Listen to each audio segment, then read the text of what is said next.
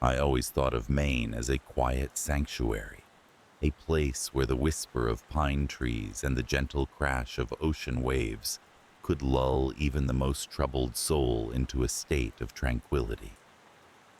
It was here, nestled among the rugged cliffs and serene beaches, that I spent my childhood.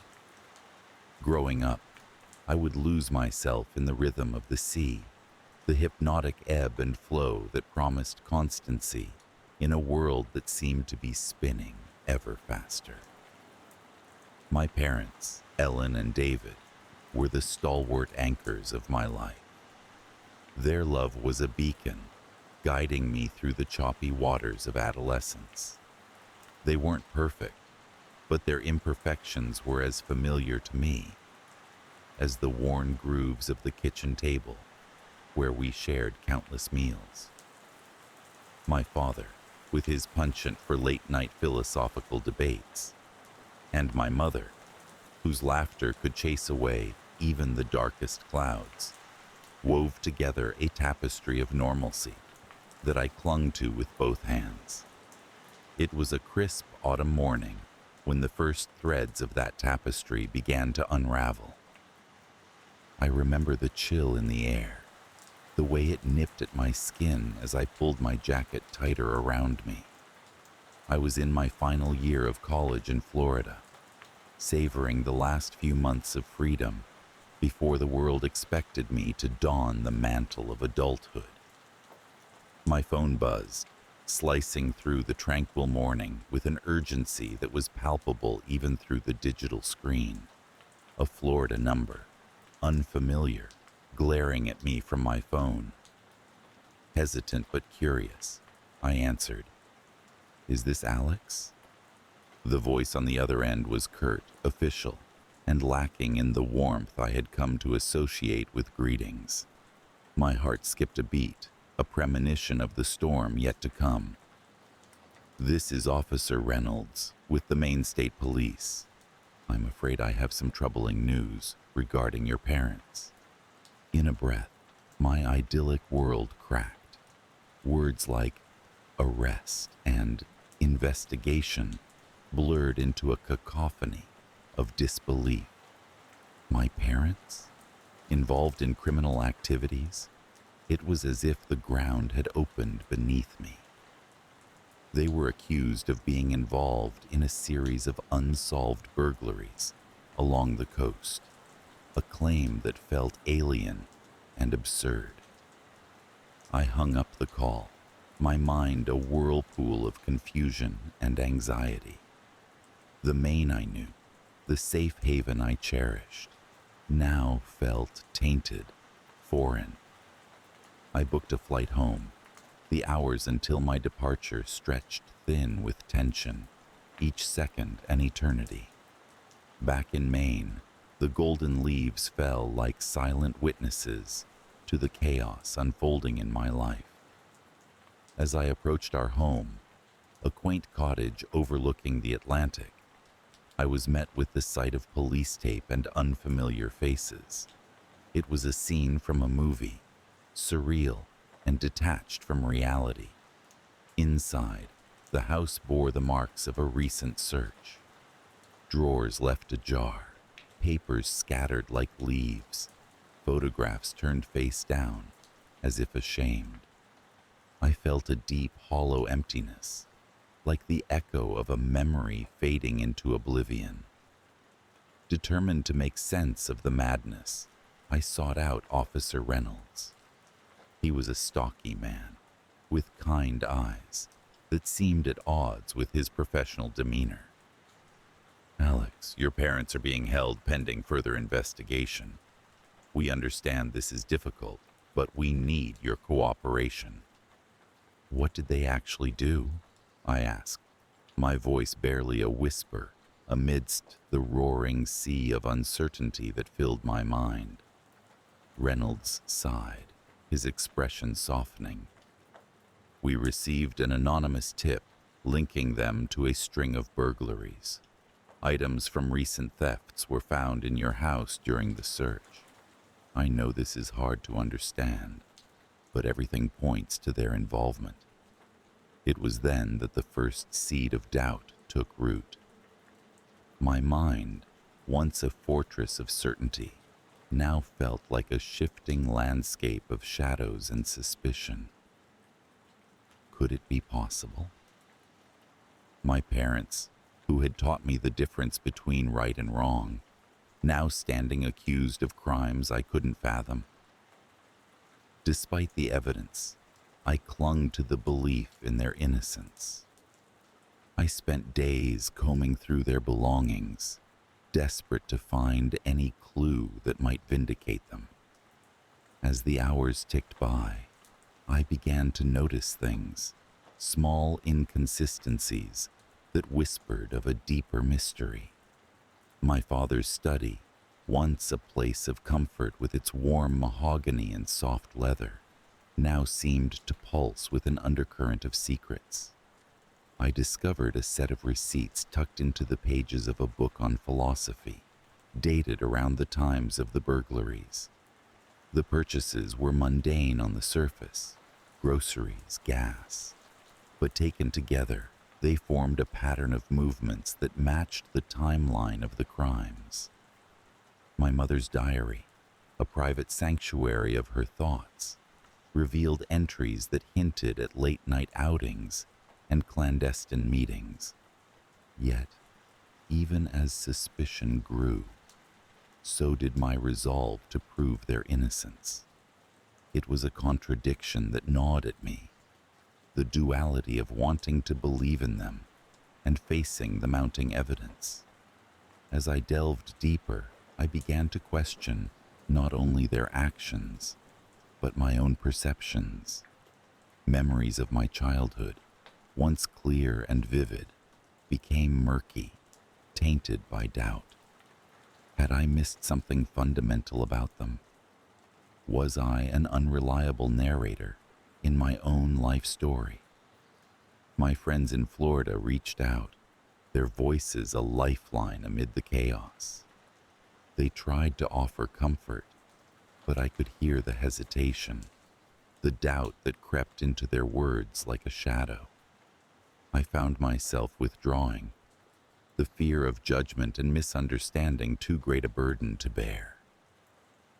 Days turned into weeks, and the investigation continued, a relentless tide that eroded my faith. The media caught wind of the story, their sensational headlines casting my parents as villains in a drama that seemed to have no end. I was a captive audience, watching as their lives, and mine, were dissected and displayed for the world to see.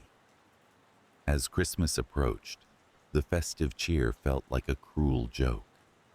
The lights and decorations, once a source of joy, now mocked me with their brightness.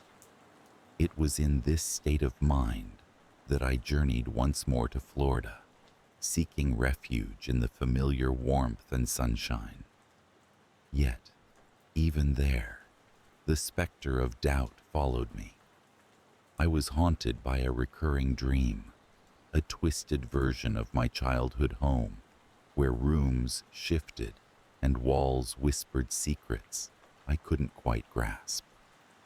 I would wake in a cold sweat, the feeling of being watched, lingering long after the dream had faded. It was during one of these restless nights that I received a call from Officer Reynolds.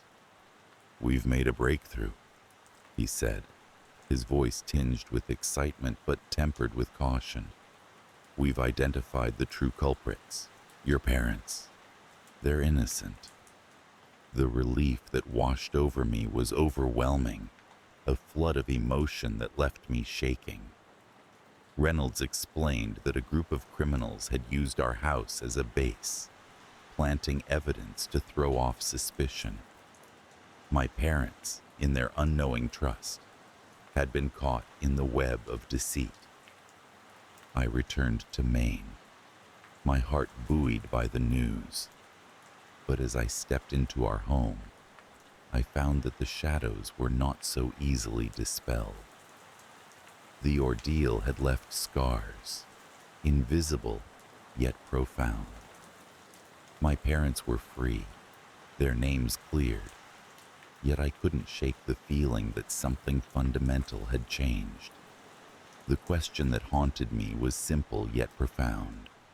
Could I trust my own perceptions? Had the fear and doubt been a product of my mind? Or had the world truly shifted beneath my feet? I found myself questioning everything, from the solidity of the ground beneath me to the faces of those I loved. The world outside seemed unchanged.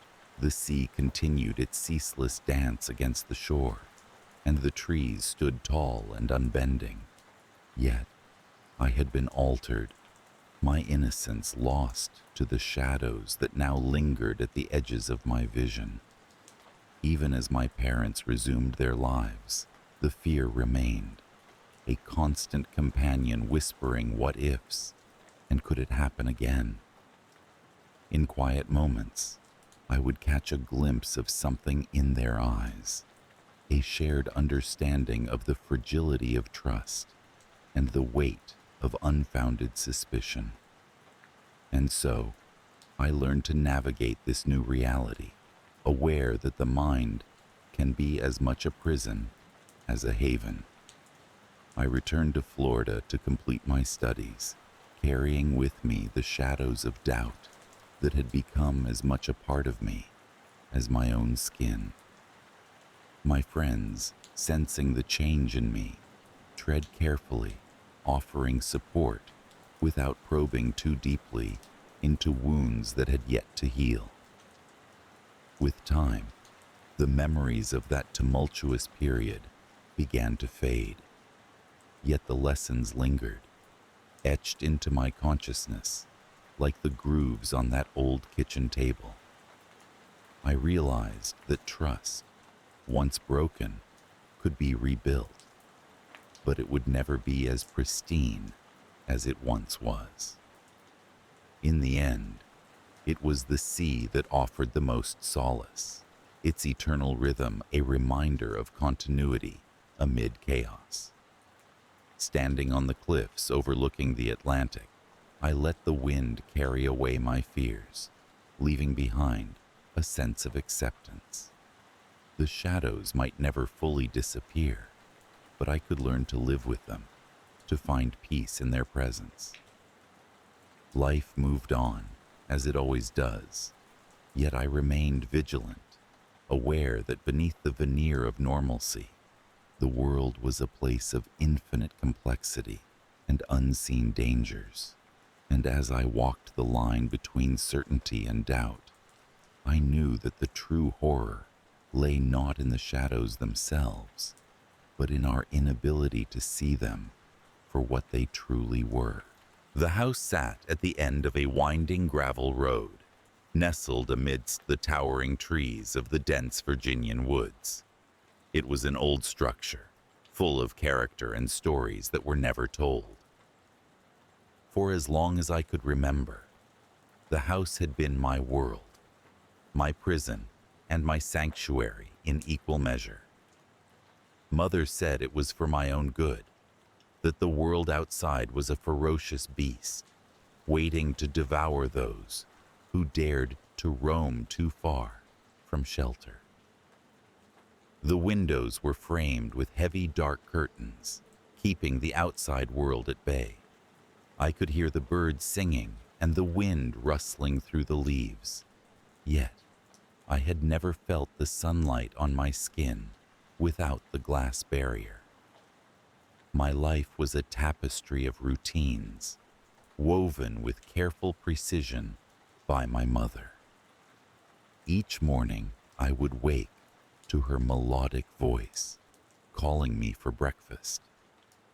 The rest of the day was a predictable cycle of chores, reading, and learning. My lessons were comprehensive, covering an array of subjects deemed necessary by Mother to prepare me for a world I was never allowed to see. I was not unhappy, at least not in a way I could comprehend. The familiarity of my life brought a certain comfort, and the stories Mother told at night, of heroes and villains, of love and betrayal, colored my dreams with vivid hues. Yet, there was a nagging in the back of my mind, a whisper of curiosity about the world beyond the thick forest. It came unexpectedly, like the first cold wind of autumn, the disturbance that unraveled the fabric of my carefully constructed life. On a particularly drab day, I was in the attic, rummaging through boxes of forgotten trinkets. Mother rarely let me explore there, but she was out in the garden, her back turned as she tended to her plants. My fingers brushed against an old leather-bound journal, its pages yellowed with age. It was tucked away beneath a stack of dusty books. Opening the journal, I was greeted by a scrawl that I recognized as my father's. He had left when I was very young, and memories of him were like fleeting shadows. The pages were filled with entries about his life in the house, musings about a world I knew only from books. But then, there were entries that spoke of a different life, beyond the confines of the trees, in bustling towns and vast cities. His words painted a picture of freedom, of a life unshackled by the chains of isolation. I read with rapt attention, page after page, until a coughing fit from downstairs broke my concentration. Hastily, I replaced the journal and dusted off my clothes. Mother never spoke of father, and I had learned not to ask, her eyes always hardening at his mention. Yet, that evening, as she prepared dinner, her face etched with concentration, I couldn't help myself. "Mother," I asked, trying to keep my voice steady, "why did father leave?" She paused, her hands momentarily stilling over the cutting board. Her eyes met mine, and for a moment, there was a flicker of something, fear, perhaps, or regret. But then it was gone, replaced by the familiar warmth she always wore, like a mask. "He had dreams, my dear," she said softly. "Dreams that took him away from us." The answer was vague, yet it stirred something within me. That night, as sleep eluded me, I thought of father's dreams, of the world he had once been a part of, and a seed of yearning took root in my heart. The following days were a blur of restlessness. The routines that once grounded me now felt suffocating. I found myself returning to the attic, poring over father's journal whenever I could steal a moment. Each entry was a window to a world I longed to experience, but with each secretive reading, the weight of my guilt grew heavier. Mother had sacrificed everything to keep me safe, and yet here I was, pining for what lay beyond. The escalation was inevitable. Curiosity, like a flame, is not easily extinguished. One morning, as the first light of dawn peeked through the trees, I found myself standing at the edge of the property, the forest looming before me like an ancient sentinel. The air was crisp, filled with the scent of pine and damp earth. My heart raced, a cacophony in my chest, as I took a tentative step forward, and then another. The world outside was both frightening and exhilarating. The forest was alive, teeming with life I had only read about. As I wandered deeper, the trees became my companions, their whispers urging me onward. Hours passed in a blink, the sun tracing its arc across the sky, and soon I realized I had ventured farther than ever before. Panic gripped me, a cold hand around my heart, as I turned to retrace my steps.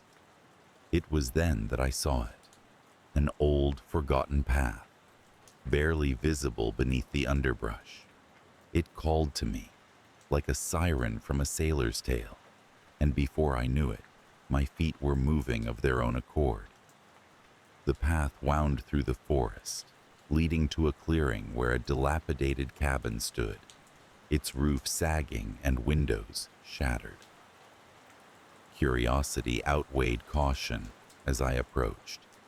The cabin was a relic, a testament to time's relentless march. Inside, the air was stale, thick with dust and memories. I wandered through the rooms, each filled with remnants of a life once lived. In the corner of what might have been a living room, I found a photograph, faded and creased, yet unmistakable. It was of my father, standing beside a woman I did not recognize. The discovery turned my world upside down. Who was she? And why was this photograph hidden here, in a place I was never meant to find? The questions swirled in my mind, a tempest of confusion and betrayal. The journey back home was a blur, my thoughts racing like a tempest. I returned just as dusk fell, the house bathed in the golden glow of the setting sun. Mother was waiting, her face a mask of worry that quickly transformed into relief as she saw me. She pulled me into a tight embrace, her arms trembling. "Where have you been?" she demanded, her voice quaking with a mixture of anger and fear. I got lost," I lied, the words tasting bitter on my tongue. Her eyes searched mine, and for a moment, I feared she saw through the deception. But she only sighed, her expression softening as she brushed a stray leaf from my hair. "Promise me you'll never do that again," she whispered, and I nodded, the weight of my secret pressing heavily on my conscience. That night, as the house settled into silence, I lay awake, the photograph burning a hole in my thoughts. Who was the woman? Was she the reason Father had left? As the clock ticked away the hours, I resolved to find answers. The following days were filled with a tension that lay thick in the air. Mother watched me closely, her gaze like a hawk, yet I persisted in my search for the truth. My mind was a whirl of possibilities, each more unsettling than the last. And then, one evening, as I helped Mother prepare dinner, I finally gathered the courage to ask. "Mother," I began, my voice barely more than a whisper, "who was the woman in Father's photograph?" Her reaction was immediate, her hand freezing mid-motion, the knife slipping from her grasp and clattering onto the floor. Her face drained of color, leaving her looking ghostly in the dim kitchen light. "Where did you see that?" she demanded, her voice sharp and edged with something I couldn't quite place. "I found it in the old cabin," I confessed, bracing myself for her reaction. Her eyes narrowed, and for the first time in my life, I saw anger in her gaze. Not the gentle frustration I occasionally invoked, but a fiery, unrestrained anger. "You had no right to go there," she said, each word clipped and precise. "I just wanted to know the truth," I implored, my voice breaking. "The truth?" She laughed then, a hollow, bitter sound. "The truth is, some doors are better left unopened." I didn't understand, but I knew better than to press further. The conversation ended abruptly, the silence between us a chasm. Yet, The seed of doubt had been planted, and it grew, flowering into a resolve to uncover the life my father had left behind. As the days passed, Mother's demeanor softened, but the unspoken tension remained. I continued to wander the woods, drawn back to the cabin time and again. Each visit unearthed new fragments of a life I had never known. Letters, photographs, trinkets, and with each discovery, my picture of Father and his mysterious companion grew clearer. The climax came on a stormy night, the sky a tumult of thunder and lightning. I awoke to the sound of wind howling through the trees, rattling the windows with a fury that mirrored the tempest within me. Unable to sleep, I found myself drawn once more to the attic, to Father's journal. As the storm raged outside, I read through his entries, the words a balm to my restless mind. And there, between the well-thumbed pages, I found it. A letter addressed to me. My hands trembled as I unfolded it, the paper fragile with age. His words were a revelation, explaining his decision to leave, his love for me, and his hope that one day I would understand.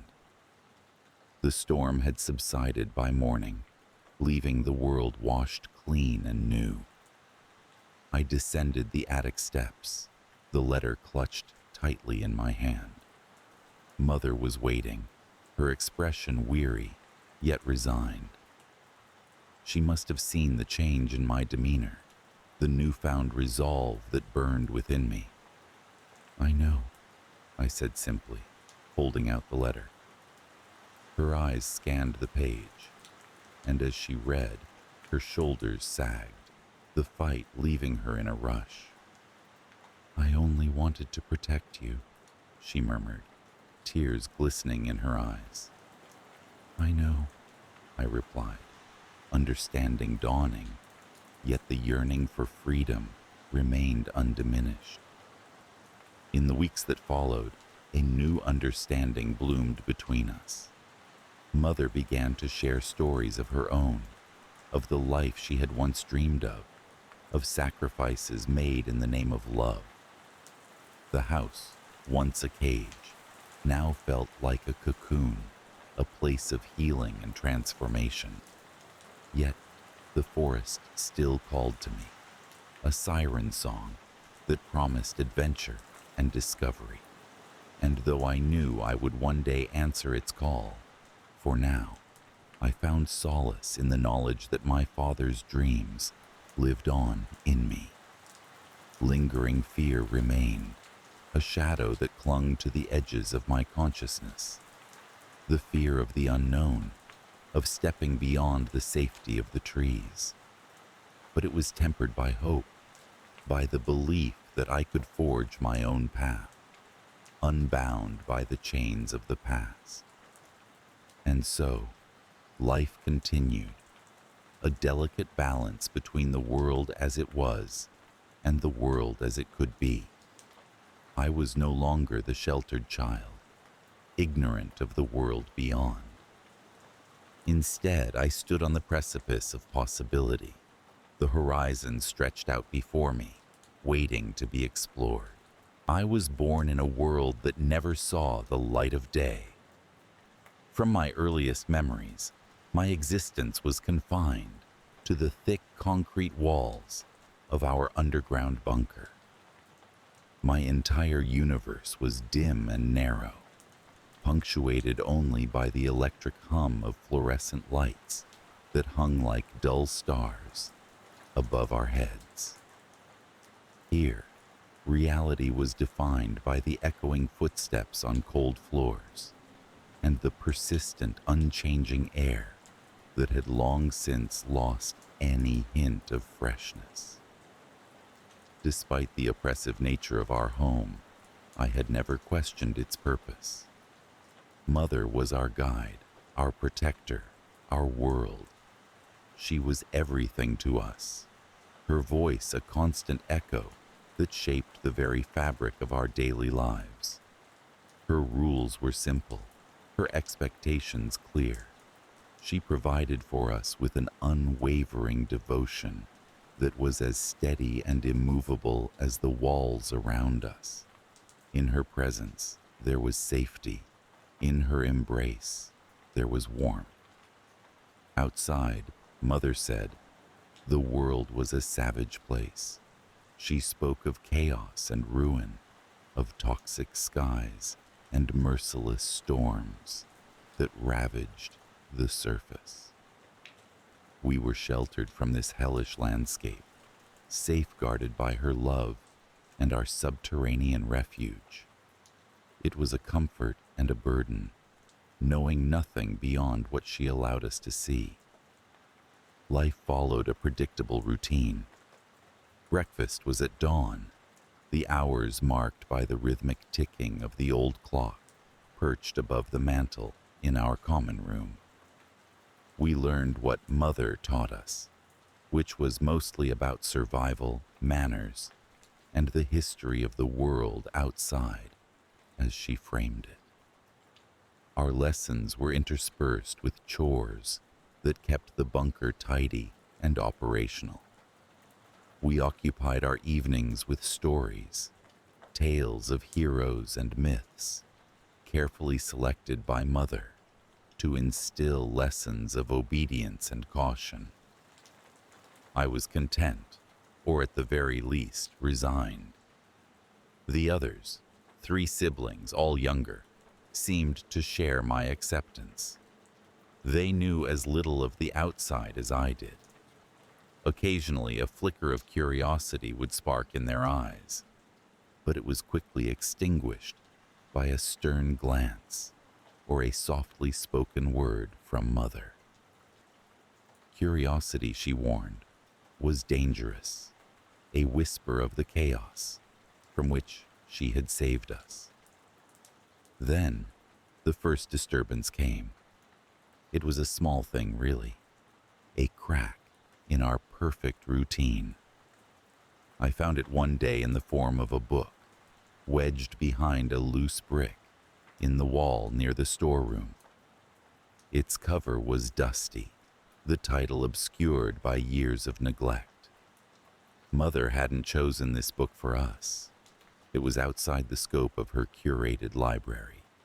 With trembling hands, I turned the pages, my eyes drinking in the strange, exhilarating words that painted pictures of landscapes unknown and skies untainted by toxic storms.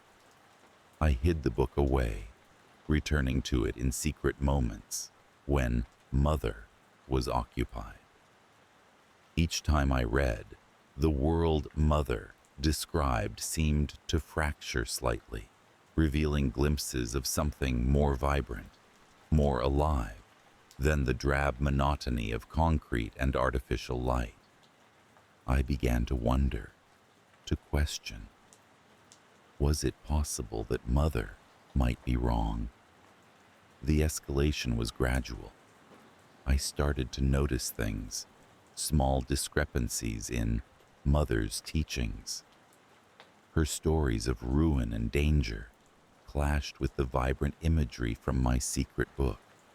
I began to feel a subtle shift in our interactions, an underlying tension I hadn't perceived before. Mother's gaze lingered a moment too long. Her smiles seemed strained, as if holding back something she dared not reveal. The others noticed my distraction. They asked questions I couldn't answer, their innocent inquiries stoking the embers of my doubt. I tried to keep them from the book, fearing what might happen if Mother discovered our transgression. But curiosity, once ignited, is a difficult flame to extinguish. One evening, as we sat around the table for dinner, the air seemed to thicken with unspoken words. Mother talked as usual, her voice smooth and even, but there was an edge to it, a sharpness that cut through the familiar cadence. Her eyes met mine, lingering with a weight I couldn't decipher. I felt exposed, as if she could see through me, see the forbidden knowledge I harbored. That night, the walls of our sanctuary seemed closer, more confining. I lay awake, listening to the soft breathing of my siblings, fighting an internal battle between my loyalty to Mother and the unsettling truths I'd uncovered. The climax came swiftly, a crescendo of events that shattered the fragile peace of our existence. It began with a simple question, one my youngest sibling posed as we gathered for our morning lessons. "Mother," he asked, his voice guileless and clear, "why can't we ever go outside?" The room fell silent, the question hanging in the air like smoke. Mother paused, her expression unreadable, before she responded. Her answer was the same one she'd always given, a rehearsed reassurance of danger and protection. But this time, for the first time, it felt like a lie. Emboldened by his bravery, I found my voice. "But what if it's not like you say?" The words were out before I could stop them, echoing off the walls, bouncing back at me with a force that took my breath away. The room seemed to hold its breath, waiting. Mother's face betrayed nothing, but her eyes darkened, her mouth a thin line of disapproval. "The world is not for you," she said, her voice low and dangerous. "I am your world. I decide what is safe, what is right. But how can we know if enough?" Her voice cracked like a whip, silencing my protest. "You will obey, or you will face the consequences." The air was electric with tension, the threat palpable. My siblings withdrew, cowed by the sudden shift in her demeanor. I too sank back, my heart pounding. The conversation was over, but the war within me raged on. The days that followed were marked by a strained civility. Mother watched us with a hawk's vigilance, her presence a looming shadow. I clung to the book, my secret talisman, drawing strength from its pages, even as fear of discovery gnawed at me.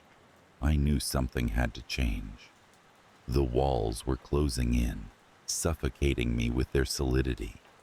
I could no longer reconcile my growing need for truth with the confines of our sheltered life. The time had come to act, to seek answers I feared and desired in equal measure. Late one night, when the house was still and Mother slumbered, I crept from my bed. The others slept soundly, their dreams undisturbed by the turmoil that had become my constant companion. I moved, with practiced stealth, inching toward the corridor that led to the outer door, the door that, in all my years, I had never crossed. The handle was cold under my fingers, a tangible connection to the unknown. My heart thundered in my chest as I turned it, the mechanism clicking softly in the silence. The door swung open with a reluctant creak, revealing a passageway that stretched into darkness. I hesitated, fear clawing at my resolve. But the promise of discovery was too powerful, too compelling to ignore. I stepped forward, leaving behind the safety of Mother's world, propelled by a need that had become as vital as air. The passage was narrow, the walls rough against my skin. I felt my way forward, guided by the faintest sliver of light that beckoned from the far end. Time blurred, my senses heightened by the thrill of my rebellion. At last, I emerged into a small chamber, lit by a single dim bulb. It was here that the full weight of Mother's deception revealed itself.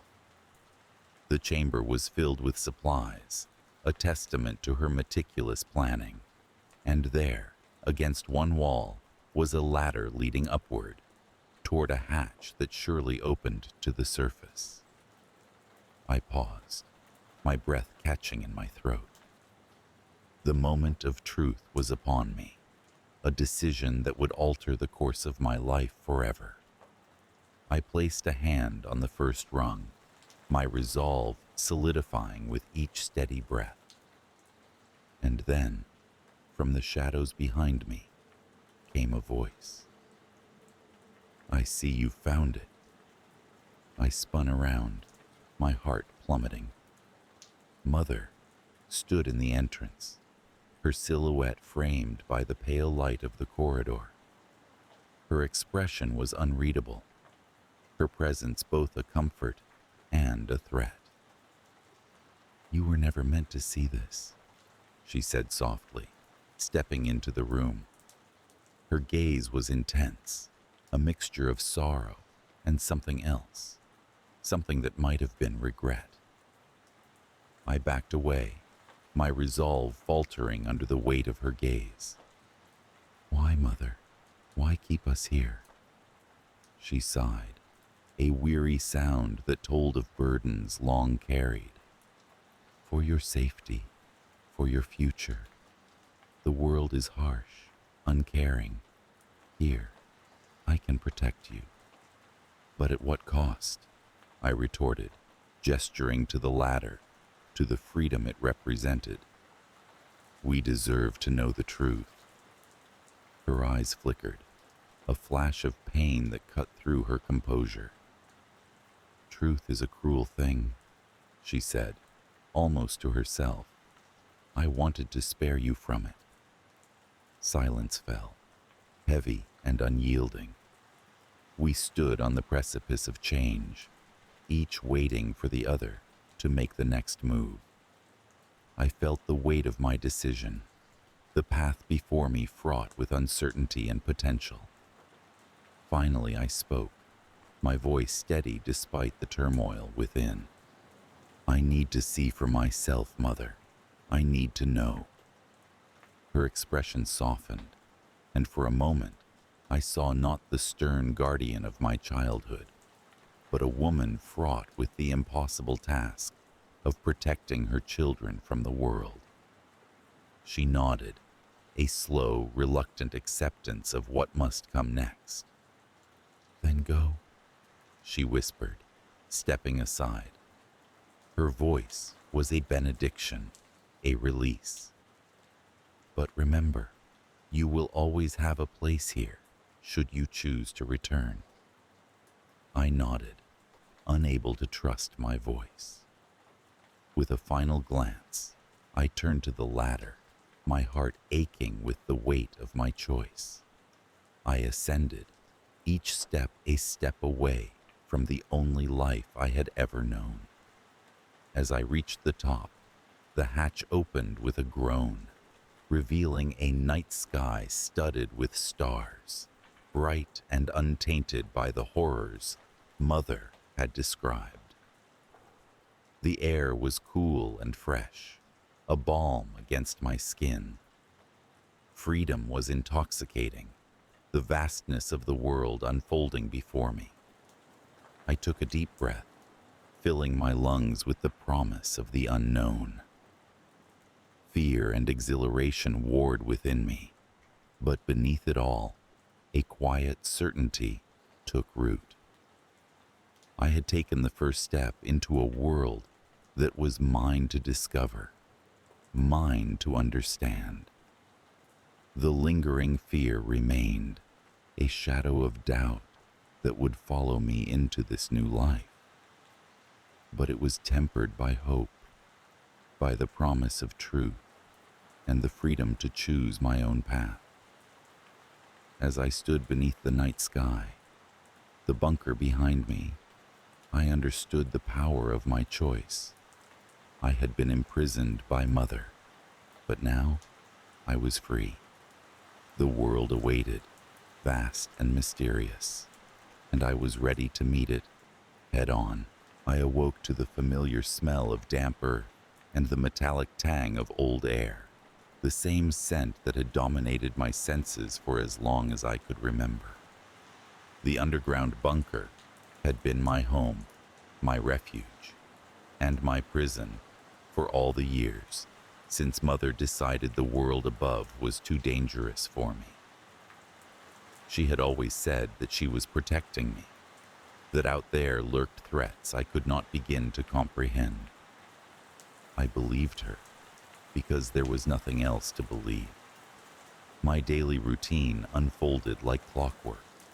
Every morning, I would rise from my cot and shuffle over to the small basin to wash up with the tepid water Mother collected from a rusted spigot. Meals were sparse, but Mother always ensured we had enough to subsist. She cultivated a small garden of pale vegetables under artificial lights, and there were canned goods stored in neat rows against one wall. My tasks were to tend to the plants, monitor the air filtration system, and keep our small space clean. In between, I would read from the small collection of books Mother had allowed. Books filled with stories of faraway places and fantastical adventures. They were my window to a world I had never seen, a world that existed beyond the thick steel door that sealed us from the outside.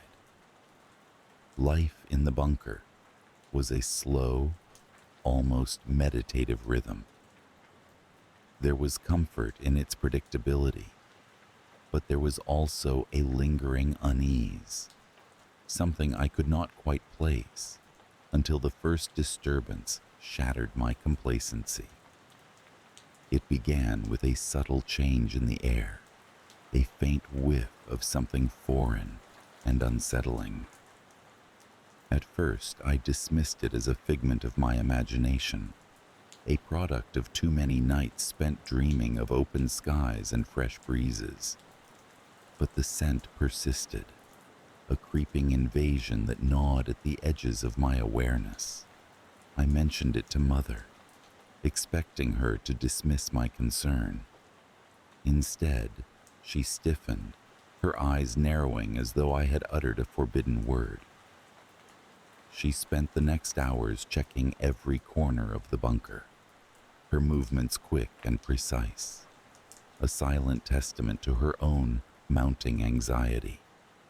The air felt thick with unspoken fears, and I couldn't shake the feeling that something was terribly wrong. Days passed, and the disturbances grew. Strange noises echoed through the bunker at odd hours, metallic clangs and whispers that seemed to originate from the very walls. Mother told me it was just the old structure settling, nothing to worry about. But her eyes told a different story, a flicker of doubt and fear that I had never seen before. My once peaceful dreams were soon invaded by nightmares. Flashes of shadowy figures and urgent whispers that twisted my sleep into restless torment. I would wake drenched in sweat, my heart racing as if trying to escape my chest. Each morning, Mother looked at me with a mix of concern and something else, something that might have been guilt. The escalation came swiftly, an avalanche of revelations that buried my sense of reality beneath its weight. It started with a discovery, a small hidden compartment in the corner of the bunker that I stumbled upon while cleaning. Inside, I found a collection of photographs and documents, relics of a life I had never known. There were pictures of us before the bunker, outside under the sun, our faces lit with smiles I barely recognized. And then there were other pictures, ones that showed a different side of Mother, engaged in secretive meetings with strangers, their faces obscured, but their intent clear. The documents spoke of experiments and control, of a child, me, who had to be hidden away for my own protection. Confronting Mother was not a choice. It was an inevitability, driven by the storm of doubt and betrayal that raged within me. Her response was both calm and chilling, a quiet affirmation of everything I feared. She admitted to taking me away from the world, to shielding me from truths I wasn't ready to face. She spoke of dangers that lurked outside, of people who wanted to exploit us both. Her words wove a web of half-truths and justifications, each thread tightening around my throat. But there was something new in her demeanor, a desperation that underscored her every word.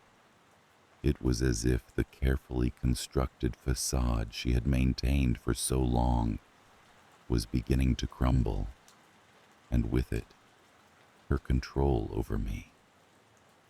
I realized then that my isolation had never been about protection. It had been about power. Her power over me. Determined to break free from the chains of the bunker, I began to plan my escape. I knew it would not be easy. Mother was always watching, her eyes sharp with vigilance. But the need for freedom burned within me, a flame that refused to be extinguished. My opportunity came one night, when the strange noises returned with renewed intensity. Mother was distracted, her attention focused on the source of the disturbance. I seized the moment, slipping out of her watchful gaze and towards the door that had kept me captive for so long. I had only ever seen it open a handful of times, always under her supervision. But I had watched carefully, memorized the sequence of locks and codes. My hands trembled as I worked, the metallic clicks echoing in the silence that enveloped us. I half expected Mother to appear at any moment, to drag me back into the shadows of the bunker. But she didn't, and with a final twist, the door swung open. The world outside was not what I expected. Darkness reigned, a heavy cloak that wrapped around me as I stepped out into the unknown. The air was fresher than I had imagined, sharp and invigorating, filling my lungs with a sense of life I had never known. The ground was uneven beneath my feet, a far cry from the smooth floors of the bunker. But I reveled in the sensation, the freedom to move, to choose my path. I ran, propelled by fear and exhilaration, away from the bunker and the life I had left behind. The night was silent save for the distant rustling of leaves and the whisper of the wind. It felt as though the world itself was holding its breath, waiting to see what I would do next. Eventually, exhaustion forced me to stop, my legs trembling as I sank to the ground. I was free, but the cost of that freedom weighed heavily upon me. I had left behind everything I had ever known, stepping into a world that was both wondrous and terrifying in its vastness. The night passed slowly, the stars above watching over me with an indifferent gaze. I wondered if Mother had discovered my absence yet, if she was searching for me, a specter haunting the shadows. As dawn broke, I took in the landscape around me. Fields stretched out in every direction, a patchwork of greens and browns that spoke of fertility and life. In the distance, I could make out the silhouette of a farmhouse, its outline stark against the rising sun. I felt drawn to it, a beacon of hope in an otherwise uncertain world. Approaching the farmhouse, I was cautious, my instincts honed by years of careful observation.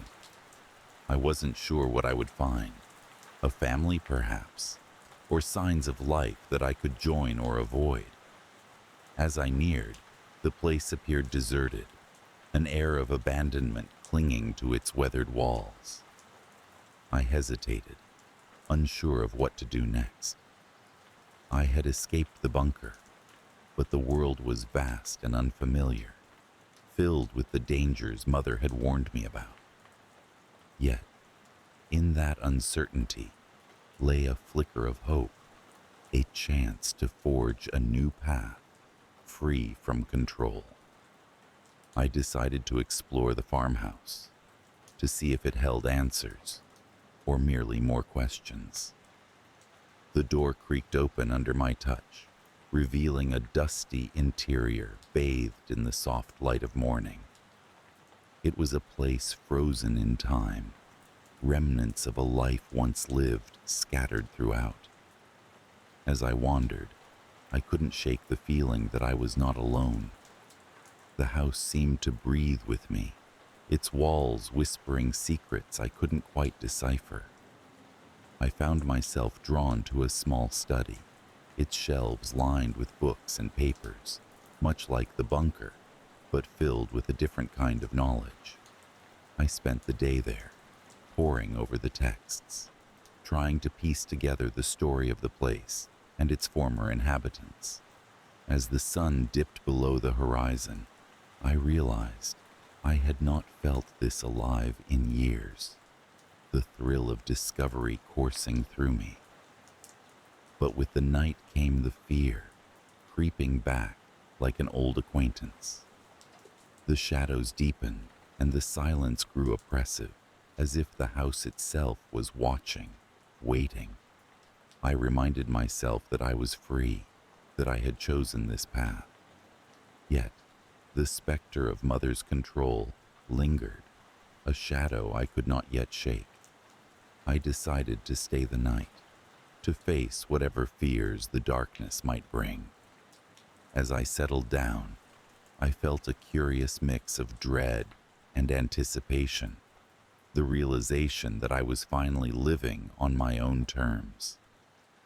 Sleep came fitfully, my dreams filled with images of the bunker and Mother's piercing gaze.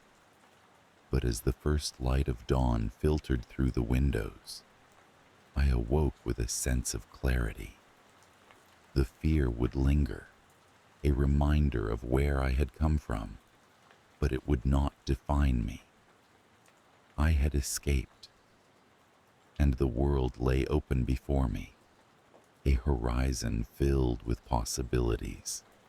And so, I made a promise to myself. I would embrace the unknown, find my own way, and leave the shadows of my past behind. The journey would not be easy, but for the first time, I felt truly alive, ready to face whatever lay ahead. I was born into a world that was meticulously confined, though I didn't realize it for the longest time. Our compound was a pastoral haven, separated from the outside world by towering oaks and a sense of serene isolation. In the heart of this enclave stood the communal hall, its weathered wooden beams bearing witness to countless rituals and gatherings. My earliest memories are woven into the fabric of this austere place, where everyone dressed in muted tones and spoke in hushed voices of reverence and destiny. Life within the compound was dictated by the seasons, an endless cycle of planting and harvest, overseen by the elders, our guides, our protectors. They spoke of a higher purpose, a calling that set us apart from those who roamed aimlessly beyond the trees. Their teachings were our truth, our comfort in the simplicity of our existence. Yet even within this cloistered life, my senses prickled with a vague unease that I couldn't quite name. One morning, a chill wind whispered through the gaps in the wooden slats of our dormitory. I rose early to fetch water from the well, the air crisp and biting against my skin. As my hand grasped the iron handle of the bucket, a sharp clang echoed from the depths below. The sound was foreign, unsettling, a disturbance in the rhythm of our predictable life. I peered into the well, craning my neck to see what had caused the noise, but all that greeted me was darkness and the faint, echoing drip of water. Returning to my chores, I could not shake the feeling that something lay beyond the limits of our understanding, something that gnawed at the edges of my consciousness like a shadow in a sunlit room. I decided to speak to Mara, my closest friend, whose curiosity often mirrored my own. Her eyes widened as I recounted the morning's oddity, and she nodded slowly, as if aligning pieces of a puzzle only she could see. "There's something they aren't telling us," Mara whispered, glancing around to ensure we were alone. "Something beneath the surface of all this." Her words lingered with me, an echo that refused to fade. The days passed, but the normalcy of our community felt brittle, as if one push would send it shattering into 100 pieces. I noticed the elders more frequently convening behind closed doors, their faces etched with lines of worry that belied their serene smiles. Mara and I began meeting in secret, driven by a shared compulsion to pry open the world we had known since birth. Our clandestine discussions filled us with a reckless kind of hope, and it wasn't long before we devised a plan to explore beyond the boundaries of our compound. One moonlit night, when silence wrapped the grounds like a thick blanket, we slipped away from our dormitory, hearts pounding in tandem with our footsteps. The path through the woods was one we had never taken, a trail obscured by undergrowth and the whisper of leaves. As we stepped through the veil of trees, the air seemed to change, charged with a palpable tension. The forest opened up before us, revealing a landscape both alien and achingly familiar. We hurried, driven by fear and exhilaration, until we stumbled upon a clearing bathed in the ghostly light of the moon. In the center stood an old oak, its gnarled branches stretching skyward like beseeching arms. We stopped, breathless, as a figure emerged from behind the tree. It was a man, tall and thin, draped in a cloak that caught the moonlight in ghostly ripples. His eyes were deep-set, gleaming with an intensity that seemed to pierce through the night. "Welcome, wanderers." He spoke with an accent that was hard to place, each word carefully enunciated. "I've been expecting you." Mara and I exchanged a glance, our resolve faltering under the weight of an unknown fate. The man gestured for us to follow, his manner both commanding and strangely reassuring. Compelled by a mixture of fear and curiosity, we trailed behind him, deeper into the forest. We eventually emerged into another clearing, larger than the first and bustling with activity. People moved about, their faces a blend of concentration and contentment, as they constructed what appeared to be a new community. In the center rose a structure, half-built yet already imposing, its architecture a harmonious blend of wood and stone. "This shall be our sanctuary," the man announced, his voice carrying through the air with a resonant authority. "A place where the old ways give rise to a new understanding." Mara and I were led among the bustling throng, our senses assaulted by the vibrant life that thrummed through this burgeoning commune. We were welcomed with open arms, the inhabitants eager to share their vision, their purpose. They spoke of harmony and enlightenment, of breaking free from the shackles of ignorance. It was intoxicating, and yet a small voice within me whispered caution. The days unfolded in a blur of activity and indoctrination. We were taught the tenets of this new community, rituals both foreign and familiar, echoing yet distinct from those we had known. The leader, known simply as Aiden, was a charismatic figure whose words filled us with a sense of belonging and hope. However, it wasn't long before Mara and I began to sense the underlying currents that mirrored the life we had left behind.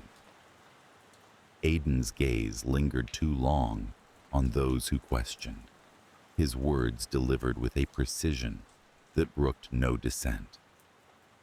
Shadows lingered in the corners of our new home, creeping forth in moments of doubt and silence.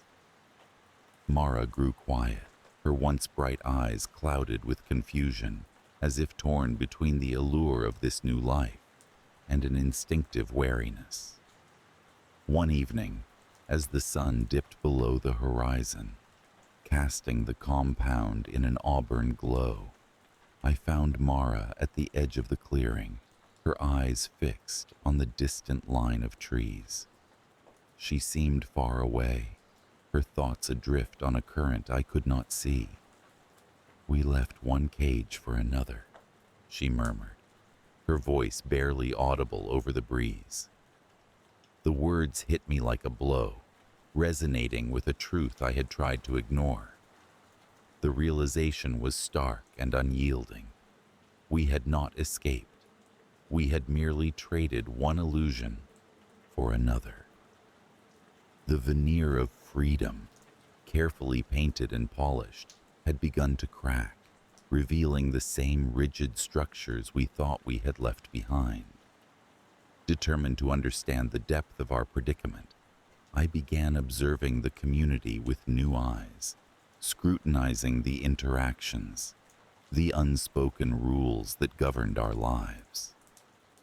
I sensed the same undercurrents of control, the same hushed whispers that swirled around the elders in my childhood home.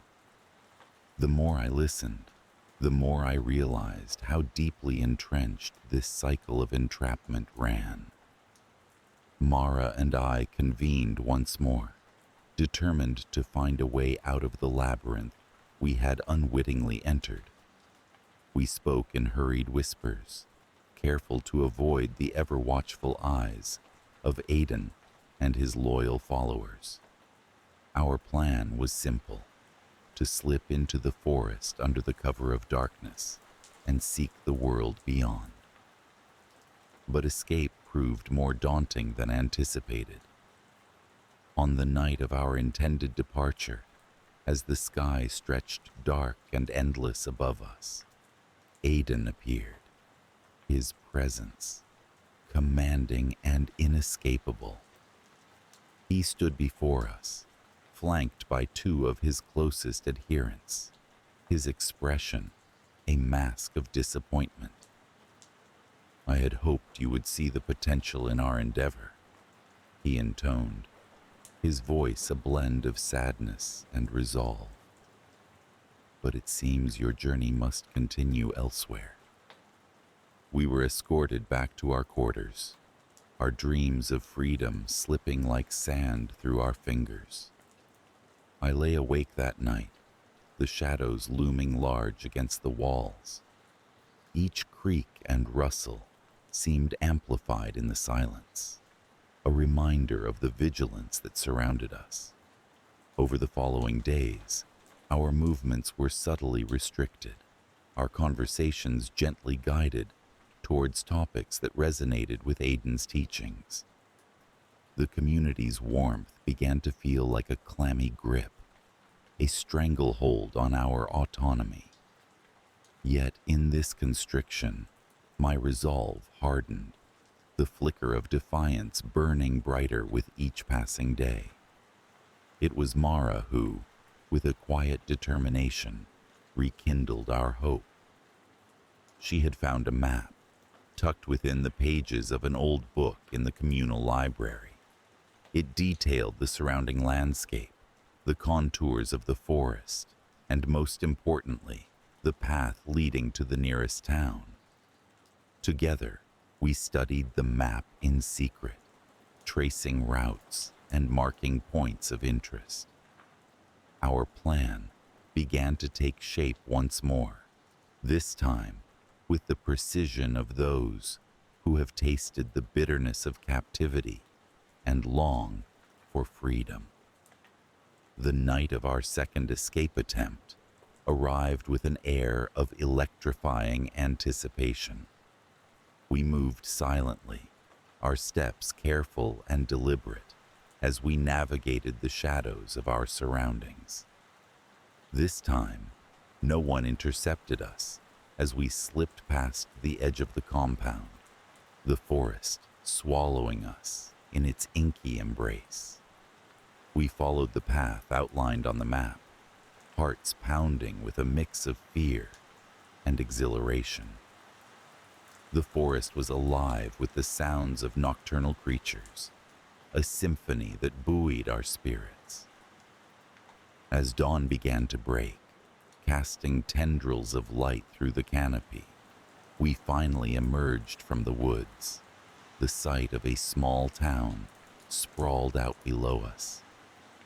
The town was a patchwork of red rooftops and winding streets, a beacon of promise against the silhouette of the hills. As we descended toward it, a sense of liberation unfurled within me, a feeling I hadn't realized I'd missed until it returned. Yet, even as the town drew closer, the memory of Aiden's gaze haunted me, a lingering reminder of the chains we had left behind. As Mara and I stepped onto the cobblestone streets, we were greeted by the bustling energy of morning life. People moved with purpose, their faces open and unguarded, a stark contrast to the guarded expressions of those we had known. Yet, amid this vibrant tapestry of humanity, I couldn't shake the wariness that had taken root within me. We found work and shelter with a kindly older couple, their home a quaint cottage on the outskirts of town. They welcomed us without question, asking only that we contribute to the upkeep of their small farm. The days passed in a haze of simple tasks and quiet reflection, the unfamiliarity of our new surroundings gradually giving way to a semblance of peace. But beneath the surface, shadows lurked, the ghosts of our past life refusing to be silenced. Mara and I often shared our thoughts in the quiet moments before sleep, our conversations tinged with an unspoken dread that something would come to reclaim us. Then, one evening, as we sat in the warmth of the cottage's small kitchen, Mara voiced the fear that had been gnawing at the edges of my mind. What if they're searching for us? The question hung in the air, heavy with the weight of our shared history. I had no answer, no reassurance to offer. All I could do was take her hand and squeeze it, a silent vow that we would face whatever came together. In the weeks that followed, we remained vigilant, our eyes constantly scanning the faces of those we encountered, our ears attuned to any hint of pursuit. The town, once a haven, began to feel like a stage set for an unseen audience, its streets echoing with the specter of our past. One night, as a storm raged outside, lightning illuminating the landscape in stark relief, I awoke to find Mara standing at the window, her silhouette tense and alert. She turned to me, her expression clouded with worry. "I saw someone," she whispered, her voice barely audible over the roar of the wind, "standing by the gate." Heart pounding, I joined her at the window, peering into the darkness. The rain lashed against the glass, obscuring the view, but the unease that gripped me was undeniable. It was as though the past had found us, its presence felt in every shadow, every rustle of the trees. Sleep eluded us that night, the storm outside mirroring the turmoil within. When morning came, it brought with it a sense of resolve. We could not live in fear of a specter that may or may not exist. Our lives, our freedom, depended on our ability to confront the shadows and emerge on the other side, unscathed and unafraid. As the sun rose, casting an amber glow over the damp earth, Mara and I ventured into town, determined to reclaim the sense of control we had lost. We sought out the town's library, a sanctuary of knowledge and history, hoping to find insights that might guide us. Within the library's hushed confines, we delved into the town's archives, unearthing records and stories of those who had come before us. The tales were a tapestry of hope and despair, of lives touched by the same forces that had shaped our own. It was here, amid the dust-laden shelves, that we stumbled upon a journal, its pages yellowed with age and filled with the musings of a soul who had once sought freedom as desperately as we did. The writer spoke of the cycle of entrapment, the way in which one prison could so easily be replaced by another, each more insidious in its guise of liberation.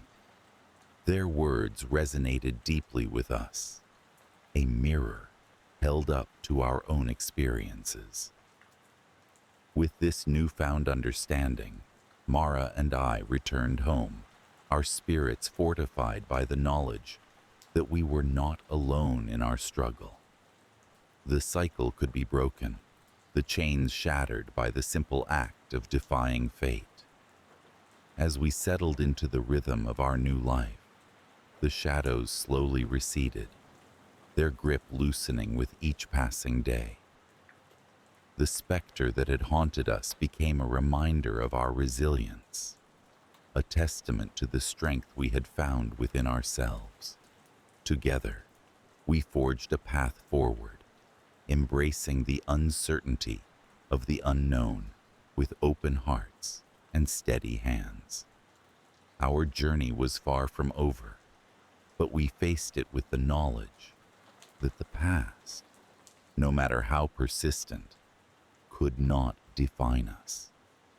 We were free, and in that freedom lay the power to shape our own destiny. The evening was settling into a comfortable lull, the kind that follows the initial burst of excitement at a gathering. It was a small affair, just a few of us gathered to celebrate Alan's birthday. His home, an old sturdy structure standing since the early 1900s, held its own charm. Its wooden floors creaked with whispers of the past, and the walls were adorned with photographs that seemed to tell stories of their own. The atmosphere was cozy, filled with the warm glow of candles and the mellow hum of conversation, mingled with the soft notes of background music. We sat around the living room, comfortably ensconced in plush sofas, sipping wine and sharing laughter. Alan, the birthday celebrant, was in high spirits, flitting between guests, ensuring everyone had enough to eat and drink. He was always the perfect host, gracious and attentive, never missing a beat, a trait we all admired. Among the guests was Julia, who had been a close friend of Alan's for years, and Tom, an acquaintance from his work. And then there was me, quietly observing, soaking in the warmth of the gathering. As the evening wore on, it was time for the customary exchange of gifts. Alan, ever the enthusiast for surprises, beamed as he accepted the assortment of brightly wrapped packages. The room was filled with laughter and clapping as each gift was unveiled. Books, a vintage record, a bottle of single malt whiskey that Alan adored. But it was the last gift that caught everyone's attention. A small box wrapped in plain brown paper, tied with a simple twine. Alan picked it up, his expression curious. "Who's this from?" he asked, scanning the room, but nobody claimed responsibility. "A mystery gift," he chuckled, as he carefully untied the twine and peeled back the paper. Inside was a small, ornate box, delicately carved with intricate designs. Alan opened it slowly, revealing a glinting object nestled within, a coin unlike any I had ever seen. It was silver, its surface etched with symbols that none of us could decipher. There was a moment of collective silence as we all leaned in closer, captivated by the enigmatic coin. Alan held it up to the light, turning it over in his hand. "What do you make of this?" he asked, the question hanging in the air like a challenge. Julia leaned closer to examine it, her eyes narrowing as if to pierce through its secrets. "It looks ancient," she mused, "and those symbols, they're nothing I recognize." Tom, who had been quiet for most of the evening, spoke up. "It's probably something rare, maybe even valuable," he suggested, his voice tinged with a mix of awe and suspicion. We all sat back, allowing Alan to pocket the coin, our intrigue piqued, yet unsure of what to make of it. The conversation gradually drifted back to more mundane topics, but there was an undercurrent of unease, a sense that this unassuming gift had shifted the evening's mood. It was later, much later when the guests had begun to leave, that the first disturbance occurred. Alan, who had been clearing up some of the discarded wrapping paper, suddenly stopped, his face growing pale. He was staring at his hand, at the spot where the coin had been resting moments before. His skin bore strange marks, faint but discernible, mirroring the symbols etched on the coin. He laughed it off, attributing it to an overactive imagination and the effects of a few too many drinks. But I caught a glimpse of something in his eyes, an unease that mirrored my own. "It's nothing," he assured us, though the words felt empty. The next day, as I went about my routine, I couldn't shake the memory of the coin and the marks it had left behind. It was like a shadow at the back of my mind, a persistent itch that refused to be ignored. I found myself drawn back to Alan's house that evening, under the guise of returning a forgotten item. In truth, I wanted to see if everything was all right, if that nagging sense of foreboding had any merit. Alan greeted me with his usual warmth, but there was an edge to his demeanor, a tension that hadn't been there before. He tried to brush it off, attributing it to work stress. But as the evening wore on, the cracks in his facade began to show. He was distracted, his mind clearly elsewhere, eyes darting occasionally to the spot where the coin now sat on his mantle. I asked him about it, careful to keep my tone light. "You seemed a bit off last night after the party. Everything okay?" He hesitated, then sighed. "I don't know," he admitted. "Ever since I touched that coin, I've been having these strange dreams. Vivid dreams that feel more real than they should. And today at work, I could swear I was seeing things out of the corner of my eye." A chill ran down my spine at his confession. "What kind of things?" "Just shadows, I guess. Flickers in my peripheral vision. It sounds crazy, I know." We both sat in silence for a moment, the weight of his words hanging between us. I wanted to reassure him, to tell him it was nothing, but I couldn't bring myself to dismiss his concerns. There was something about the way he spoke, a sincerity that was hard to ignore. Over the days that followed, Alan's situation seemed to escalate. He spoke of feeling watched, of hearing faint whispers when he was alone. The marks on his hand, once faint, had grown more pronounced, and his sleep continued to be plagued by troubling dreams. Each time I visited, the atmosphere in his house felt heavier, the shadows more pronounced, as if the house itself was conspiring against him. I urged him to see a doctor, a therapist, anyone who might offer some explanation for what was happening. But Alan, ever rational, refused. "It's just stress," he insisted. "It'll pass." But it didn't pass. The tension reached a breaking point one night when I received a frantic call from Alan. His voice was a hushed whisper, trembling with fear. "I need you to come over," he said. "Please, I don't know what's happening." I hurried over, my heart pounding with every step. The house was in darkness when I arrived, the only light spilling from the living room where Alan sat, the coin clutched tightly in his hand. He looked up as I entered, his eyes wide with fear. "I can't do this anymore," he said, his voice barely above a whisper. "I keep seeing things, hearing things. It's like the coin is showing me something I'm not supposed to see." He handed me the coin, his hand shaking. I hesitated before taking it, feeling its cold weight in my palm. The symbols seemed to writhe under the dim light, and for a moment I felt a disorienting pull, as if the coin was trying to draw me into its secrets. Alan's voice broke the spell. "You have to help me," he pleaded. "I don't know how to stop it."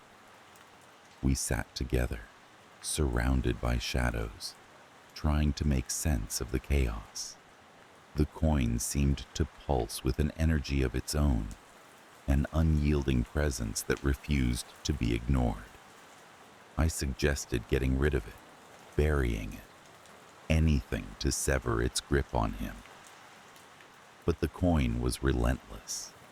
Even after Alan agreed to lock it away, the disturbances continued, each more intense than the last. It was as if the very act of trying to rid himself of it only served to strengthen its hold. The climax came one stormy night when the wind howled like a living thing, rattling the windows and doors. I found myself back at Alan's house, drawn by a sense of urgency, I couldn't quite explain. Inside, the air was heavy with tension, every creak and groan of the old house amplified in the oppressive silence. Alan was in the living room, his face drawn and pale. The coin was back on the mantel, gleaming ominously in the flickering candlelight. He was pacing, muttering to himself, his eyes wild with a desperation that cut through me like a knife. "I can't escape it," he said, his voice raw with exhaustion. "It's everywhere." I reached for his arm, trying to ground him, but he jerked away, his gaze fixed on the coin. "It wants something. I don't know what, but it won't stop until it gets it." Before I could respond, the room seemed to shift around us, the shadows deepening, converging. I felt a cold dread seep into my bones, a terror that was both foreign and intimately familiar. The air vibrated with a low hum, a sound just on the edge of perception, growing louder with each passing second. Alan staggered back, his hands pressed to his ears as if to block out the noise. His eyes met mine, wide and pleading, before he turned and fled from the room, the front door slamming open and shut behind him. I followed, stumbling out into the storm, the wind tearing at my clothes and drowning out my shouts. Alan was nowhere to be seen, lost to the night and the chaos, leaving only the echo of his fear behind. In the days that followed, I searched for him, reaching out to friends and family, scouring the places he frequented, but he seemed to have vanished without a trace. The police were sympathetic, but with no evidence of foul play, there was little they could do. The case gradually faded from their priority list, leaving me with only questions and the lingering weight of guilt. The house remained empty, its windows dark and vacant, a silent witness to whatever had transpired within. I found myself visiting often, drawn by a need to understand, to unravel the mystery that had consumed Alan. The coin, I discovered, was gone, as if it had never been there at all. Even now, months later, the memory of that night haunts me. I feel its presence at the edges of my consciousness, a phantom whisper that refuses to be silenced. Sometimes, in the quiet moments just before sleep, I imagine I hear Alan's voice, calling out from the shadows, a haunting echo of the friendship we once shared. And in those moments, I can't help but wonder if the coin found him again, or if it ever truly left him at all. The thought lingers, a chilling reminder of the uncertain fortune that one gift had brought, and the unknown paths it might yet lay before me. There is an old college town, nestled between a forest and a winding river, where life moves with the slow grace of an autumn leaf, carried by the breeze. The town is known for its quaint charm, its cobblestone streets echoing with the laughter of students and the chime of bicycle bells. The air feels crisp, a prelude to winter's chill, but for now, the trees are dressed in a spectrum of reds and golds. I moved here just a few months ago, transferring to the college halfway through my sophomore year. At first, everything seemed perfect, an idyllic setting for my studies, a fresh start away from the noise of the city. My apartment was a snug little attic room in an old Victorian house, its windows framed by ivy and its floors creaking with stories of the past. My neighbors were unremarkable, other students like me, except for Mrs. Henderson, the elderly woman who lived on the ground floor. She had a penchant for knitting and baking, and every so often, I would find freshly baked cookies on my doorstep. Classes at the college were demanding, as expected, but I welcomed the challenge. I fell into the rhythm of student life easily, my days filled with lectures and library visits, my evenings often spent at the local cafe, where students gathered to sip coffee and exchange stories. It was there I first heard about the cursed luck. It was a Friday evening, the cafe buzzing with the giddy anticipation of the weekend. I sat with a group of classmates, a mix of old friends and new acquaintances. The conversation turned to local legends, as it often did, and that's when someone brought it up. "Have you heard about the cursed luck?"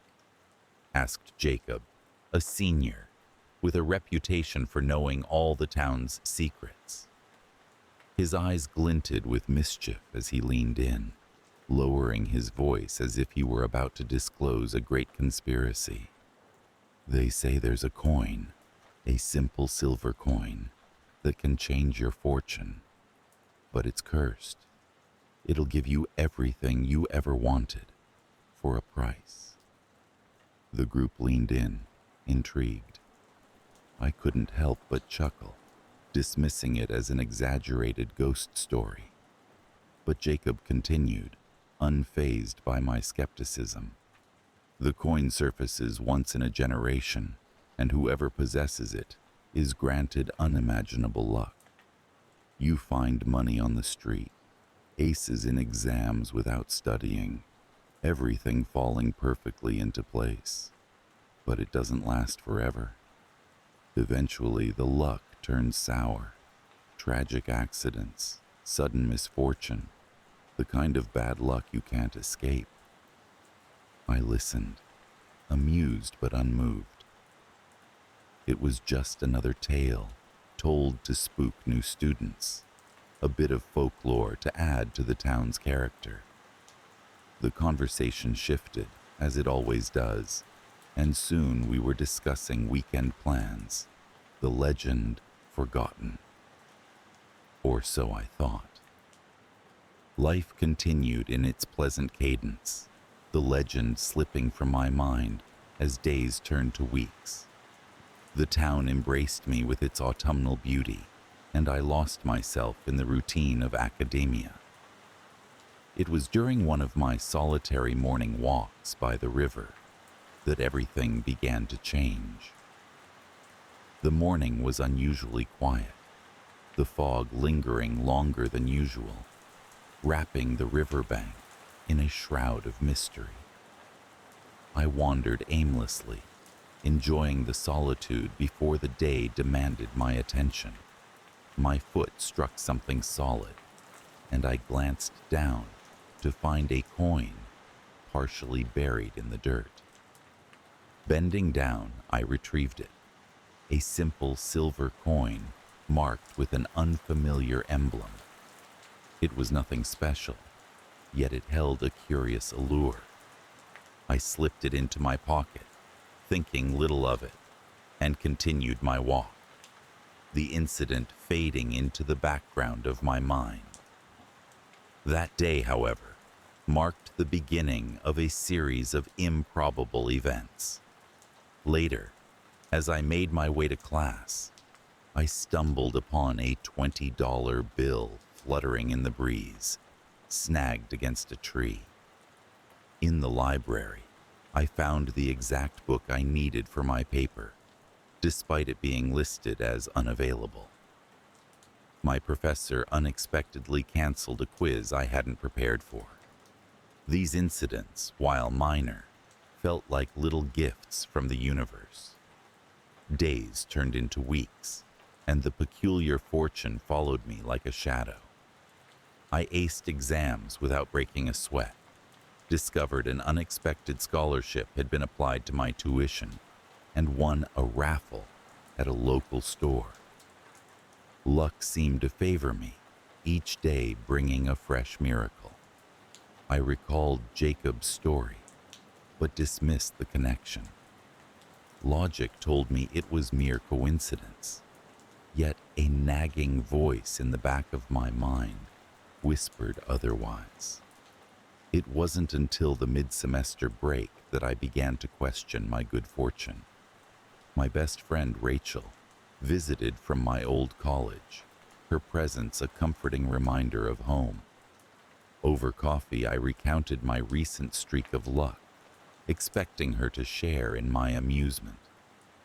Instead, she looked at me with a mix of concern and disbelief. "That's not normal, you know," she said, her voice tinged with unease. "No one is that lucky. Maybe you should be careful."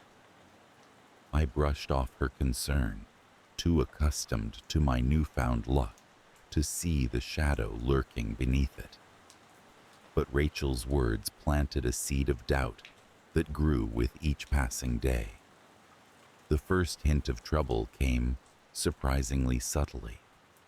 I misplaced my keys, a common enough occurrence, but it took me hours to find them, wedged inexplicably between the cushions of the couch. Then, my phone screen cracked without any recollection of dropping it. Little inconveniences began to pile up, each one a reminder that even in paradise, shadows lurk.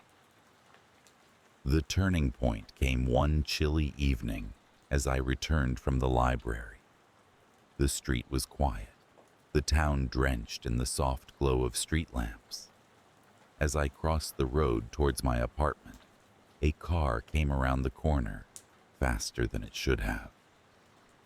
For a moment, time seemed to slow, and I was paralyzed, caught in the headlights' glare.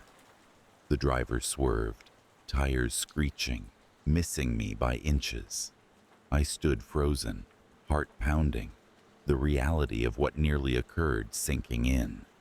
The incident shook me more than I cared to admit, and I found myself thinking about the coin still nestled in my pocket. The small, seemingly innocuous object now felt like a burden.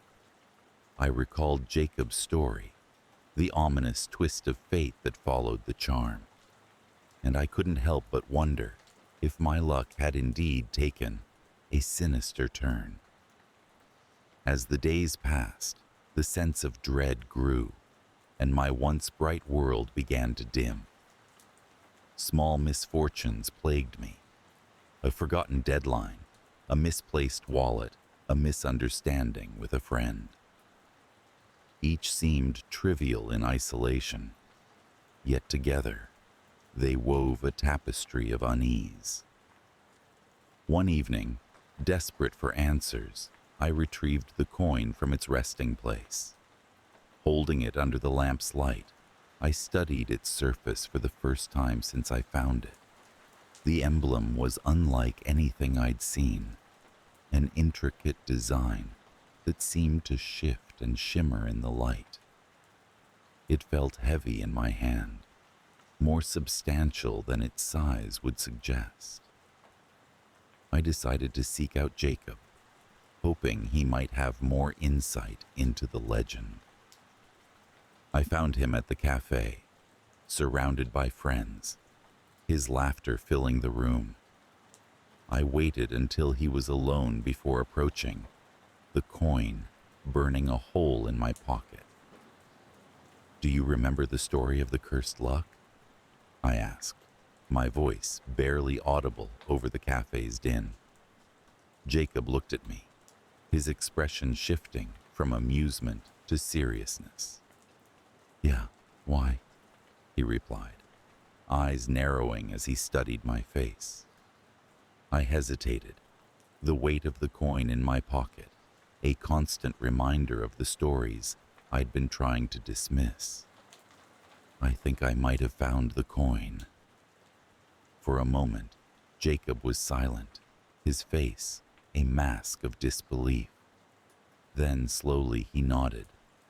"If it's true, you need to get rid of it. The longer you hold on to it, the worse it gets." The luck always turns. His words were like a cold wind cutting through the warmth of the cafe. I nodded, understanding what I had to do. But how does one dispose of a cursed object? The answer eluded me, and I left the cafe with no more clarity than when I arrived. The next few days passed in a blur of anxiety, each moment tinged with the fear of what might come. My luck continued to unravel, each new misfortune more troubling than the last. I avoided the riverbank, unwilling to revisit the place where it all began. Yet I couldn't shake the feeling that it was the key to ending this nightmare. One rainy afternoon, as the sky wept and the town lay muted beneath a curtain of gray, I found myself drawn to the river, the coin clutched tightly in my hand. The water flowed steadily, its surface rippling with the rain's touch, an ever-moving tapestry of nature's design. I stood at the riverbank, the coin feeling impossibly heavy, as if the weight of the world rested upon it. Memories of the past weeks flooded my mind, the improbable luck, the creeping misfortune, and the near miss that had shaken me to my core. With a deep breath, I hurled the coin into the river, watching as it vanished beneath the surface. I expected something, perhaps a sign that the curse was lifted, a sudden return to normalcy. But there was nothing, just the rain, the river, and me standing in silence. Slowly, I made my way back to my apartment, my heart lighter, yet burdened with the uncertainty of what lay ahead. The days that followed were uneventful, the streak of bad luck seemingly broken. Yet, the experience had left an indelible mark, a lingering fear that clung to the edges of my consciousness. Life in the college town continued, the illusion of normalcy restored. I resumed my studies, met friends at the cafe, and walked the cobblestone streets with a newfound appreciation for the ordinary. But the legend of the cursed luck stayed with me, a whisper in the back of my mind. I never spoke of it to anyone else, not even Jacob, who had given me the advice that possibly saved me. It was as if acknowledging the experience would somehow invite it back into my life. And so I carried on, the memory of the coin a secret I held close, a reminder of how easily fortune can turn. The town remained as it always was, its charm unchanged, yet beneath its surface lay stories untold, waiting for the next curious soul to uncover. Some nights, when the wind howled and the shadows stretched long, I would find myself thinking of the river and the coin lost to its depths. I imagined it there, glinting silently in the dark, waiting for the next person to stumble upon it, to experience the intoxicating thrill of perfect luck, and the inevitable descent into darkness that followed. And in those moments, as the town slept under a blanket of stars, I could almost hear the river's whisper, a soft, eerie lullaby that echoed through the night, a reminder that some stories are never truly over. I settled into the predictable rhythm of my days at the Gazette, the only newspaper office nestled in our quaint, rural town. Its brick facade exuded an old-world charm, housing stories of decades past within walls lined with yellowed clippings and ancient typewriters. The tick of the clock was our only constant companion in the office, a metronome pacing our daily grind. My desk was cluttered but comforting, surrounded by a cacophony of ringing phones, muffled voices, and the occasional crackle of the police scanner. Each morning began with a ritualized scan of the day's news, a cup of coffee in hand. My tasks were as predictable as the sunrise, covering local council meetings, announcing the latest high school football scores, and occasionally, the much-savored human interest story. It was a life imbued with a quiet monotony, soothing in its familiarity, until the day I received the letter. The envelope was nondescript, no return address, the paper slightly warped as if it had journeyed through the elements. My name was scrawled across the front in an uneven script, jagged letters that spoke of urgency, or perhaps derangement. I opened it with a sense of curiosity, expecting a reader's tip, or perhaps a letter from a local eccentric. What emerged was a single sheet of paper, its message stark and chilling in its simplicity. On October 15th, a soul shall depart from this realm, claimed not by the hand of fate, but by the design of another. Beware. I stared at the note, heartbeat drumming in my ears. It was a strange, unsettling epistle, the kind that one might imagine in stories of cursed whispers and ghostly apparitions. My initial impulse was to dismiss it as a prank, a morbid jest from an overzealous reader. Yet, some intangible quality in the words, perhaps their ominous cadence, niggled at the back of my mind. I tucked the note into my desk drawer, resolving to disregard it. As the days inched toward October 15th, I found myself unable to shake the unease that had seeped into my routine. My eyes traced the familiar landscape of our office, the clacking keys, the blaring scanner, the gossip over coffee, but everything seemed tinged with a foreboding hue.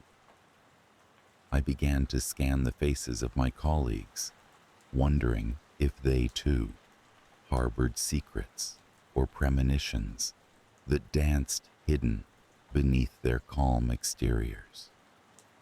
The first disturbance arrived not through grand theatrics, but rather in the subtle shift of a friend's demeanor. Anna, a fellow journalist and one of the few people I counted as close in this small community, began to exhibit a peculiar change. She was always vivacious, her laughter echoing down the corridors like a playful melody. But as the date loomed, she grew withdrawn. Her laughter faded, replaced by a haunted look that shadowed her bright eyes. "Are you all right, Anna?" I inquired one afternoon, concerned by the pallor that seemed to have settled over her. She hesitated, her gaze flitting toward the window where rain beat a relentless rhythm against the glass.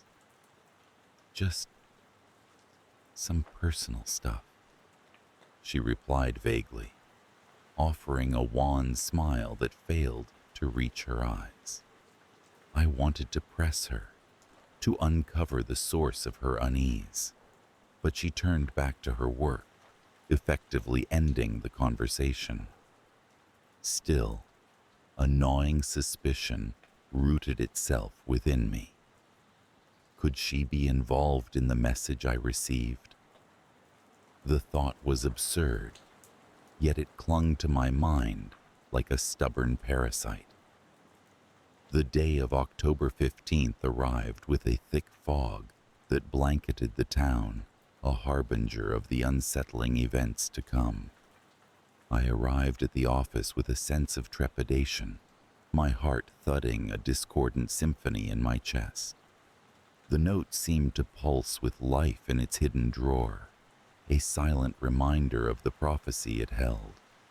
As the day wore on, tension coiled within the office walls.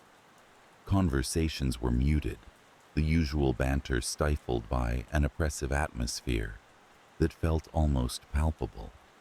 I forced myself to focus on my tasks, though my eyes drifted frequently to the clock, its hands inching inexorably toward an unknown climax. It was nearing dusk when the phone rang, its shrill insistence slicing through the air. I answered automatically, my mind elsewhere, until the words on the other end jolted me to attention. "This is Officer Daniels. There's been an incident at Anna's house." My stomach dropped, the room spinning in a dizzying swirl of sound and color. I barely registered my own response, a hurried acknowledgement before I was out the door, the phone abandoned mid-conversation. Anna lived on the outskirts of town, her cottage nestled amidst a grove of ancient oaks.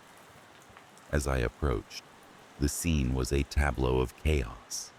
A crowd of curious neighbors, the wail of sirens, and the flashing lights of emergency vehicles casting eerie shadows in the encroaching dark. A police officer barred my way, but I managed to convey my connection to Anna, and he allowed me through with a terse nod. The interior of the house was a stark contrast to the tumult outside. It was eerily quiet, the kind of silence that presses down on you, heavy and suffocating. I found her in the living room, a small crowd of officers and paramedics gathered around. Anna lay on the floor, her ashen face framed by the halo of her unruly hair. A paramedic shook his head, and I knew, in that instant, that she was gone. The world tilted on its axis, the room spinning in a nauseating blur. I staggered backward, needing air, space, anything to escape the reality closing in around me. As I stumbled out of the house, I clutched the note from my desk, the words burning into my consciousness with relentless clarity. Amidst the chaos, a troubling question surfaced, one that demanded an answer. Was Anna's death truly an accident, or had the letter's prophecy come to pass? The official report would later cite a heart attack, a sudden and tragic end that seemed incongruent with her youth and vitality. But I couldn't shake the feeling that something darker lurked beneath the surface, an unseen hand orchestrating events with malevolent intent.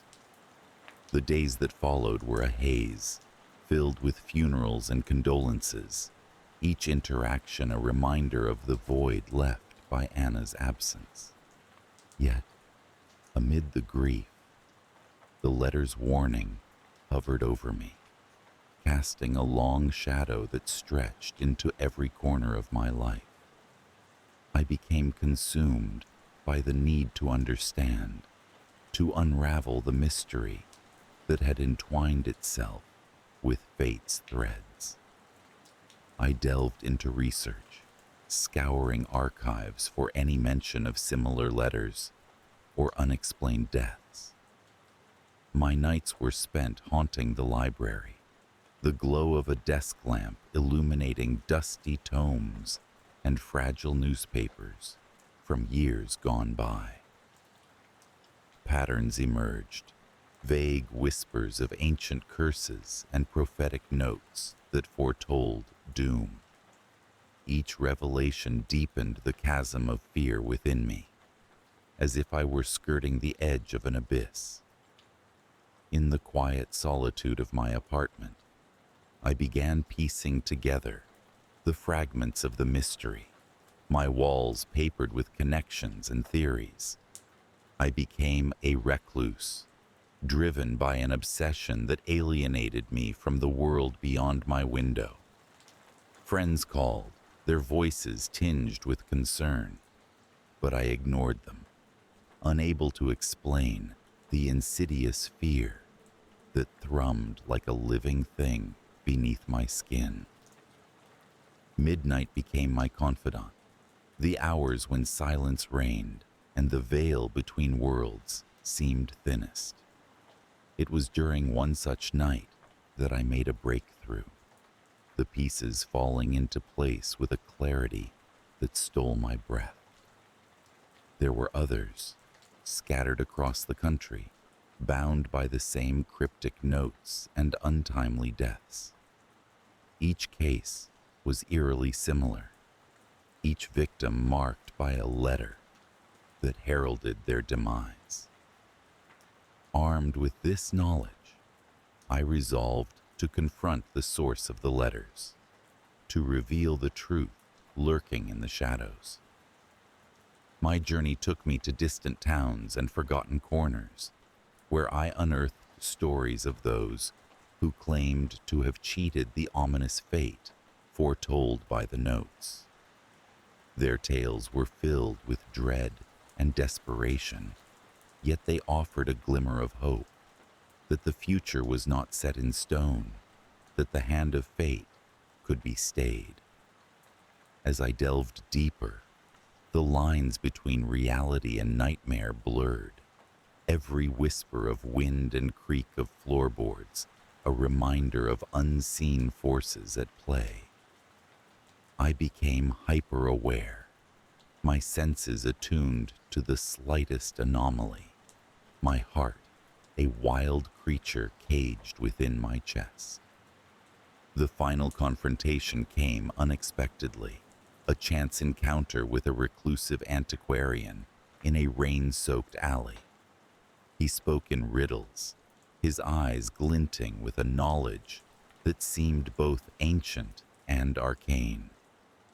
He revealed that the letters were a curse, an echo of a forgotten pact made long ago, designed to feed on the fear and uncertainty that plagued its recipients.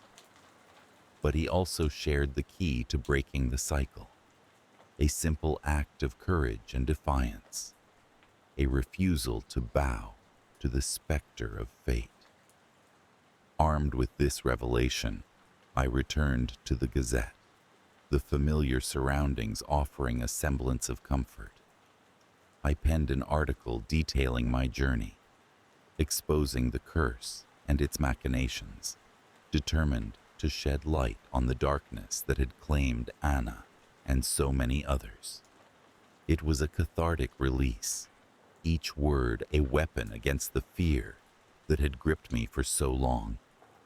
The article was published, its impact rippling through the community like a stone cast into still water. Conversations sparked, and the town buzzed with a mixture of disbelief and curiosity, a collective determination to reclaim control over their destinies. Yet, even as I basked in the relief of having broken the curse's hold, a part of me remained vigilant, acutely aware of the lingering threat that hung like a specter over my life. The memory of Anna, her life cut short by a cruel twist of fate, haunted me still. Her laughter, once a melody that brightened our days, echoed in my mind, a reminder of the fragility of life and the shadows that lurk at its edges. In the quiet moments, I pondered the nature of fate and the power of belief, of how the mind can create and destroy, bind and release. Though the letters had ceased, their legacy remained, a cautionary tale whispered among the townsfolk, a reminder of a time when darkness crept too close. I found solace in the ordinary once more, in the gentle hum of the Gazette, the predictable rhythm of my days. Yet, in the stillness of night, I often awoke with a start, the echoes of a warning whispering through my dreams, urging vigilance, and the reminder that the line between normalcy and nightmare is all too thin. As a lifelong resident of the sleepy town of Eldermore, nestled snugly between two meandering hills and surrounded by dense woods, I'd grown accustomed to the comforting monotony of small-town life. Main Street was the heart of our little community, a single thoroughfare lined with quaint, old-fashioned shops and cafes, each with its own history and charm. The town was the kind of place where most folks knew each other's names, and gossip traveled faster than the autumn leaves swirling through the air. My days followed a predictable rhythm: breakfast at the local diner, then a leisurely stroll to the bookstore where I worked. The bookstore was a cozy refuge, its shelves brimming with dusty volumes that whispered secrets from eras long past. I loved the tranquility, the way the soft light filtered through the tall windows, casting a warm glow on the wooden floors. It was during one of these ordinary days that I first noticed something peculiar. At first, it was merely a flicker of movement out of the corner of my eye, the kind of thing you dismiss without a second thought. But as days turned to weeks, the sense of being watched became more pronounced, the shadows seeming to stretch and twist in ways they hadn't before. The feeling was subtle, almost tantalizingly elusive, but persistent. One particularly crisp autumn morning, as I ambled down Main Street, my attention was caught by a figure standing across the street. They were dressed in a long, dark coat, their back to me. Something about their stance struck me as odd, as if they were deliberately avoiding being seen. I shrugged it off, assuming they were waiting for someone, but as I continued on my way, I noticed more people in the same position. They were scattered along the street, each one turned away, their faces obscured. The sensation of unease grew as I observed this pattern over the next few days. These faceless figures seemed to multiply, appearing at odd intervals along my daily route. I began to dread my walks, though I couldn't articulate why. They never approached or acknowledged me, nor did they interact with anyone else. Yet their presence was undeniably unsettling. I confided in my friend Clara, who worked at the diner. She listened patiently but dismissed my concerns with a laugh. "Maybe you're just seeing things, Alex. Autumn can play tricks on the mind," she said, her voice light. "Besides, this town's full of characters. Could be some new artist types looking for inspiration." Her words offered little comfort. I knew what I saw, and more importantly, I knew how it made me feel, like I was being drawn into a shadowy conspiracy that I couldn't fully comprehend. As days passed, the faceless figures began to dominate my thoughts. I started keeping a journal, documenting each encounter with meticulous detail. I hoped that by understanding their patterns, I might uncover their intentions, or at least assure myself that I wasn't losing my mind. Then, one afternoon, as I sat alone in the bookstore, the doorbell chimed softly, and yet no one entered. I waited, expecting to hear the familiar creak of the floorboards, but silence reigned. A chill crept up my spine, and I glanced toward the door, only to find it ajar, swinging slightly on its hinges. I hesitated before stepping forward to close it, feeling the cold, metallic handle beneath my fingers. As I returned to my seat, I saw a shadow flit across the window, lingering for a brief moment before vanishing. Heart pounding, I rushed outside, but found only the empty street, the familiar storefronts staring back at me with their usual indifference. The days turned darker, shorter, and my encounters with these faceless figures became more frequent, more disconcerting. They no longer confined themselves to the street, but began appearing in unexpected places, at the grocery store, the library, even the cemetery on the outskirts of town. Their presence was like an itch I couldn't scratch, a persistent sense of disquiet that I couldn't shake. One evening, as I made my way home, the wind howling through the trees, I took a shortcut through the park.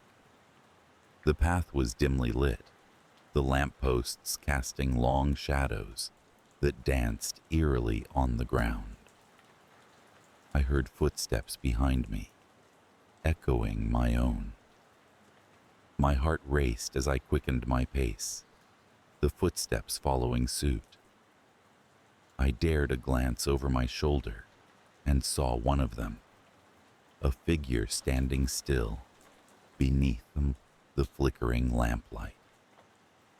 The featureless face sent a jolt of terror through me, and I stumbled, nearly losing my balance. By the time I regained my footing, the figure had vanished, leaving me questioning my own sanity. Sleep became elusive, my nights haunted by dreams of blank faces and whispered secrets. I awoke each morning feeling exhausted, the boundaries between dream and reality blurring with each passing day. My journal grew thicker, filled with hastily scribbled notes and sketches, a desperate attempt to capture the essence of what plagued me. I finally decided to take matters into my own hands. I spent hours in the town's library, poring over old records and newspapers, searching for any mention of these faceless entities. The librarian, Mrs. Harding, was curious about my sudden interest in the town's history, but I offered no explanation. It was during one of these research sessions that I stumbled upon a collection of letters, penned by a former resident of Eldermore, dated nearly a century ago. The letters spoke of strange occurrences, of faceless people who followed the author, their presence a harbinger of doom. The writer, John Matthews, had documented his experiences in great detail, his words echoing my own. Matthews' writings revealed an unsettling pattern. The faceless figures appeared to those who, knowingly or unknowingly, ventured too close to some hidden truth buried within the town's past. The letters were fragmented, some pages missing, but the implication was clear. The faceless ones were guardians of a secret they would protect at all costs. I felt both validated and horrified. My experiences were not unique, but rather part of a legacy that stretched back through the decades. I knew now that I was ensnared in something far beyond my understanding, and I feared where it might lead. Determined to learn more, I resolved to visit the cemetery mentioned in Matthew's letters, where he claimed to have discovered something that drew the attention of the faceless ones. On a fog-laden morning, I navigated the winding path to the cemetery, the air heavy with anticipation and dread. The cemetery, veiled in mist, was eerily silent, the only sound the soft crunch of leaves beneath my feet. I wandered among the tombstones, my breath visible in the chill air.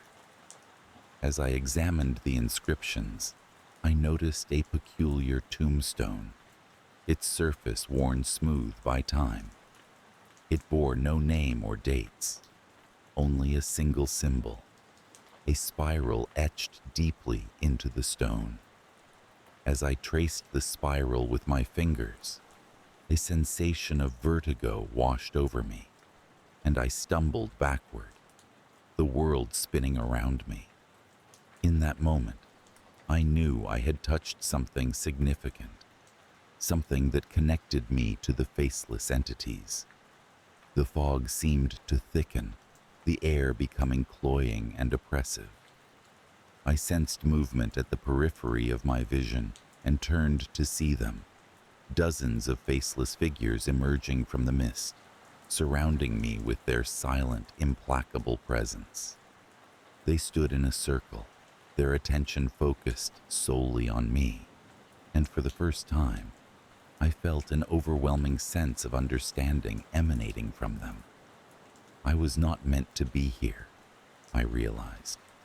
I had crossed an invisible boundary, trespassed upon their domain. Panic surged through me, and I backed away, the figures parting to allow me passage. As I fled the cemetery, their presence lingered in my mind, a haunting reminder of the secrets I had unearthed. In the days that followed, the faceless ones withdrew, their shadowy forms no longer haunting my steps. But the sense of unease persisted, a constant reminder of the knowledge I had stumbled upon. I had glimpsed the hidden underbelly of Eldermore, a truth that refused to be buried. I returned to my routine, the bookstore and Main Street once again familiar and comforting. Yet, I could not shake the feeling that I was being watched, that the faceless ones were still out there, waiting. They were part of the town's fabric, woven into its history, guardians of secrets that no one dared to uncover. As I sat by the window of the bookstore one afternoon, the sun casting long shadows on the floor, I pondered the nature of the faceless ones. Were they protectors or wardens? Were they a product of imagination or something more profound? Though I had no clear answers, I knew one thing for certain. The faceless figures would remain with me, an indelible part of my psyche, a reminder of the thin veil between the known and the unknown. I had glimpsed the darkness that lay beneath the surface of my tranquil town, and I could never fully return to my previous ignorance. The fear they instilled lingered, a quiet echo in my mind, a testament to the fragile boundary between curiosity and madness. As the days turned to weeks, I found solace in the familiar once more. Yet I remained ever watchful, knowing that some doors, once opened, could never be closed. And so, life in Eldermore continued, the faceless ones as much a part of its history as the people who walked its streets. As I walked down Main Street, the autumn leaves swirling around me, I couldn't help but wonder if someone else would eventually stumble upon the same truth, if they too would find themselves staring into the abyss of the unknown. Perhaps one day, the faceless ones would reveal their purpose, their silent vigil drawing to an end. But until that day came, I would carry the secret with me, a burden and a gift, a reminder of the hidden depths that lay beneath the surface of our everyday lives. The town of Eldridge was the kind of place that seemed to be permanently etched in the sepia tones of a bygone era, a place left untouched by the passing of time and the hustle of the modern world. Nestled in the embrace of ancient trees, the houses were quaint, with gabled roofs and white picket fences, the air often filled with the scent of pine and the distant murmur of the river, that wound like a silver ribbon through the heart of the forest. It was a town so small that every inhabitant was not just a neighbor, but also a familiar story, a living chapter in the town's modest history. I had come to Eldridge seeking solitude, a reprieve from the chaos of city life. The small wooden house I had rented stood alone at the river's edge, its windows facing the water, allowing the gentle sound of the current to lull me to sleep each night. I spent my days wandering the forest, breathing in the crisp, clean air, and my nights at the local pub, listening to the townsfolk's stories, tales that sometimes carried a weight of their own, whispers of a curse, hushed and half believed. It was during one of those languid evenings, as I sat nursing a pint, that I first heard mention of the faceless boy.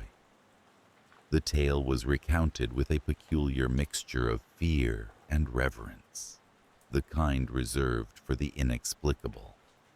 According to the townsfolk, he was a specter bound to the forest, a punishment meted out to those who dared acknowledge his existence. To see him was to invite misfortune. I listened with a bemused detachment, attributing the story to village superstition, the kind of folklore that every small town seemed to haunt itself with. Yet, as I walked back to my house that night, the path illuminated by the pale light of the moon, I couldn't shake a peculiar feeling, as though someone unseen was matching my steps, a presence lurking just beyond the reach of my senses. The days passed in their usual rhythm, and slowly, the story of the faceless boy began to fade from my thoughts, replaced by the mundane concerns of daily life. That is, until the first disturbance. It happened one mist-laden morning as I sat on the porch, sipping my coffee and watching the river flow by. There was a peculiar silence, the kind that falls when the world seems to hold its breath. From the corner of my eye, I caught a movement along the riverbank. Turning my head, I saw a figure standing there, partially obscured by the fog. A boy, or so he seemed, dressed in clothes so old-fashioned they might have been plucked from a sepia photograph.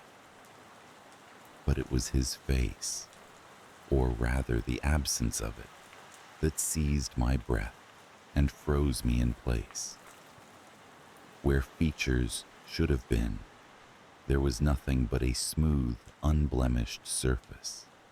I blinked, my mind scrambling for explanations, telling myself it was a trick of the light, a mirage conjured by the mist. But when I looked again, the figure was gone, leaving only the whisper of the river and the rustle of leaves in the wind. I shook off the encounter, dismissing it as a figment of imagination, yet an unsettled feeling nestled in my chest, like a stone that refused to dislodge. As days turned into weeks, the encounters grew more frequent. I would catch glimpses of him in the forest, a fleeting shadow amidst the trees, or reflected for a heartbeat in the river's surface. And with each sighting came an escalation of inexplicable occurrences. Objects in my house began to move on their own accord. Doors left ajar would close sharply, and shadows seemed to crawl along the walls in the periphery of my vision. I awoke one night to find the house filled with a soft, mournful music, a haunting melody that seemed to emanate from nowhere and everywhere at once. It was as though the presence that lingered had begun to inch closer, testing the boundaries of my reality. I knew what the townsfolk would say, that I should ignore it, pretend not to see. But curiosity, that insidious urge, gnawed at me.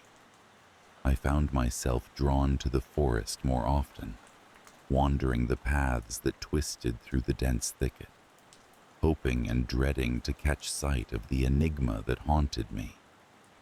Each time I glimpsed him, there was a momentary ache, a pang of something that felt like sorrow, though whether it was his or mine, I could not tell. The climax came one stormy night when the wind howled through the trees like a pack of wolves, and rain lashed against the windows with a fury. I lay in bed, the room cast in restless shadows, sleep a distant prospect. It was then I felt it, an overwhelming urge, a compulsion to step outside into the tempest. The wind tore at my clothes as I ventured out, the rain blinding in its intensity. Yet there was a pull, a magnetic force, drawing me towards the riverbank. And there he was, standing still as stone amidst the chaos of the storm. This time, I didn't look away. I stepped closer, my heart a drumbeat in my chest, and found myself standing face to face with the faceless boy.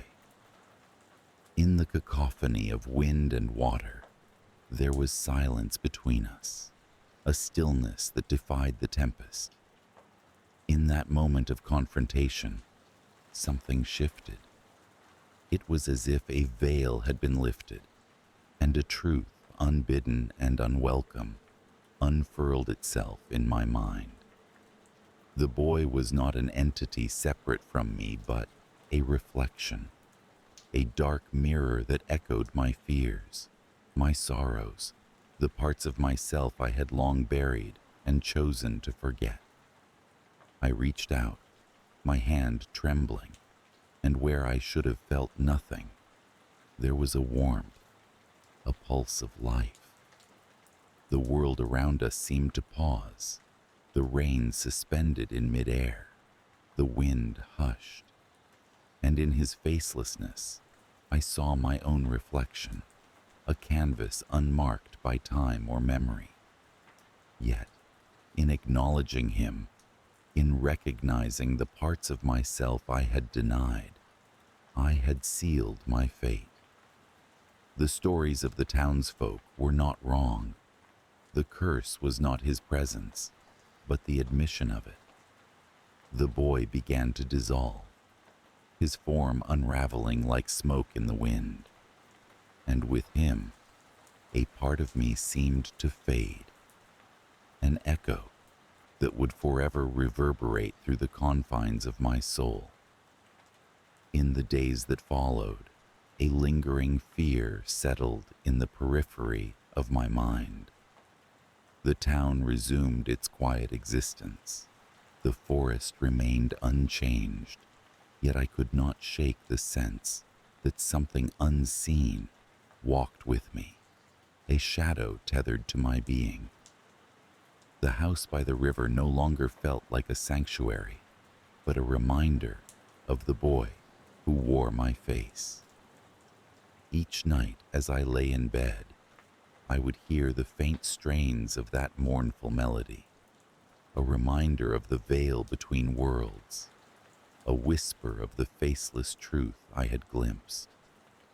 And though the boy was gone, his presence lingered in the corners of my mind, in the solemnity of the river's endless flow, a specter of what was and what could never be erased. The town of Eldridge continued its unhurried journey through time, the stories of its curse carried on the wind, a cautionary tale for those who dared to see beyond the veil. And I, a reluctant witness to its legacy, remained, haunted not by the faceless boy, but by the reflection of my own unacknowledged fears, a shadow that would follow me to the end of my days. The storm had been brewing for hours, casting a pallor over the afternoon that made time feel like it had stopped. From the comfort of our family room, I watched the rain lash against the windows, the wind howling like a lost soul. The sky was a uniform gray, and every once in a while, a flash of lightning would illuminate the trees, their branches thrashing wildly. It was the kind of day meant for staying indoors, wrapped in blankets with hot cocoa steaming in mugs. My family, nestled in different corners of the house, seemed content to do just that. My wife, Sarah, was in the kitchen, experimenting with a new recipe, her laughter occasionally floating through the house as she chatted with our teenage daughter, Emily. Emily, in turn, was sprawled on the couch, texting her friends about everything and nothing, her face lit by the soft glow of her phone screen. Our youngest, Daniel, had created a fort out of blankets and cushions in the living room and was deeply engrossed in his fantasy world, his quiet narration barely audible over the storm outside. It was a picture of domestic serenity, a tableau of normalcy framed by the chaos of the weather. But then, as if the storm was not enough to disturb the peace, the phone rang. It was an old landline phone we kept out of necessity rather than preference, relegated to a corner of the room and rarely used. The sound was jarring in the otherwise quiet house, breaking the rhythm of rain and wind. I exchanged a quick glance with Sarah, who looked puzzled, her hands dusted with flour. Emily barely noticed, lost in her digital conversations, and Daniel was too deep in his imaginary world to care. I picked up the receiver, expecting a telemarketer, or perhaps one of those automated scam calls. "Hello?" I said, my voice echoing slightly in the emptiness that followed. There was no reply, just a faint crackle of static, like whispers from the other side of a long, dark tunnel.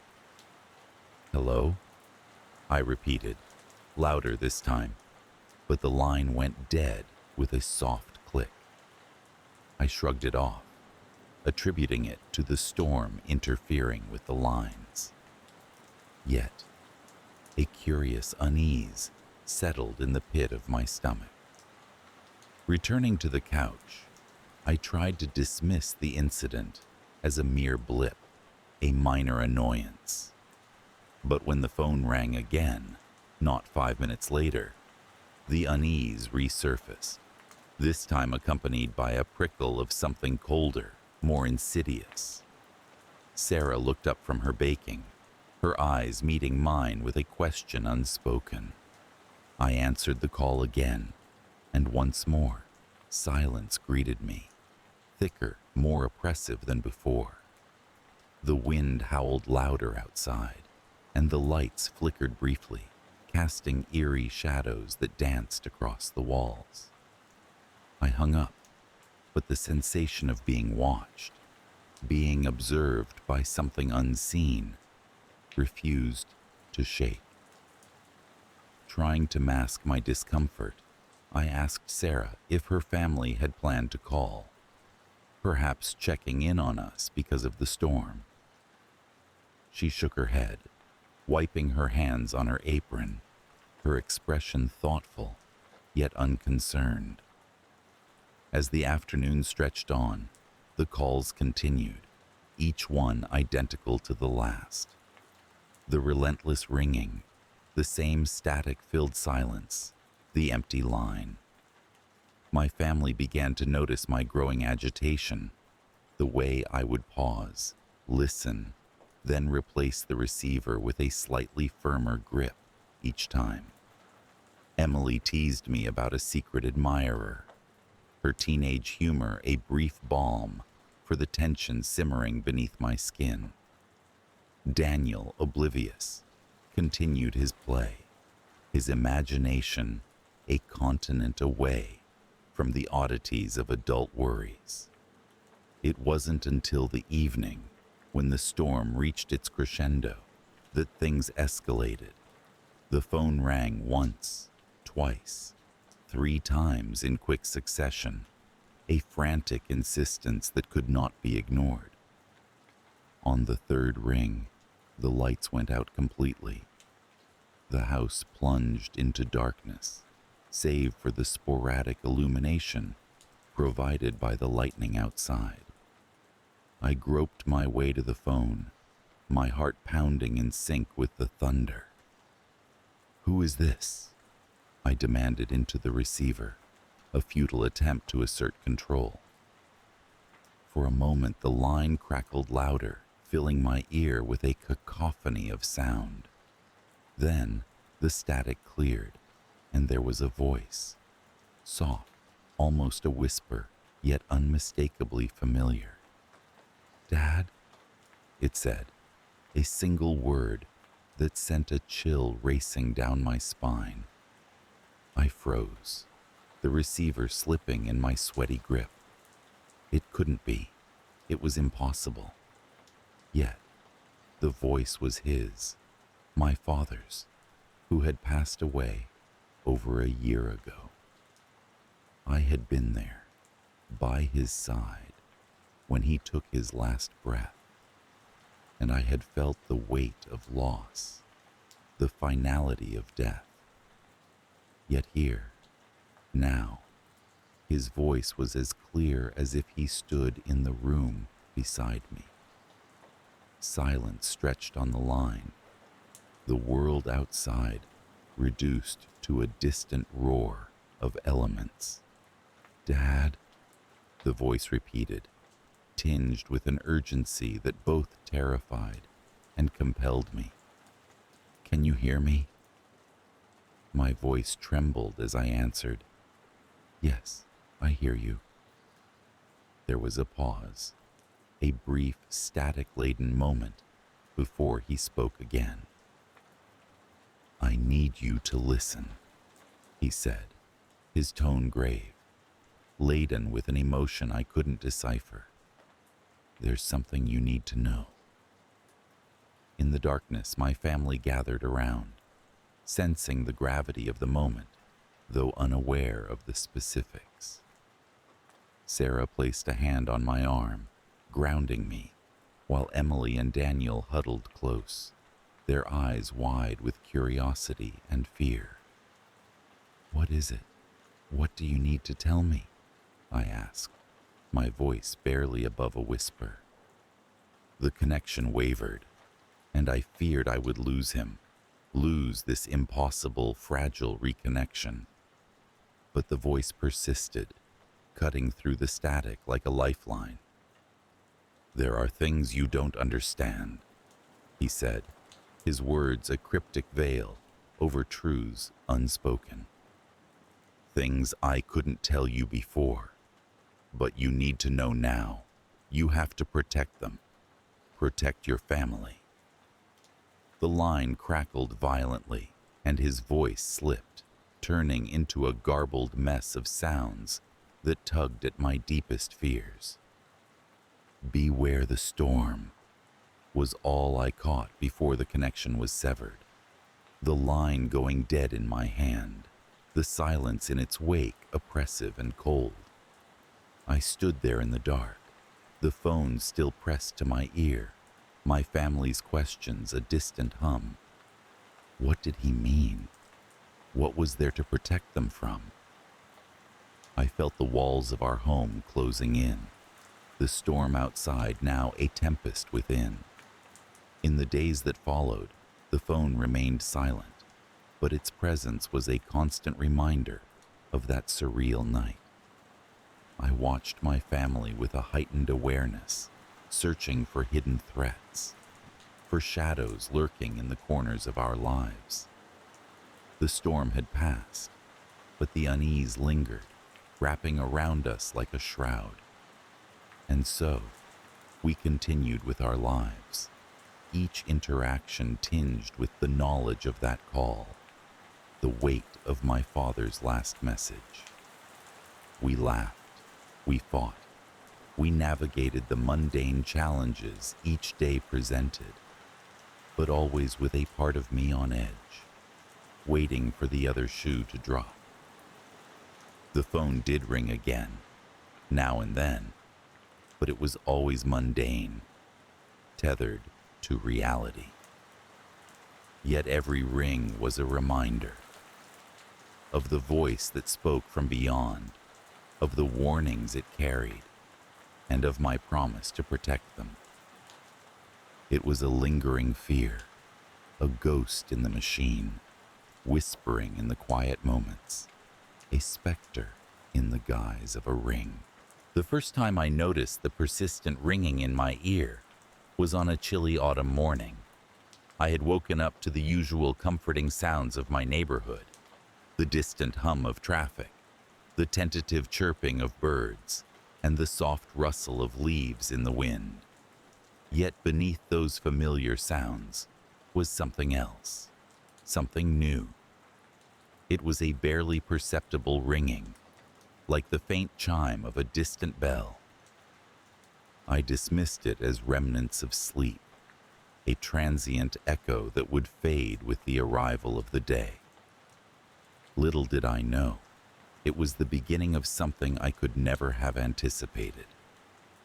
My life was ordinary, marked by routine and predictability. I worked as an accountant in a mid-sized firm, my days filled with numbers and spreadsheets. My evenings were spent at home with my wife Julia and our daughter Lily.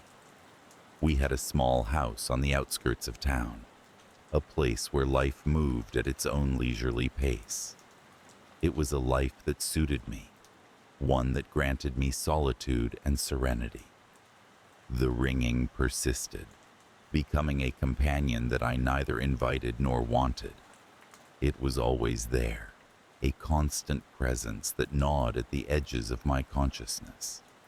At work, I found it distracting, a background noise that made concentration difficult.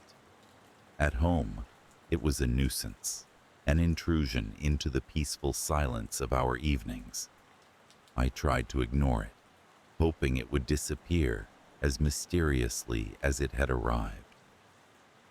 Weeks passed, and the ringing grew louder, more insistent. It changed its pitch and frequency, a cacophony of sounds that made my head spin. I could no longer focus on my work, my thoughts scattered like leaves in the wind. My patience wore thin, and I found myself snapping at Julia and Lily over trivial matters. The ringing was becoming more than just a sound. It was a force, an entity that was reshaping my life.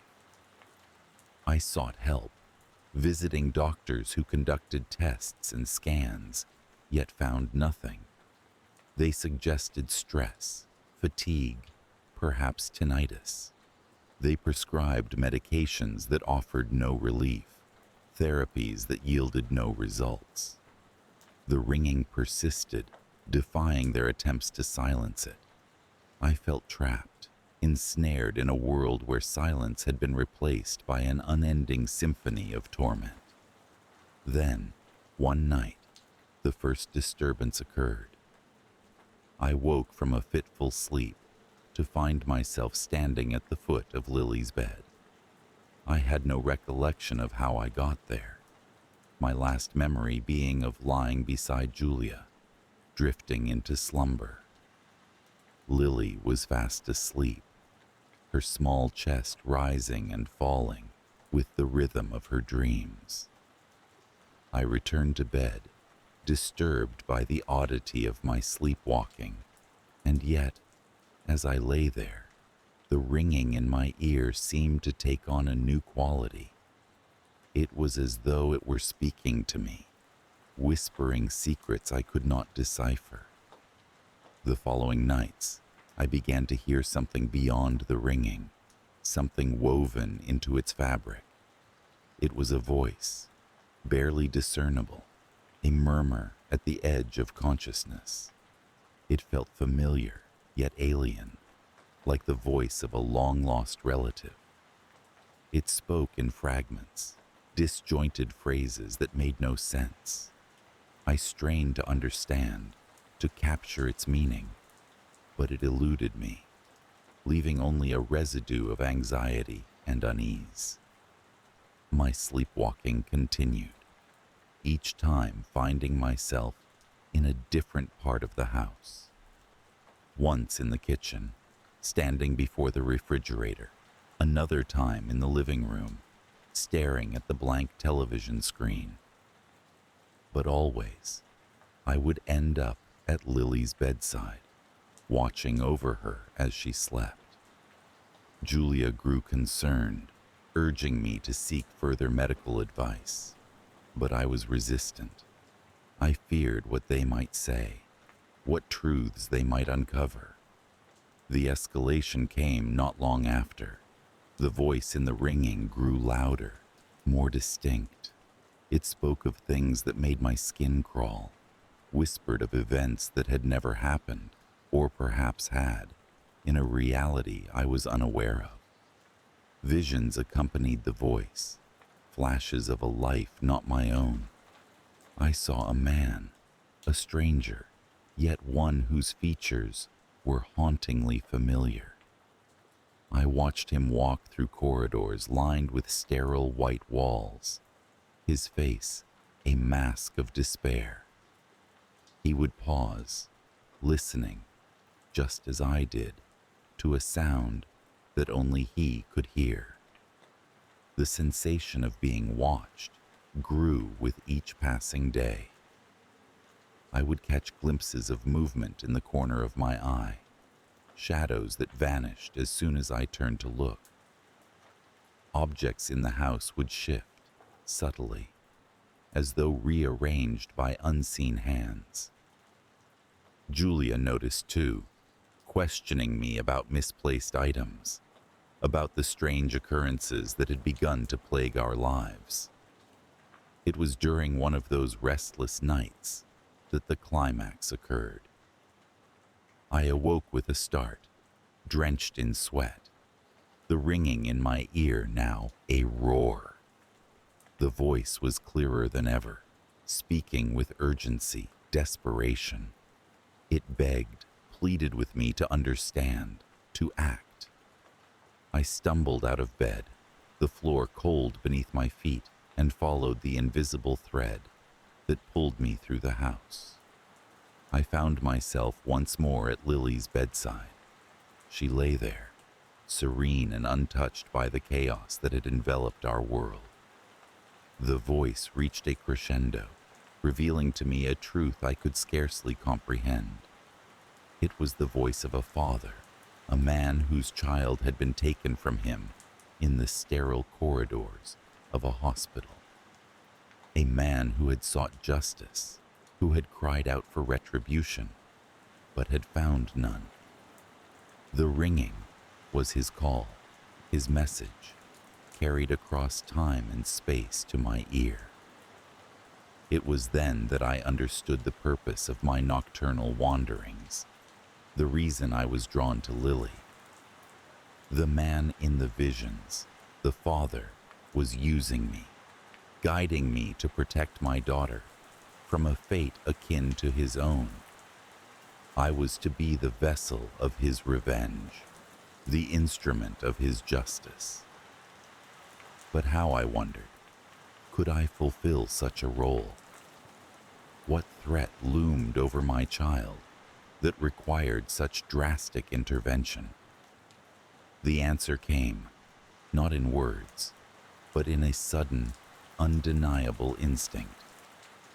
I needed to leave, to take my family away from this place, from whatever malevolent force had set its sights on us.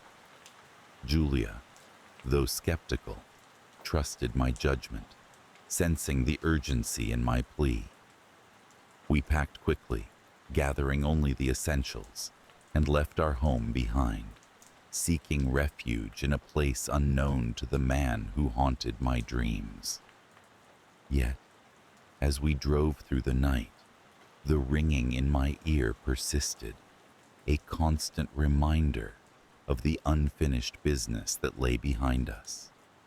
It was softer now, tempered by distance, but still present, a lingering echo of the voice that had guided me.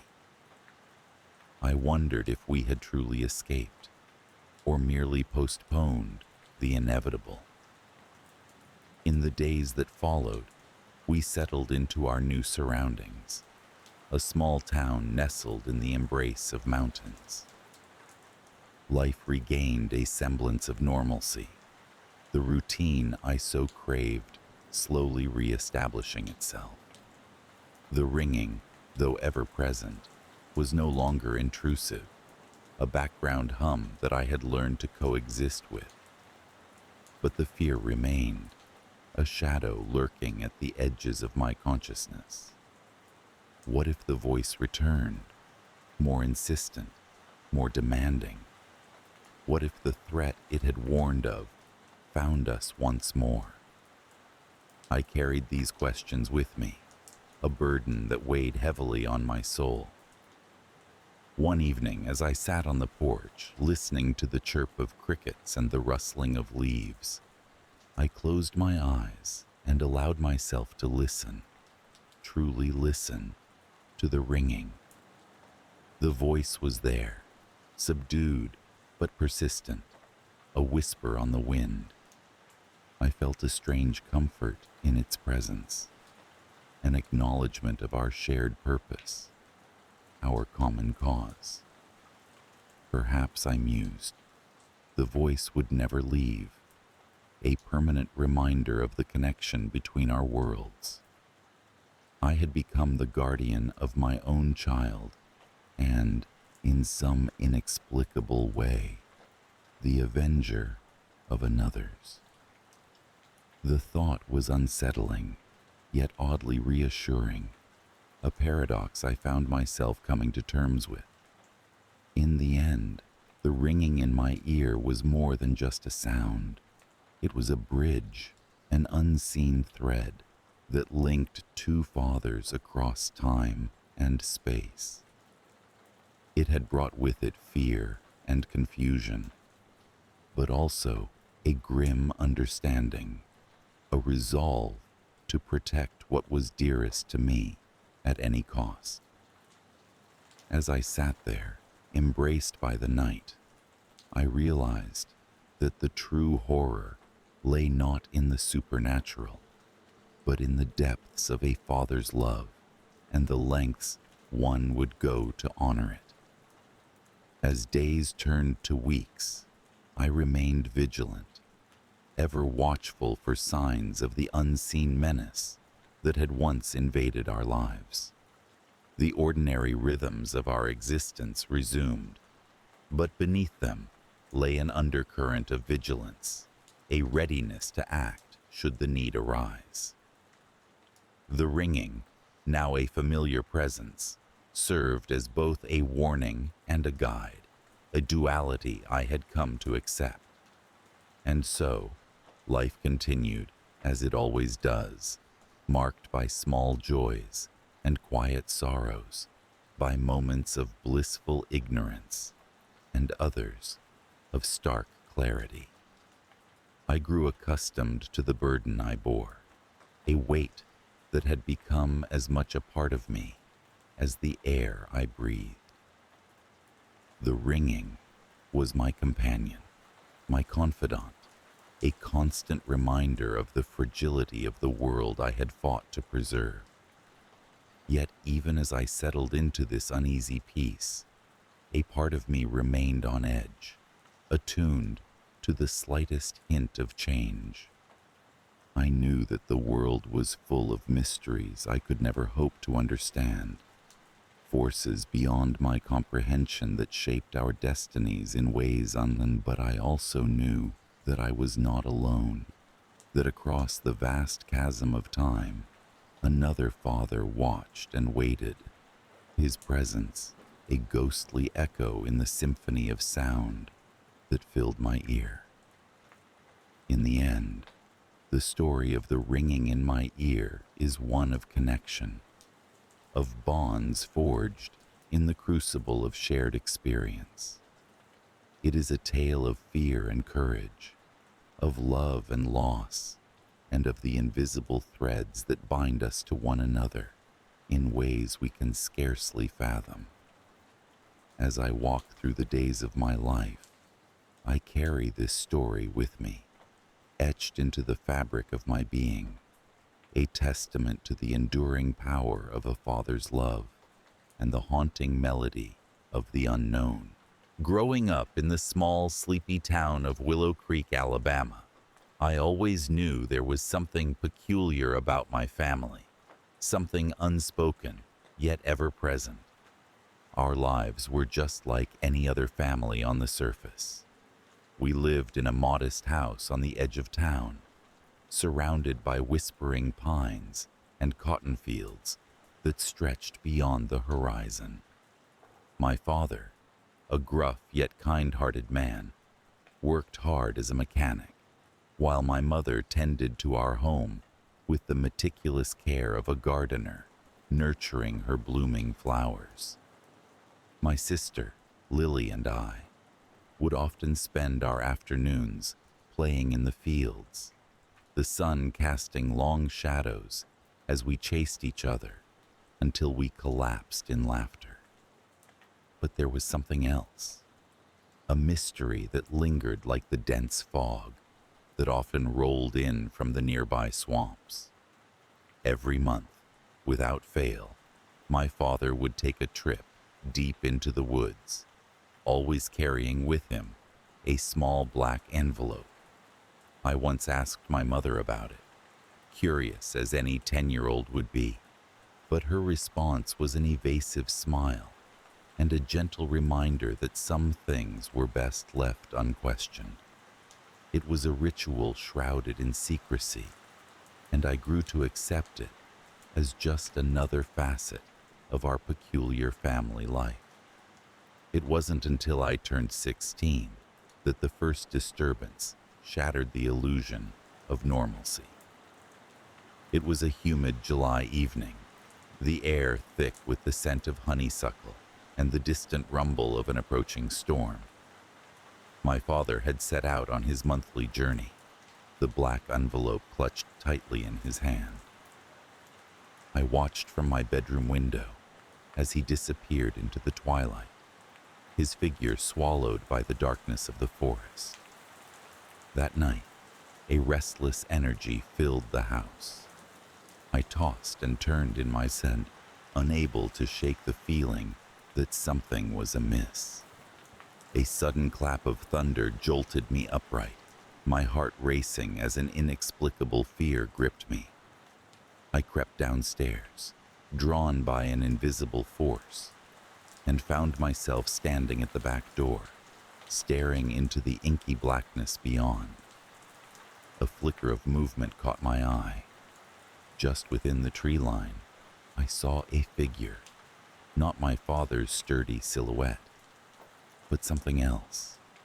It was tall and thin, its eyes glowing with an unnatural light.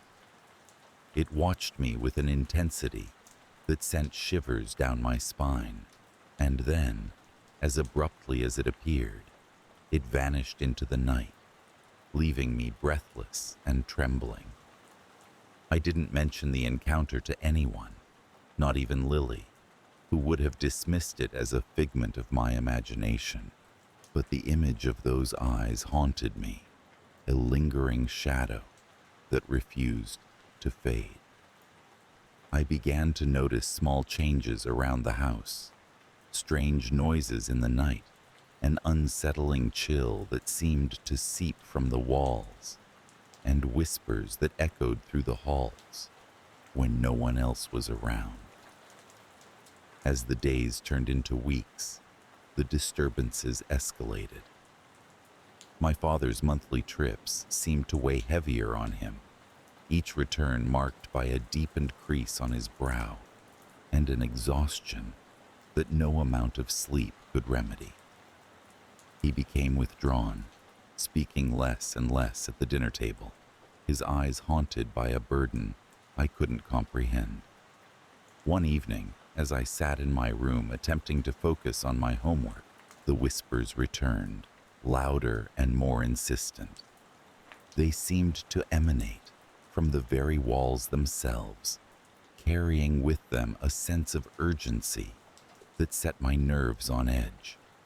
I closed my books and followed the sound, tracing it down the hallway to my father's study, a room that was strictly off limits to Lily and me.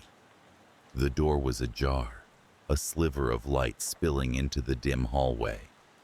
I hesitated, knowing I was about to cross a line, but curiosity and fear propelled me forward. Inside, the room was cluttered with papers and tools, an organized chaos that reflected my father's methodical mind. On his desk sat the black envelope, its presence as ominous as ever. I approached cautiously, my fingers hovering over the smooth surface. Before I could succumb to the temptation to open it, a sudden draft swept through the room, extinguishing the single lamp and plunging me into darkness. I froze, a cold sweat breaking out across my skin as the whispers crescendoed into a deafening roar. And then, just as suddenly as it began, the noise ceased and the light returned. I stood alone in the room, the envelope undisturbed. The unmistakable feeling that I was not alone gripped me, and I fled back to the safety of my bedroom, my heart pounding like a war drum in my chest. The climax of these disturbances came one fateful night in early November. The air was crisp, and the first hints of winter were creeping into the southern landscape. My father had left for his monthly pilgrimage, his face drawn with an anxiety that was becoming all too familiar. I waited, as always, by my window, hoping against hope that this time he would return without incident. As the hours stretched on, a restless unease settled over the house.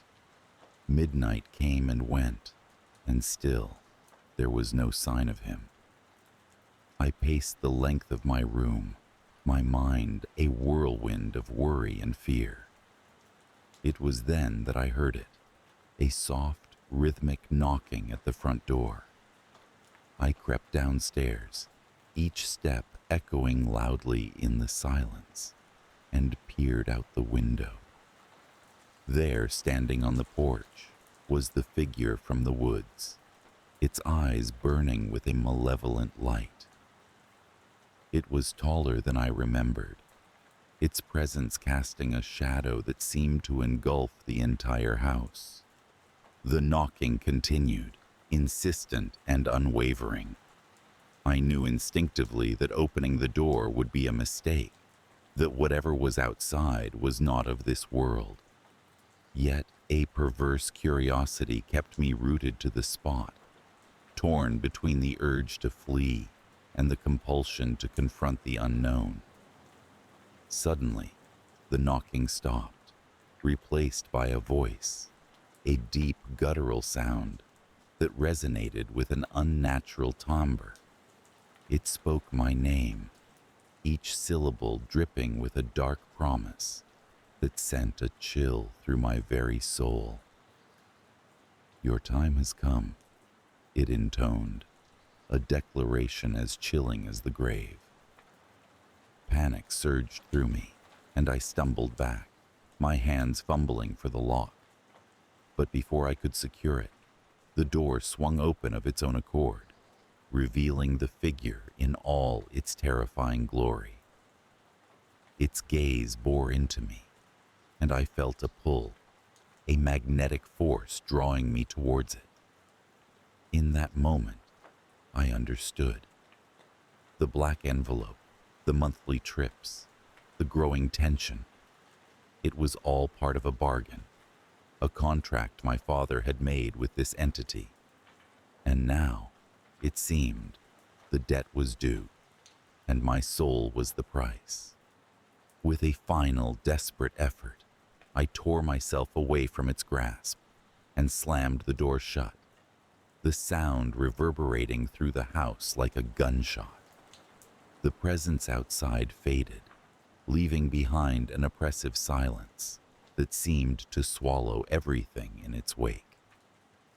When my father finally returned, his face ashen and his eyes hollow, I confronted him.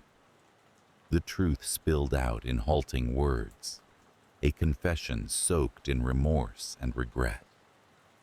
Years ago, in a moment of desperation, he had struck a deal with the creature, promising a soul in exchange for prosperity and protection for his family. He had hoped to renegotiate, to find another way. But the entity was relentless, and my fate was sealed from the beginning. The weight of his words crushed me, and I felt the ground shift beneath my feet as the world as I knew it crumbled away. The deal with the devil was not just a story whispered by candlelight. It was my reality, a chain that bound me to a destiny I never asked for. In the days that followed, the presence lingered at the edges of my perception, a constant reminder of the pact that governed my life. I could feel its eyes watching me, waiting patiently for the moment when I would finally succumb. The once vibrant colors of the world faded to a muted gray, and the laughter that used to fill our home was replaced by a heavy silence. Yet, despite the dread that clung to me like a second skin, I resolved to fight back. I delved into the lore and legends of our town, seeking any knowledge that could offer a glimpse of hope. I discovered stories of those who had managed to outwit the devil, tales of cleverness and sacrifice that rekindled a flicker of defiance within me. Still, the path was fraught with uncertainty, and each day was a test of endurance against the encroaching darkness. I learned to live with the fear, to carry it with me as a constant companion, but never to let it define me. My father, burdened by his guilt, became my ally, aiding me in my clandestine quest for salvation. And so, life continued in its strange, haunting rhythm. The forest, once a place of solace and adventure, became a boundary I dared not cross. The black envelope still made its monthly journey, but now I understood the true cost of its contents. Our house, with its peeling paint and creaking floors, stood as a monument to the choices and mistakes that shaped our lives. Though the presence at the door remains a specter that haunts my nights, I cling to the hope that someday I will find a way to break the cycle, to free myself and my family from the chains of a deal forged in shadows. Until then, I carry on, each day a testament to resilience and the enduring power of hope against the encroaching darkness. In the heart of Alabama, where the air is thick with humidity and the cicadas sing their eternal song, I grew up in a house that carried more secrets than it did people. Situated on the outskirts of a small town, the old Victorian home with its peeling paint and creaky wooden floors was our family's legacy. It stood like a sentinel amongst the oaks, whose twisted branches reached out like gnarled fingers. Inside those walls, life was a pattern of simple routines, and until a certain age, I believed our lives were as ordinary as anyone else's. My father, a man of few words, was the kind of man who embraced the predictability of routine. Every morning he'd leave for work in his weathered pickup and return just after dusk, nodding at my mother, who would be setting the table for dinner. It was an unspoken rule that each meal began with a prayer, not out of piety, but habit. My father's voice would rumble low over our heads as my mother stiffened her spine, hands clasped in her lap. And yet, there was one exception to our routine that I didn't quite understand until I was older. Once a month, my father would retreat into his study, a small room at the back of the house that smelled of old books and cigar smoke. He would lock the door behind him, leaving my mother and me to our own devices for the evening. I'd sometimes press my ear against the door, hoping to catch a fragment of a conversation or the shuffle of paper, but there was nothing. The silence from within was impenetrable, as if he'd stepped into another world entirely. It wasn't until I turned 12 that the first ripple appeared on the calm surface of our lives. It began on the evening my father emerged from his study with a look of such intensity that it sent shivers down my spine. His eyes, usually steady and kind, were wide and wild. He clutched a black envelope in his hand tightly, so tightly that his knuckles turned white. Wordlessly, he slipped past us and out into the night, leaving the front door swinging open. Curiosity gnawed at me until I crept outside, careful not to alert my mother. I watched as he strode purposefully to the edge of our property, where the woods loomed dark and foreboding. There, he paused, standing as still as a statue. I held my breath, sensing something was amiss. The air felt different, charged with an energy that was both alluring and terrifying. A figure emerged from the shadows then, cloaked in darkness so profound it seemed to absorb the very light around it. My heart pounded in my chest, and I ducked behind a tree. My father extended the black envelope, and the figure accepted it with a slow, deliberate movement. A low murmur passed between them, a language that was both foreign and familiar, like the whisper of wind through leaves. I strained to hear, but the words eluded me, slipping away like slippery fish from a net. That night, I lay awake in bed, questions whirring through my mind. What was in the envelope, and who or what was the shadowy figure that accepted it? These thoughts wrapped around me like a cocoon of unease, and as days turned into weeks, the questions only grew. The next month, when my father once again locked himself in his study, I was ready. I had to know the truth behind the black envelope. Waiting until the house was quiet and my mother had retired to her room, I tiptoed to the study door, tools in hand. The lock was old and rusty, and after a few tense minutes, I heard the satisfying click as the door swung open. Inside, the room was dimly lit by a single lamp on the desk. Papers were strewn across the surface, and in the center lay the black envelope. My heart raced as I approached it, half expecting some unseen force to stop me. But nothing happened. With trembling fingers, I picked it up and turned it over in my hands. It was unmarked and sealed with black wax. I was about to open it when a noise from outside startled me. Hastily, I returned the envelope to its place and slipped out, closing the door behind me. I didn't sleep that night.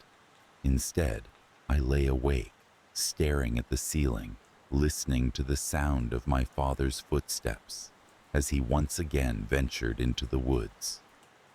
The events of the night replayed in my mind like a scene from a film, each detail more vivid than the last. As the months passed, the atmosphere in the house changed. My father, once a figure of stability, became increasingly withdrawn. He spent more time in his study, emerging with shadows under his eyes and a tension that never seemed to dissipate. My mother noticed too, but said nothing, her silence more telling than words. It was as if we were all bound by some unspoken agreement to maintain the facade, even as the ground shifted beneath our feet. The truth of the situation struck with the force of a lightning bolt, one stiflingly hot summer night. My father had left for his monthly meeting, the black envelope clutched in his hand. Unable to resist, I followed at a cautious distance. This time, I was determined to remain undetected, to see the exchange without interference. As I crept closer, my foot caught on a root, and I stumbled, letting out a gasp. The figures in the clearing turned towards me, and for a moment, the world seemed to stop. My father's eyes met mine, and the look of despair on his face was like a punch to the gut. The shadowy figure, now more clearly visible, turned its attention to me. Its eyes glowed a deep, unsettling red, and a cold dread washed over me. Before I could react, the creature spoke, its voice a low rumble that echoed in my bones. "The child knows," it intoned, each word resonating with an ancient power. My father stood frozen, torn between his duty and his family. "What do you want from us?" I shouted, my voice breaking the stillness like a thrown stone breaking the surface of a pond. The figure regarded me with a gaze that seemed to penetrate my very soul. "A pact was made long ago," it replied. "An envelope for your family's safety, but the terms, they change." Its voice was a melody of menace and inevitability. I looked at my father, who seemed smaller, frailer than ever before. "What is this?" I demanded. "Why are you doing this?" He took a deep breath, and the words tumbled out, a confession wrapped in regret. "It was your grandfather's doing," he began, voice heavy with sorrow. "He made a deal to protect our family, to keep our land. But the price was eternal." The realization hit me like a physical blow. We were chained to this darkness by the decisions of the past, bound to appease a malevolent entity that thrived on our fear and submission. The world around me spun, and I struggled to make sense of it all. The shadowy figure remained steadfast, an eternal sentinel of our fate. My father's shoulders slumped, and he whispered, "There must be another way." The entity's laughter filled the clearing, a sound without warmth or joy. "There is no escape," it declared, "only the continuation of the pact, or its end."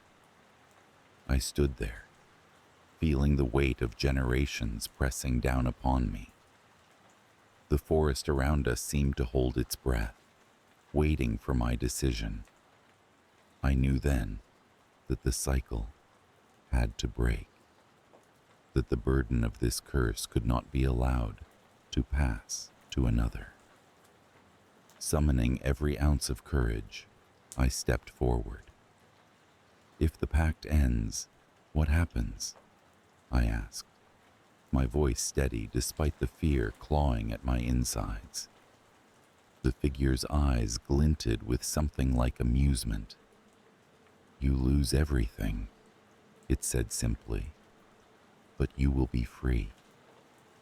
I looked at my father, his face etched with lines of worry and love, and something inside me shifted. I couldn't bear the thought of this shadow hanging over us any longer. Then let it end, I declared, heart pounding with the enormity of the decision. Silence reigned in the clearing, and for a moment the air was still. Then slowly, the figure inclined its head.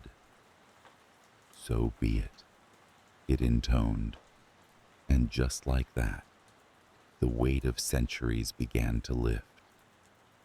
The figure dissolved into the shadows, leaving us alone beneath the whispering trees.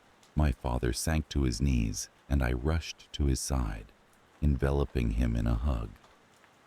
The world seemed brighter somehow, the oppressive darkness receding.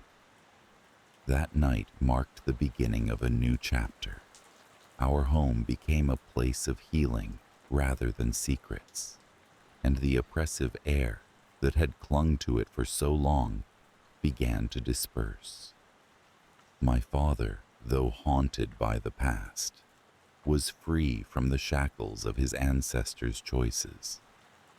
My mother, too, found a new lightness in her step, her laughter no longer tinged with sorrow. Yet, even as we moved beyond the shadow of the past, a lingering fear remained. It whispered in the quiet moments, a reminder of what once was, of what could have been. I often found myself gazing into the woods, half expecting to see the figure watching, waiting, but it never appeared again, leaving behind only the echoes of its presence. We rebuilt our lives, piece by piece, forging a future unbound by ancient pacts. And while the memory of those nights lingered, I found solace in the knowledge that we had chosen freedom over fear, that we had broken the cycle that had held us captive.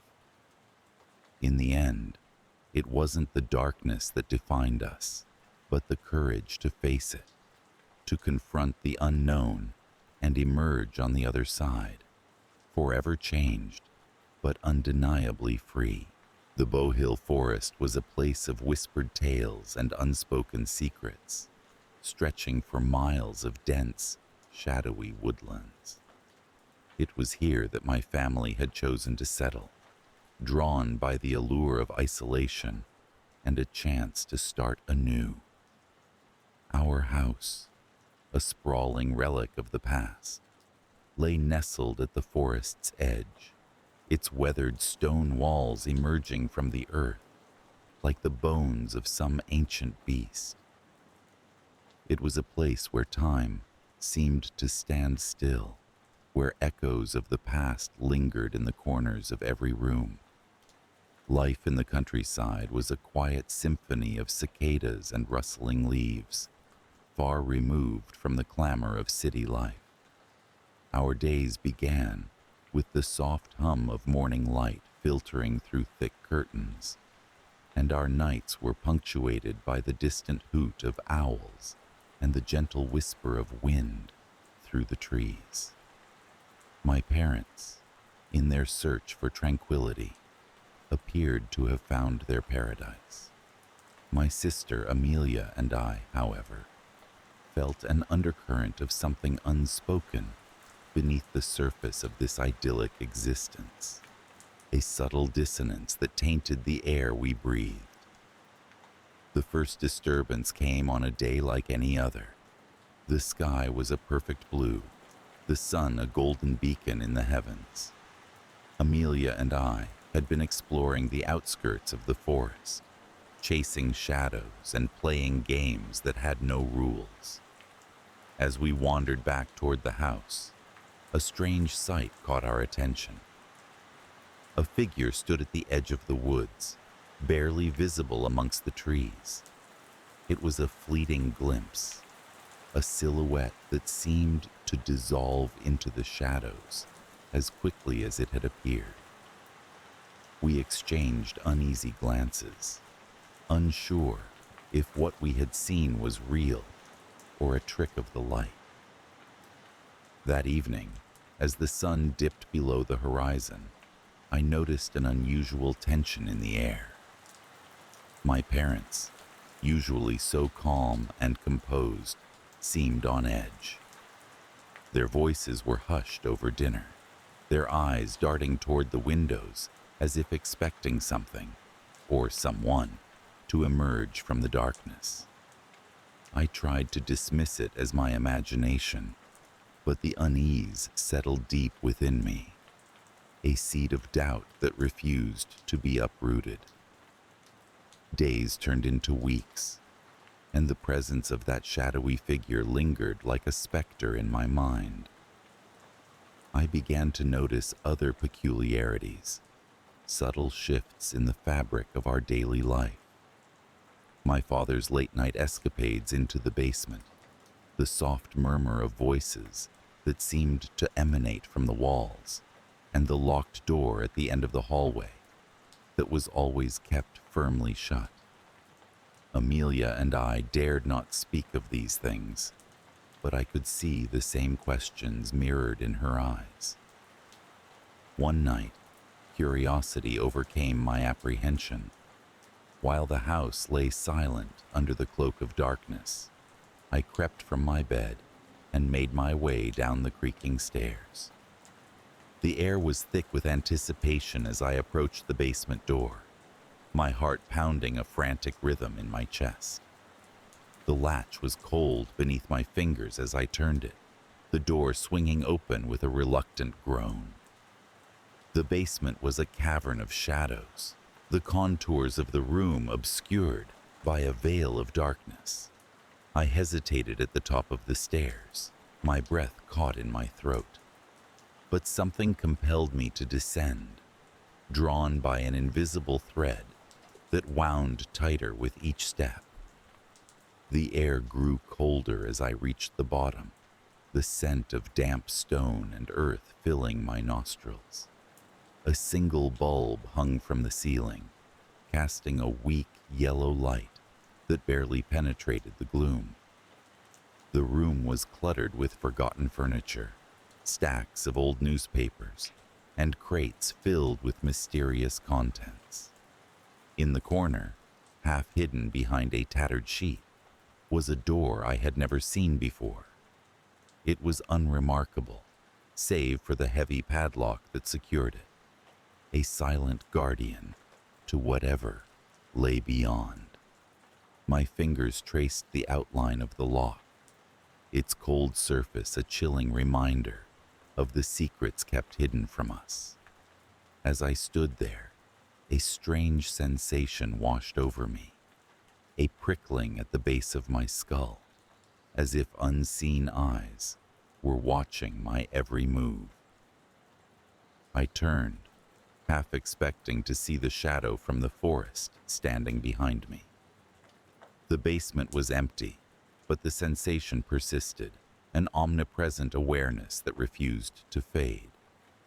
Returning to my room, I found Amelia awake, her eyes wide with the same fear that now gripped me. We spoke in whispers, our voices barely audible over the pounding of our hearts. There was something in the house, something our parents were hiding, and it was up to us to uncover the truth. The days that followed were marked by a growing tension, a silent game of cat and mouse between us and the unseen presence that lurked in the shadows.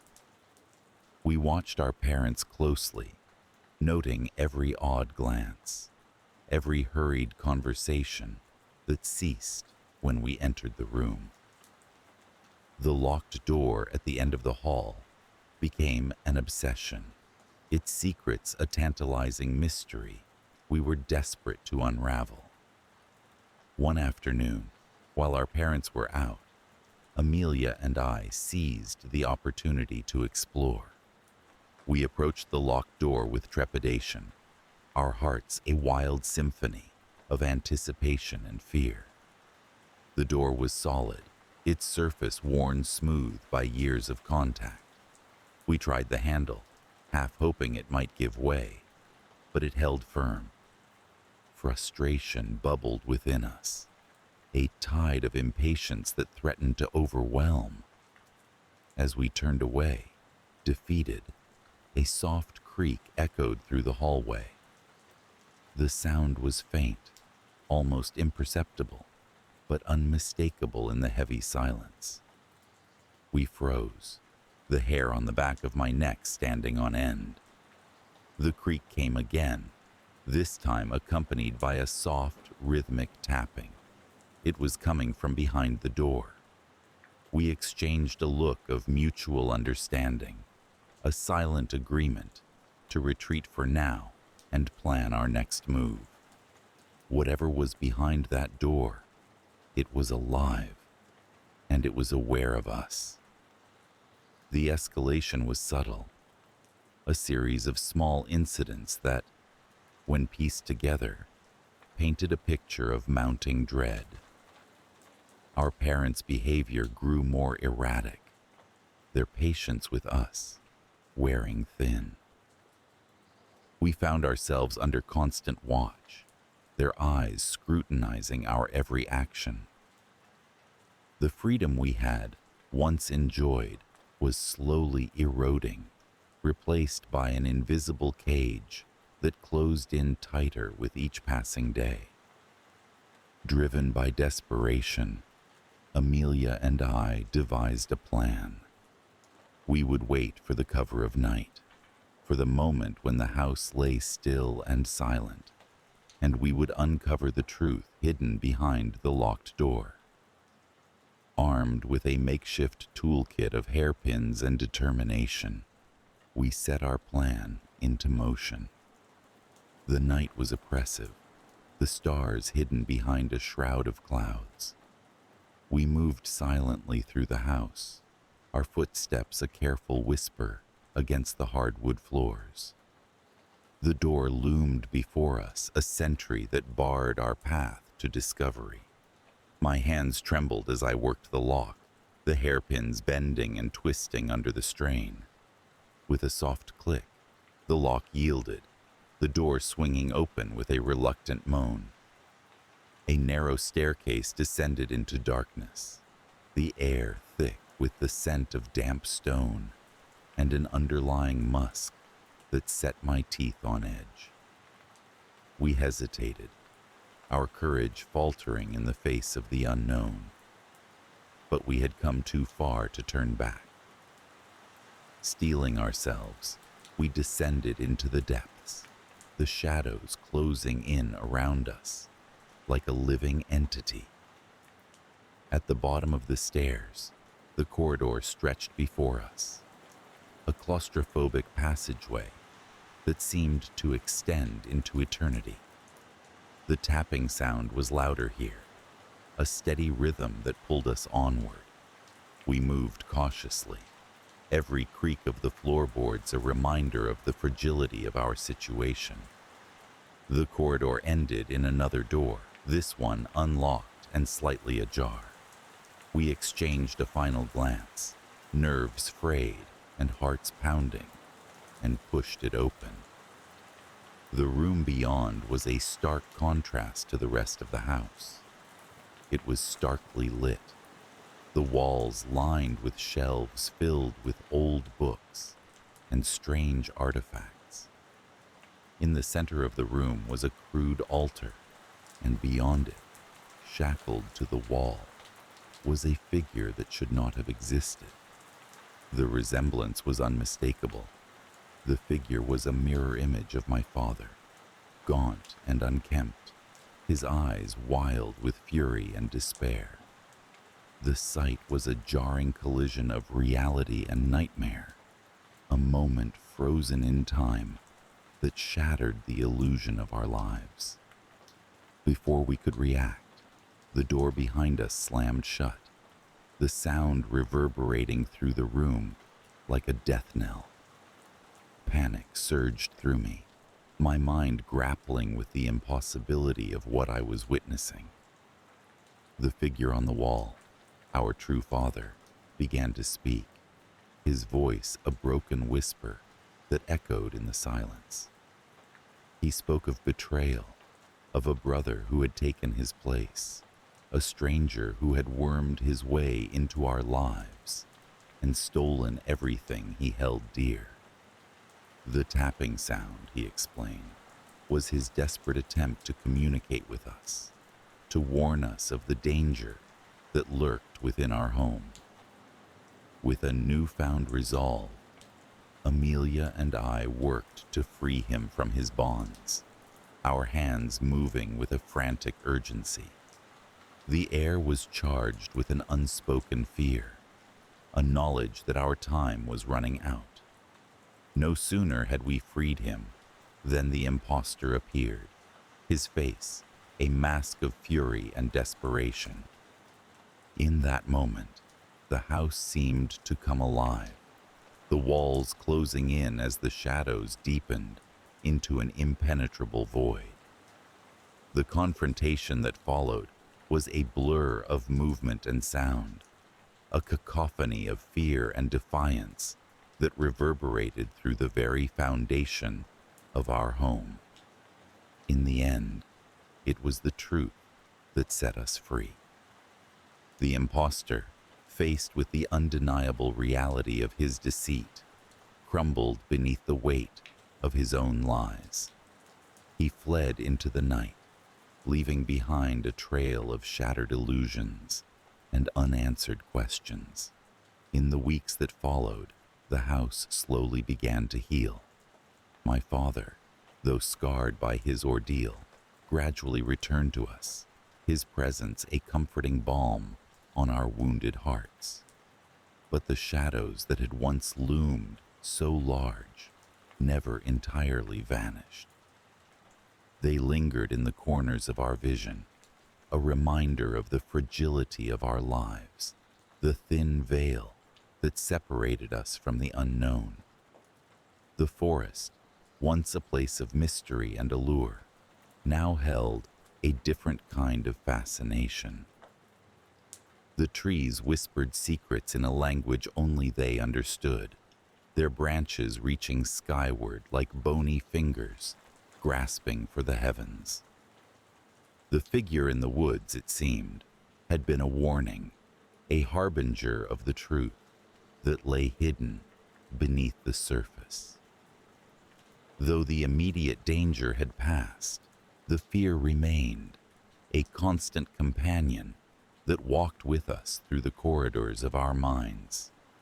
We spoke little of what had transpired, choosing instead to focus on the present, on the life we had rebuilt from the ashes of deception. And yet, in the quiet moments, when the wind whispered through the trees and the shadows danced across the walls, I felt the presence of the forest, its silent vigil, a reminder of the darkness that lurked just beyond the light. It was a darkness that could never be fully banished, only understood and, in time, accepted. For in the heart of Bowhill, where the ancient trees stood as silent witnesses to the passage of time, I had learned a truth that would guide me through the shadows of my own existence. That the greatest horrors are not those that come from without, but those that lie hidden within.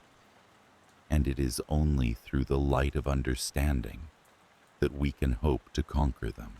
The sauna on our family estate had long been a point of pride and mystery. Nestled at the edge of a dense forest, its cedar walls absorbed the conversations and laughter of generations.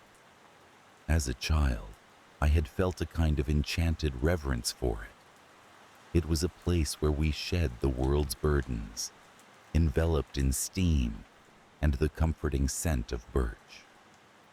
I had heard whispers among the elders about the Bannock, a spirit said to dwell in the depths of the bathhouse. The Bannock was considered a guardian, sometimes benevolent, sometimes not, who could decide whether your visit would be refreshing or terrifying. These tales were brushed aside as mere folklore, charming stories spun to keep children in line. I never gave them much thought, until that summer when my curiosity led me down a path I did not expect. It started as a typical summer afternoon. Golden light filtered through the canopy, casting intricate shadows on the forest floor. I had returned to the estate after several years away, driven by a restless hunger for the familiar yet enigmatic serenity of the woods. The estate was largely unchanged, a pocket of the past preserved amidst the constant flux of modern life. I spent my days meandering through the forest, reacquainting myself with every bend and nook. I was not alone in this endeavor. Two friends from the nearby village, Alexei and Mikhail, joined me in these explorations. They were fellow enthusiasts of the unknown, both eager to unearth local legends and cryptid lore. For us, the sauna held a kind of mythic status. It was the center of many tales, and we believed it might hold secrets of its own. We spoke often of wanting to experience something beyond the ordinary, to touch the supernatural that seemed just out of reach. And so, it was inevitable that we decided to pursue the Bannock legend. The first disturbance occurred on a humid evening when we gathered for a session in the sauna. The air was thick with heat, and the rhythmic sizzle of water on stones was a soothing soundtrack. Amidst the steam, we shared stories, our voices a low murmur. It was then that I first noticed the change, a subtle shift in the atmosphere, as if the very walls were listening. The steam thickened in an unnatural way, clinging to our skin with a heaviness that defied explanation. As I blinked through the haze, I caught sight of Alexei's face, contorted in a mix of surprise and something resembling fear. He said he felt an unexpected chill, a cold draft weaving through the warmth. "Did you feel that?" he whispered, almost as if afraid to disturb whatever presence seemed to hover nearby. Mikhail and I exchanged bewildered glances, neither of us having sensed the same. We laughed it off as a trick of the mind, perhaps a result of the heat and our eagerness to find something otherworldly. Yet, the laughter felt uneasy, as if it were an inadequate defense against what we could not understand. Despite the disquieting experience, or perhaps because of it, our curiosity only grew. We returned the following evening, undeterred by the previous disturbance. We convinced ourselves that real evidence required perseverance and a willingness to confront fear head-on. The second visit was markedly different. As we settled onto the benches, the familiar warmth swaddling us like a well-worn blanket, there was a palpable tension in the air. It was as if the sauna itself held its breath, waiting. It wasn't long before the escalation came. The steam whirled with an unusual vigor, forming shapes that seemed almost deliberate in their design. My skin prickled, not from the heat, but from the sensation of being observed. I glanced around, half expecting to see some figure materializing from the vapor. Then we heard it, a soft, almost imperceptible chuckle. It was the kind of sound that sends an involuntary shiver down your spine, not from volume, but from the intimate proximity it suggests. It felt as if the sound came from within the very walls, an ethereal giggle playing with our nerves. We sat frozen, silence our only refuge. Alexei, usually the bravest among us, shifted uneasily.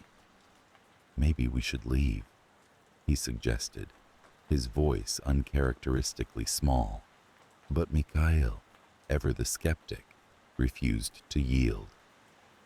"It's just the wind," he insisted, though his eyes betrayed a flicker of doubt. Reluctantly we stayed, though our previous enthusiasm had waned to a cautious vigilance. The light-hearted adventure we envisioned had become something else entirely, a test of nerve and resolve. Our resolve was truly tested on the third night. As dusk fell, the estate grew quiet, the forest around it an ink-black sea. We approached the sauna with a trepidation that bordered on reverence. Each creak of the wooden floorboards, each hiss of steam, was magnified 100-fold in the stillness. We entered, finding the air already thick with tension. As we settled in, the familiar warmth wrapped around us, but it was a comfort laced with apprehension. The silence was absolute, pressing against us from all sides. The climax came suddenly, without warning.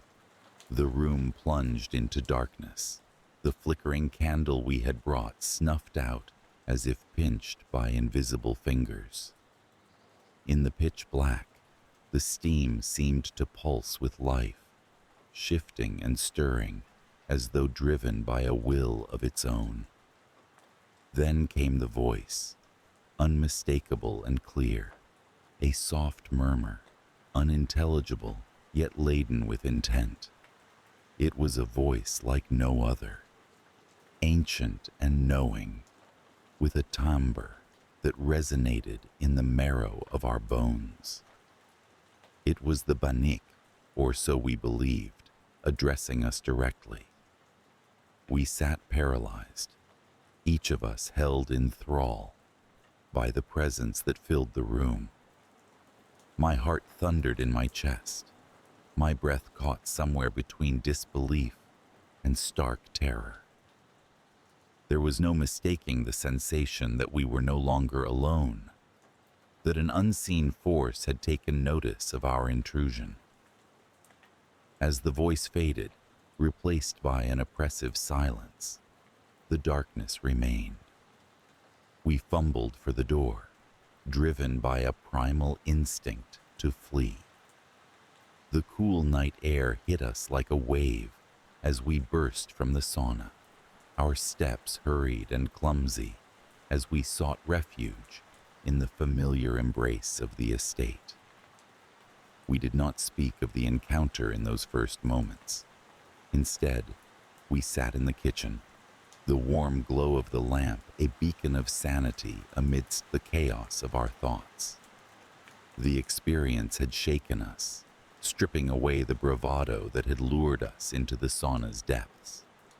Though the immediate danger had passed, the lingering fear remained. It followed us like a shadow, an insidious presence that seeped into our dreams and colored our waking moments with a persistent unease. We had sought the extraordinary, and it had found us, leaving behind a mark that would not easily fade. The estate, once a sanctuary of peace and nostalgia, now held an edge of foreboding. The forest paths seemed to whisper with secrets, the rustling leaves a tapestry of unseen watchers. I found myself glancing over my shoulder more often, alert to movements that might not have been. The sauna, too, was transformed in our eyes.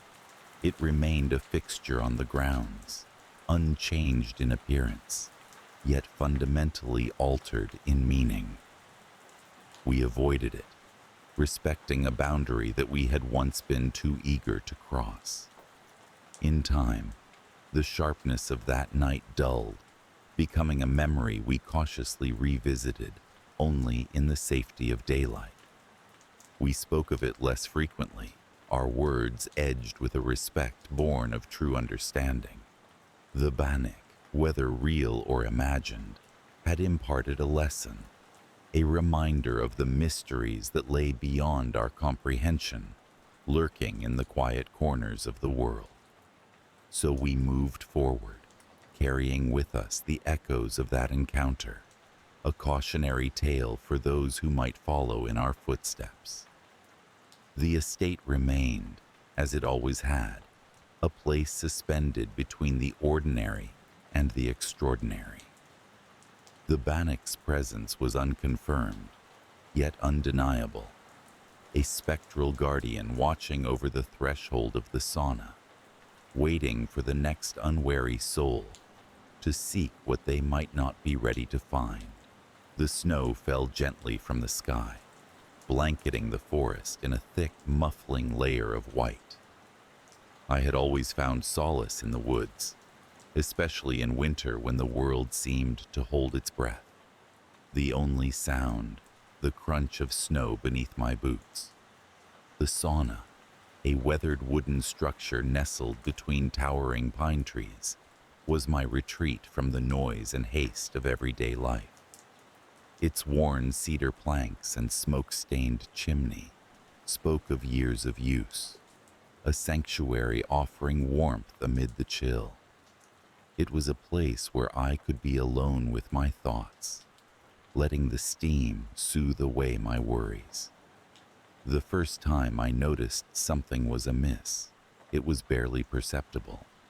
A whisper carried on the wind, a shadow flitting across the corner of my eye. I dismissed it as imagination, the kind of fancy that often accompanies solitude in the wilderness. Yet, as I sat inside the sauna, the heat enveloping me like a comforting shroud, I couldn't shake the sensation that I was not alone. I tried to rationalize it, attributing my unease to the creaking of the wooden beams as they expanded in the heat. But deep down, I knew there was more to it. It wasn't long before the disturbances became impossible to ignore. The whispers grew in number and intensity, threading through the trees like a chorus of invisible voices. At times, I could almost discern words, though they were in no language I recognized. The shadows, too, became bolder, forming shapes that danced just beyond the reach of the sauna's warm glow. They seemed to beckon, inviting me into the heart of the forest, where light was a stranger and the snow an eternal guest. Driven by a curiosity mingled with a sense of impending dread, I ventured deeper into the woods.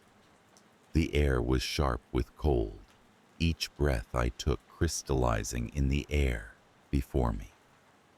The path was difficult to navigate, the snow covering familiar landmarks and leaving me disoriented. The whispers had grown louder, resonating within my mind, guiding my steps with an insistent urgency. It was there, in a clearing blanketed in pristine snow, that I encountered them. They were creatures of myth and lore, their forms shifting and ethereal, eyes glowing with an otherworldly light.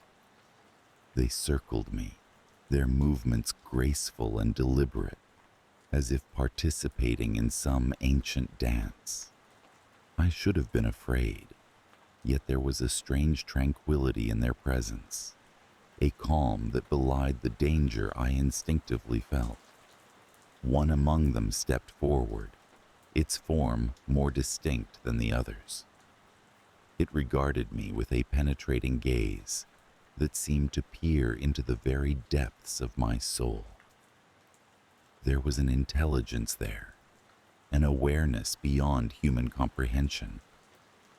It spoke without words, a communication of thought and feeling that transcended language. I understood that they were entities bound to the forest, spirits of the land who had existed long before humankind walked the earth. They were guardians, protectors of a realm that defied the encroaching modern world. Yet, there was something more, a presence among them that held a darker aspect.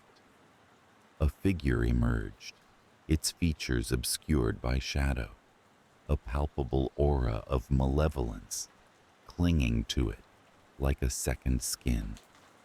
The others regarded it with a wary deference, a respect born of fear. This was no guardian, but a creature of ancient evil, a being of immense power, bound by an age-old pact. In that moment, I realized that I had trespassed upon sacred ground, a place where the veil between worlds was thin, and the creatures here were not merely spirits, but beings capable of terrible acts. The dark figure approached, its intentions clear in the way it carried itself, a predator seeking prey. Yet, it did not attack. Instead, it offered a deal. A bargain whispered through my mind, promising power and knowledge in exchange for a simple pledge. The temptation was palpable, a siren call that resonated with the deepest parts of my ambition. But I knew the stories, the tales of deals struck with such creatures, bargains that always ended in ruin. The forest seemed to hold its breath as I pondered, the spirits watching in silent judgment. I refused. My voice was steady despite the fear that gripped my heart. The figure paused, its expression inscrutable. For a moment, I thought it might strike me down where I stood, but instead, it nodded slowly and faded back into the shadows, leaving me alone with the guardians who watched with eyes full of knowing. Relief washed over me, though it was tinged with an unshakable sense of foreboding. I knew that I had narrowly escaped a fate that would have bound me irrevocably to the forest and its dark secrets. The spirits remained, their presence a reminder of the delicate balance between light and darkness that my refusal had maintained. But something had changed. The whispers followed me back to the sauna, their tone less insistent, yet ever present, a constant reminder of the choice I had made. The shadows were less pronounced, but they lingered in the corners of my vision, a testament to the otherworldly eyes that watched over the forest. The sauna no longer felt like a sanctuary. The warmth was no longer comforting, but oppressive. The steam a veil that obscured what lay beyond its walls. I could sense the spirits outside, their presence a gentle pressure against my mind, a reminder of their eternal vigilance.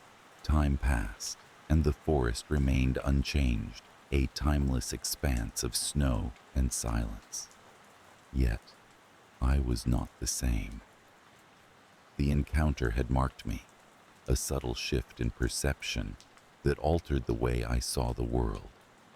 I was aware of the spirits now, felt their presence in the rustle of leaves, the whisper of wind through the trees.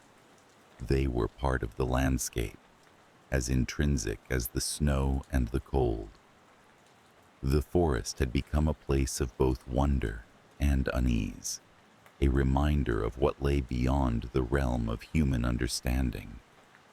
I still visited, drawn by its beauty and the sense of peace that lingered beneath the surface. But I was careful to remain within the boundaries, wary of the darkness that lurked at the edges of perception. The spirits allowed me to pass, neither welcoming nor hostile, simply present. I had become part of their world, an observer granted a glimpse into the mysteries that lay beyond the human realm. The whispers still accompanied me, a haunting melody that echoed through my thoughts, a connection to the unseen. I had survived my encounter with the spirits, but the forest would never release its hold on me. Its mysteries were woven into my soul, a tapestry of light and shadow that colored my dreams and haunted my waking hours. The deal I had refused lingered in my mind, a testament to the power of temptation and the strength required to resist it. In the end, the forest was unchanged, its secrets intact. But I had been altered. My perspective widened to encompass the unseen world that lay just beyond the veil. The sauna remained, a beacon of warmth in the cold, a reminder of the place where I had faced the darkness and emerged unscathed. Yet even in the safety of my home, far from the haunting beauty of the forest, I could feel it. The whispers and shadows were never far, a constant presence that reminded me of the world beyond.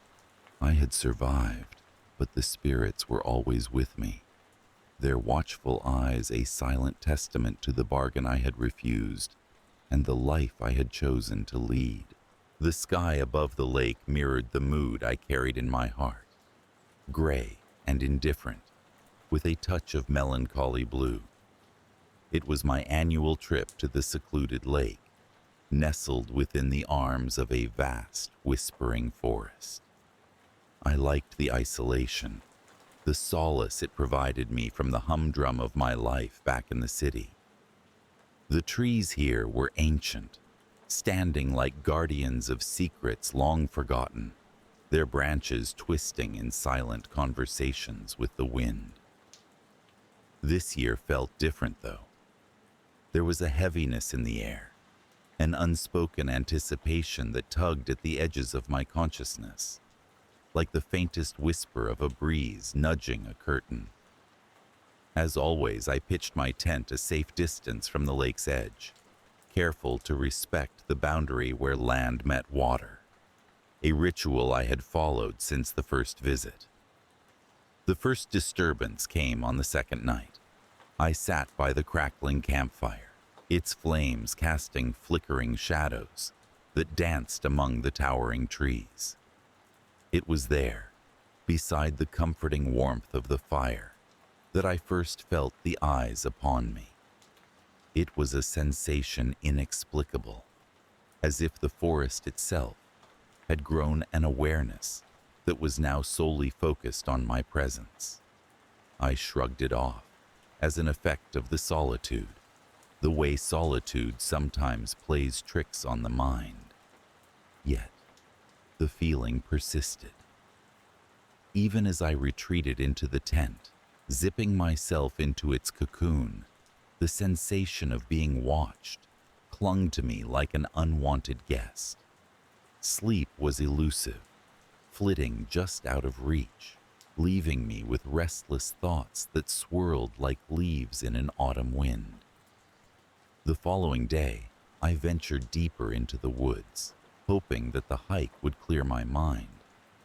The forest was dense, its canopy a mosaic of greens and browns, the earthy scent of damp leaves enveloping me.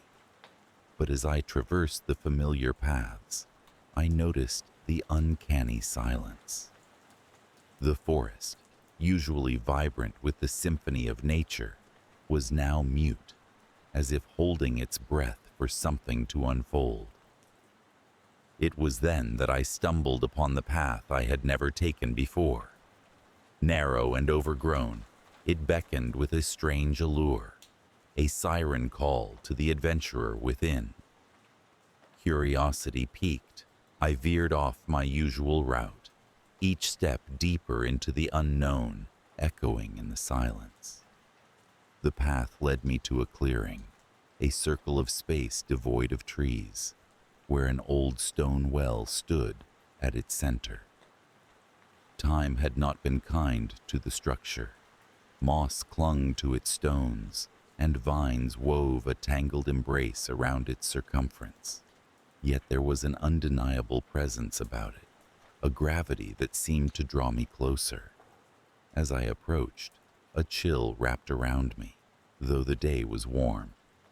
I peered into the well, its depths shrouded in darkness that seemed to stretch infinitely. And then, as if the shadows themselves murmured, I heard it. A voice, soft yet distinct, emanating from the abyss below. "Make a wish," it coaxed, the words barely more than a breath. Startled, I stepped back, my rational mind scrambling for explanations. It was impossible, I told myself. A trick of acoustics, perhaps, or the wind playing games with my senses. Yet, the voice continued, insistent, offering promises of dreams fulfilled, of burdens lifted, for just a simple promise in return. I hesitated, the rational part of me locked in battle with a burgeoning curiosity. But then, like a dam breaking, the words spilled forth, a wish formed from the depths of my own desires, a wish for freedom from the constraints and monotony of my life, from the invisible chains that bound me. The moment the wish left my lips, the air shifted. The forest seemed to exhale, its silence broken by the rustle of leaves stirred by a sudden breeze. The voice from the well faded, leaving only the echo of its promise lingering in my mind. Returning to my camp, I found myself enveloped in a surreal calm. The heaviness that had accompanied me since my arrival seemed to dissipate, replaced by a clarity that felt almost euphoric. I spent the rest of the day in an unusual state of peace, thoughts of the voice and the well gradually receding into the background of my consciousness. But with nightfall came a change, subtle yet profound. The air grew thick with a palpable tension, a sense of anticipation that hung heavily. As darkness deepened, the familiar unease returned, more intense than before. The forest around me seemed alive with whispers, voices that thrummed at the edge of hearing. In the stillness of the night, I heard it. Footsteps crunching on leaves, deliberate and purposeful, approaching steadily. My heart thudded in my chest, a drumbeat of growing fear. Grabbing a flashlight, I unzipped the tent and stepped out, the beam cutting through the darkness, revealing nothing. The footsteps stopped, leaving the oppressive silence in their wake. Yet the feeling of being watched, of an unseen presence lurking just out of sight, remained. Unable to shake the unease, I spent the night by the fire, its warmth a fragile barrier against the encroaching dread.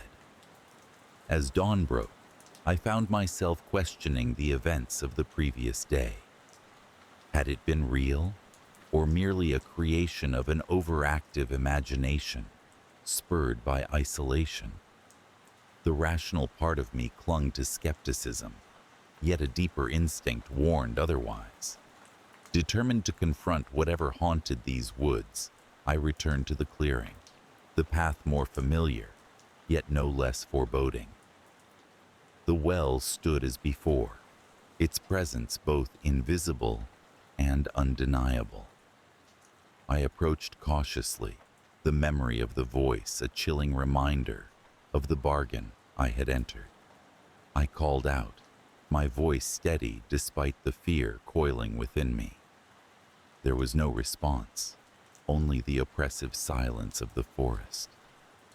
But as I turned to leave, the wind rose, swirling leaves in a vortex that seemed to dance around the well. And then, like an echo from the depths, the voice returned, colder now, its promises laced with menace. "You wished for freedom," it intoned, "and freedom you shall have." With those words, the ground beneath me trembled, and the world seemed to shift, the outlines of reality blurring like a painting caught in the rain. Panic surged as I tried to flee, but my limbs felt heavy, tethered by unseen chains.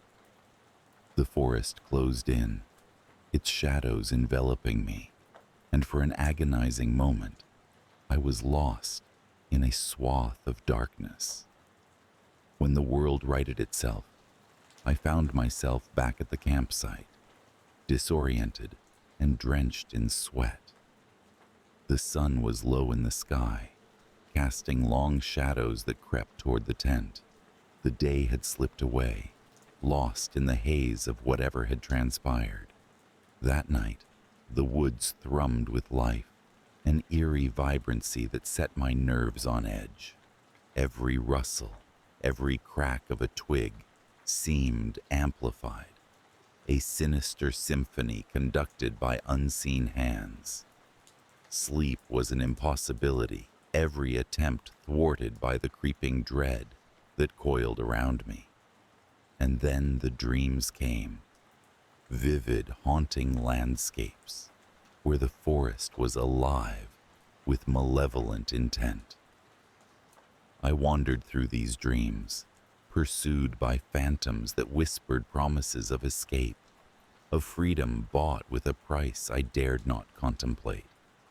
When morning light finally broke, it brought little comfort. Exhaustion weighed heavy, and the realization dawned that I was ensnared in a pact that transcended comprehension. The freedom I sought twisted into a cage of shadows, binding me to the forest and its haunting whispers.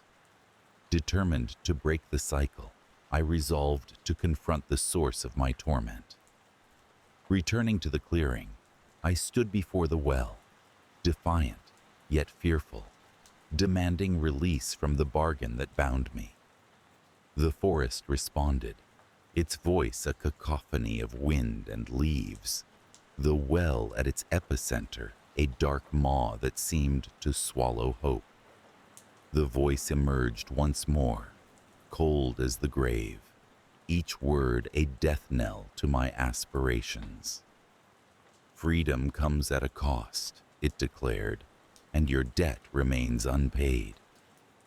With those words, the forest came alive, a storm of shadows and sound that enveloped me, tearing at the fabric of my sanity. I fought against the tide, struggling to reclaim myself from the grip of the pact I'd unwittingly forged. Time lost its meaning as I wrestled with the malevolent force. My world narrowed to the struggle against the darkness that sought to devour me. But as the storm raged, a realization dawned, a flicker of understanding that the true prison was the one I'd built within my mind. With a final desperate effort, I reached into the depths of my own will, summoning the strength to confront the fear that bound me. The forest's clamor faded, the shadows retreating as the weight of the pact lifted, leaving me breathless and alone in the clearing. The well stood silent, its presence diminished, a relic of a story it had once held. I turned away, the forest vibrant once more, its whispers tempered by an understanding that transcended words. As I made my way back to the campsite, the air felt lighter, the forest a familiar companion rather than a specter of dread. Yet, the memory lingered, a quiet reminder of the boundaries crossed, the supernatural pact that had both ensnared and liberated me.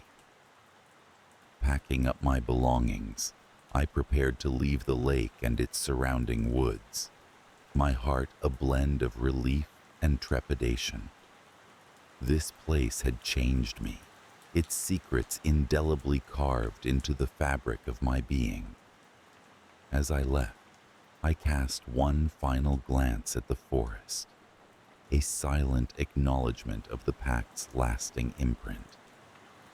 And though I returned to my life, the experience haunted my dreams. The line between reality and the otherworldly forever blurred. The forest remained with me, its whispers a lingering presence that echoed in the quiet moments, a reminder of the deal that in the depths of a shadowed well. The world moved on, but I remained tethered to that place, a subtle pull that promised both wonder and terror. And as I lay in the stillness of night, I knew that my last trip to the lake had left me forever altered, bound by a pact that defied the bounds of reason, a pact that whispered promises of freedom entwined with shadows. The house stood as it always had, nestled at the edge of a sprawling woodland that seemed to cradle it with age-old arms.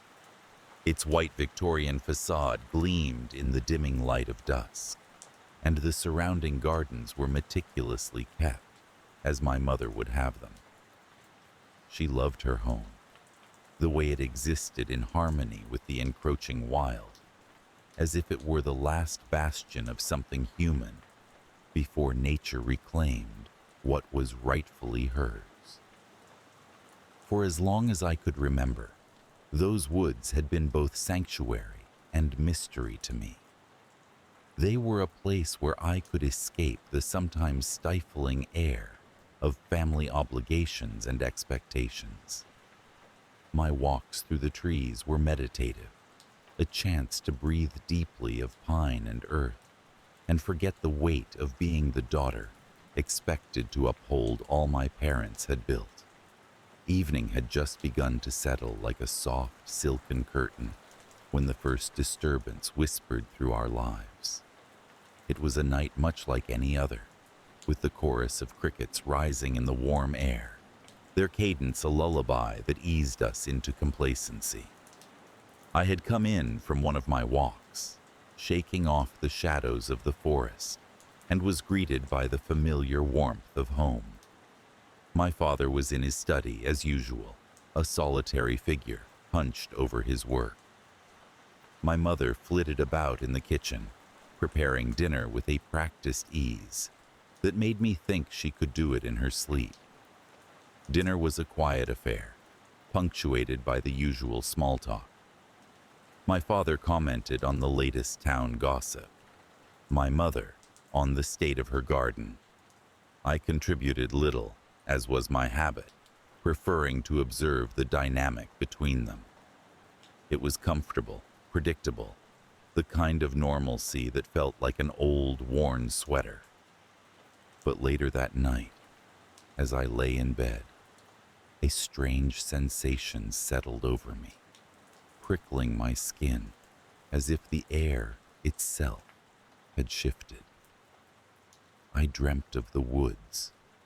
In my dreams, they were alive, the trees whispering secrets I could almost understand. I wandered through them, feeling an unnerving presence just beyond the edges of my vision, a shadow that promised both fear and fascination. When I awoke, the feeling lingered, a heavy weight pressing against my chest. The first real sign that something was amiss came the next evening. I was on one of my habitual walks, the path winding through the underbrush, when I heard the unmistakable sound of someone following me. It was subtle at first, the soft crack of a twig, the rustle of leaves. I turned several times, expecting to see a deer or perhaps a stray dog, but the woods were empty, holding their breath in anticipation. The sensation of being watched was palpable, a prickling awareness that made the hair at the nape of my neck stand on end. Despite my unease, I chalked it up to an overactive imagination. I returned home, trying to shake off the anxiety that clung to me like cobwebs. My parents noticed my distraction, of course, but I assured them I was just tired. Little did I know that this was only the beginning. Over the following days, the disturbances became more pronounced. Objects in the house were misplaced, though none of us could recall moving them.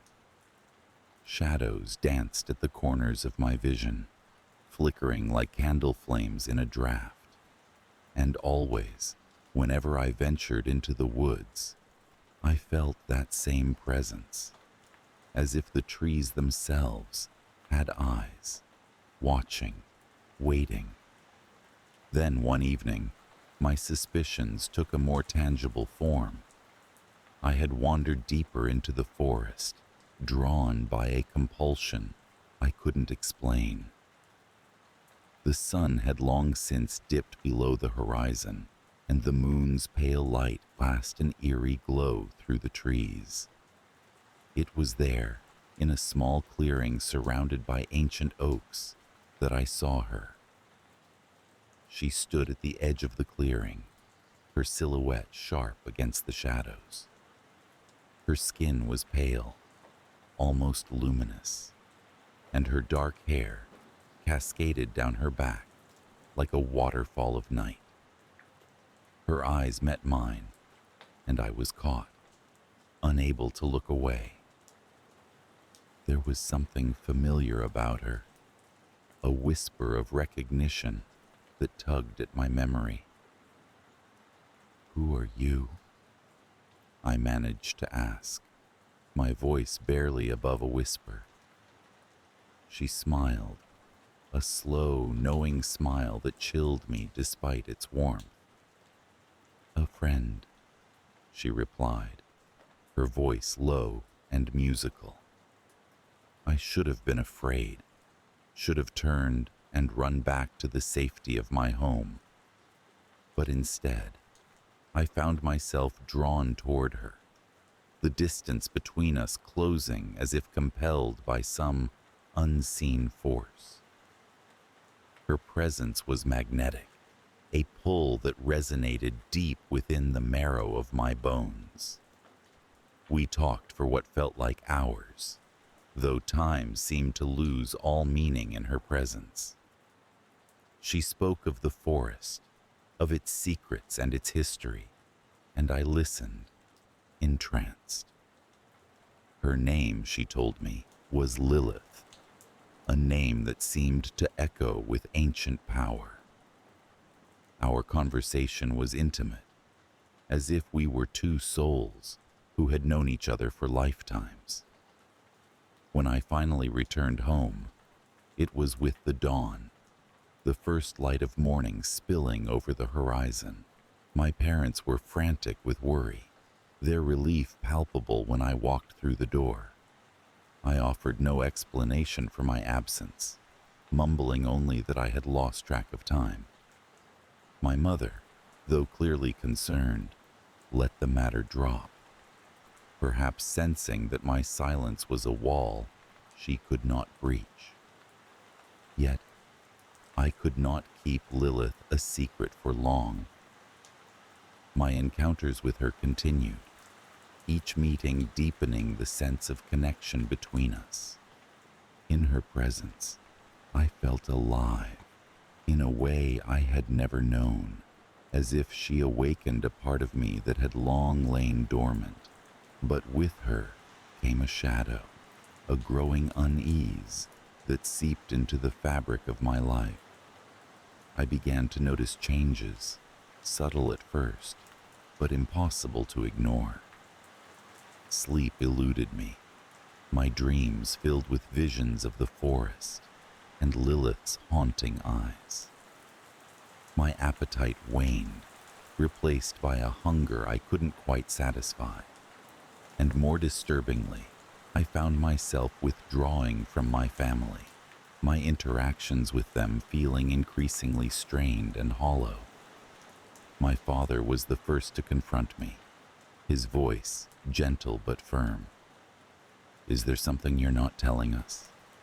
he asked one evening, his eyes searching mine for answers I wasn't ready to give. "I'm fine," I replied, forcing a smile that felt brittle. "Just tired." He nodded, but his expression remained troubled, as if he could see through the veneer of normalcy I struggled to maintain. The tension at home grew, a silent undercurrent that threatened to pull us all under. My mother, always sensitive to shifts in the emotional landscape, took to watching me with a quiet intensity, her concern a palpable presence in the room. I felt trapped, caught between the world I had always known and the mysterious allure of the woods and Lilith. The nights grew darker, the forest more forbidding, yet I was drawn to it, to her. Each meeting with Lilith was a dance on the edge of something dangerous, a thrill that both terrified and exhilarated me. She spoke of things I could barely comprehend, of worlds beyond my understanding, and her words wove a tapestry of enchantment that held me captive. But with every encounter, the reality I returned to felt more distant, more fragile.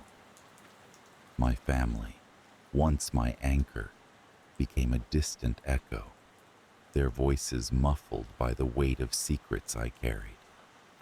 I was two people, divided between the girl I had been and the woman I was becoming, a transformation I neither asked for nor fully understood. The climax came without warning, a night when the air was thick with the scent of rain. I had wandered into the forest, driven by a restlessness that refused to be tamed. Lilith was waiting, her presence a beacon in the dark. But this time, there was something different about her, an intensity that crackled in the space between us. "You have to choose," she said, her voice soft yet commanding. "Choose?" The words seemed to echo in the stillness, a question that carried the weight of destiny. She stepped closer, her eyes searching mine. "Stay with me, or return to them. You cannot have both." The choice was impossible, a chasm too wide to bridge. I loved my family, yet the call of the forest and Lilith was a siren song I couldn't ignore. Torn, I hesitated, feeling the weight of her gaze upon me. In that moment, the world seemed to hold its breath. The forest, the very earth beneath my feet, waited for my decision. The path I chose would define me, shape the course of my life in ways I couldn't yet imagine. I turned, stepping back from the edge of the clearing, my heart heavy with the decision I had made. It was then that the forest erupted in sound, a cacophony of rustling leaves and snapping branches. The presence I had felt all those nights revealed itself, shadowy figures emerging from the trees, their eyes glinting in the moonlight. Lilith reached for me, her hand cold and comforting. "Come with me," she urged, her voice a lifeline thrown into the dark. But I hesitated, my mind a storm of conflicting desires. my family, my home.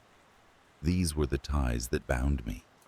Yet the taste of freedom, of something other, was intoxicating. The figures drew closer, a pack of wolves descending upon their prey. In the end, it was the thought of my parents, their love a steadfast light in the chaos of my world, that anchored me. I tore myself away from Lilith, my heart breaking with the effort. Her expression was unreadable, a mask that hid whatever emotions she might have felt. I ran, the forest a blur of shadows and fear, the sound of pursuit echoing in my ears. But when I burst from the trees, stumbling into the light of our garden, I found only silence behind me. No footsteps, no eyes watching from the dark. Only the quiet hum of the world resuming its normal course. My parents were waiting, their relief a palpable wave that swept over me as I fell into their arms. There were no questions, no accusations, only the warmth of their embrace, grounding me in a reality I had nearly lost.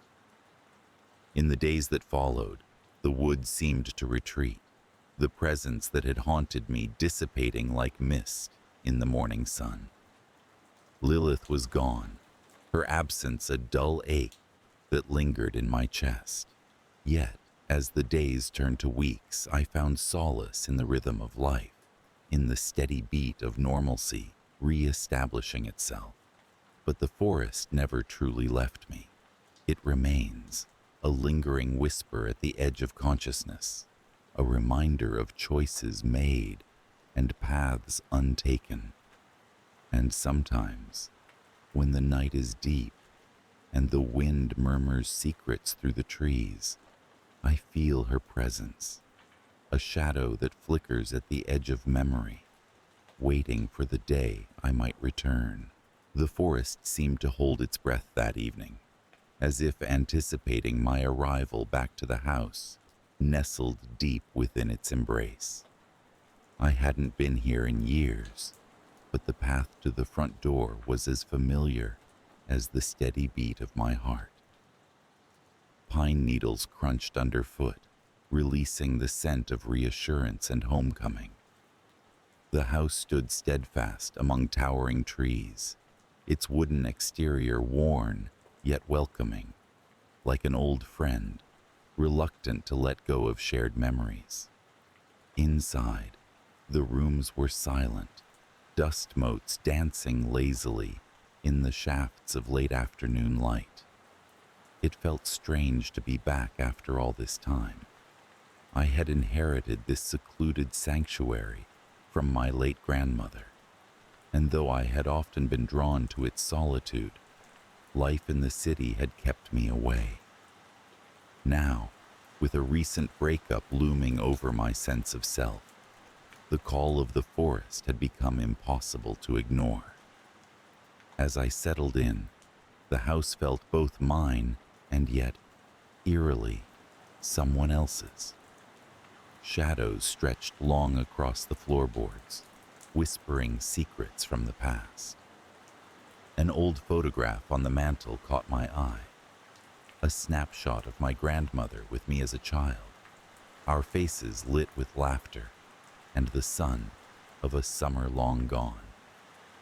It was comforting to see her, to remember the warmth of her presence, though it did little to dispel the strange sensation that the house was holding something back, something just out of reach.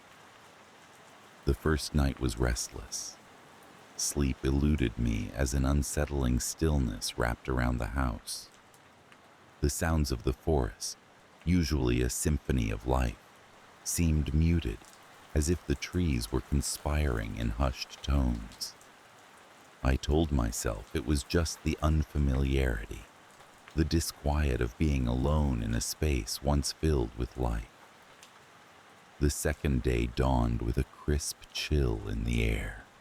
I busied myself with chores, clearing out cobwebs and opening windows to let the forest breathe within the walls.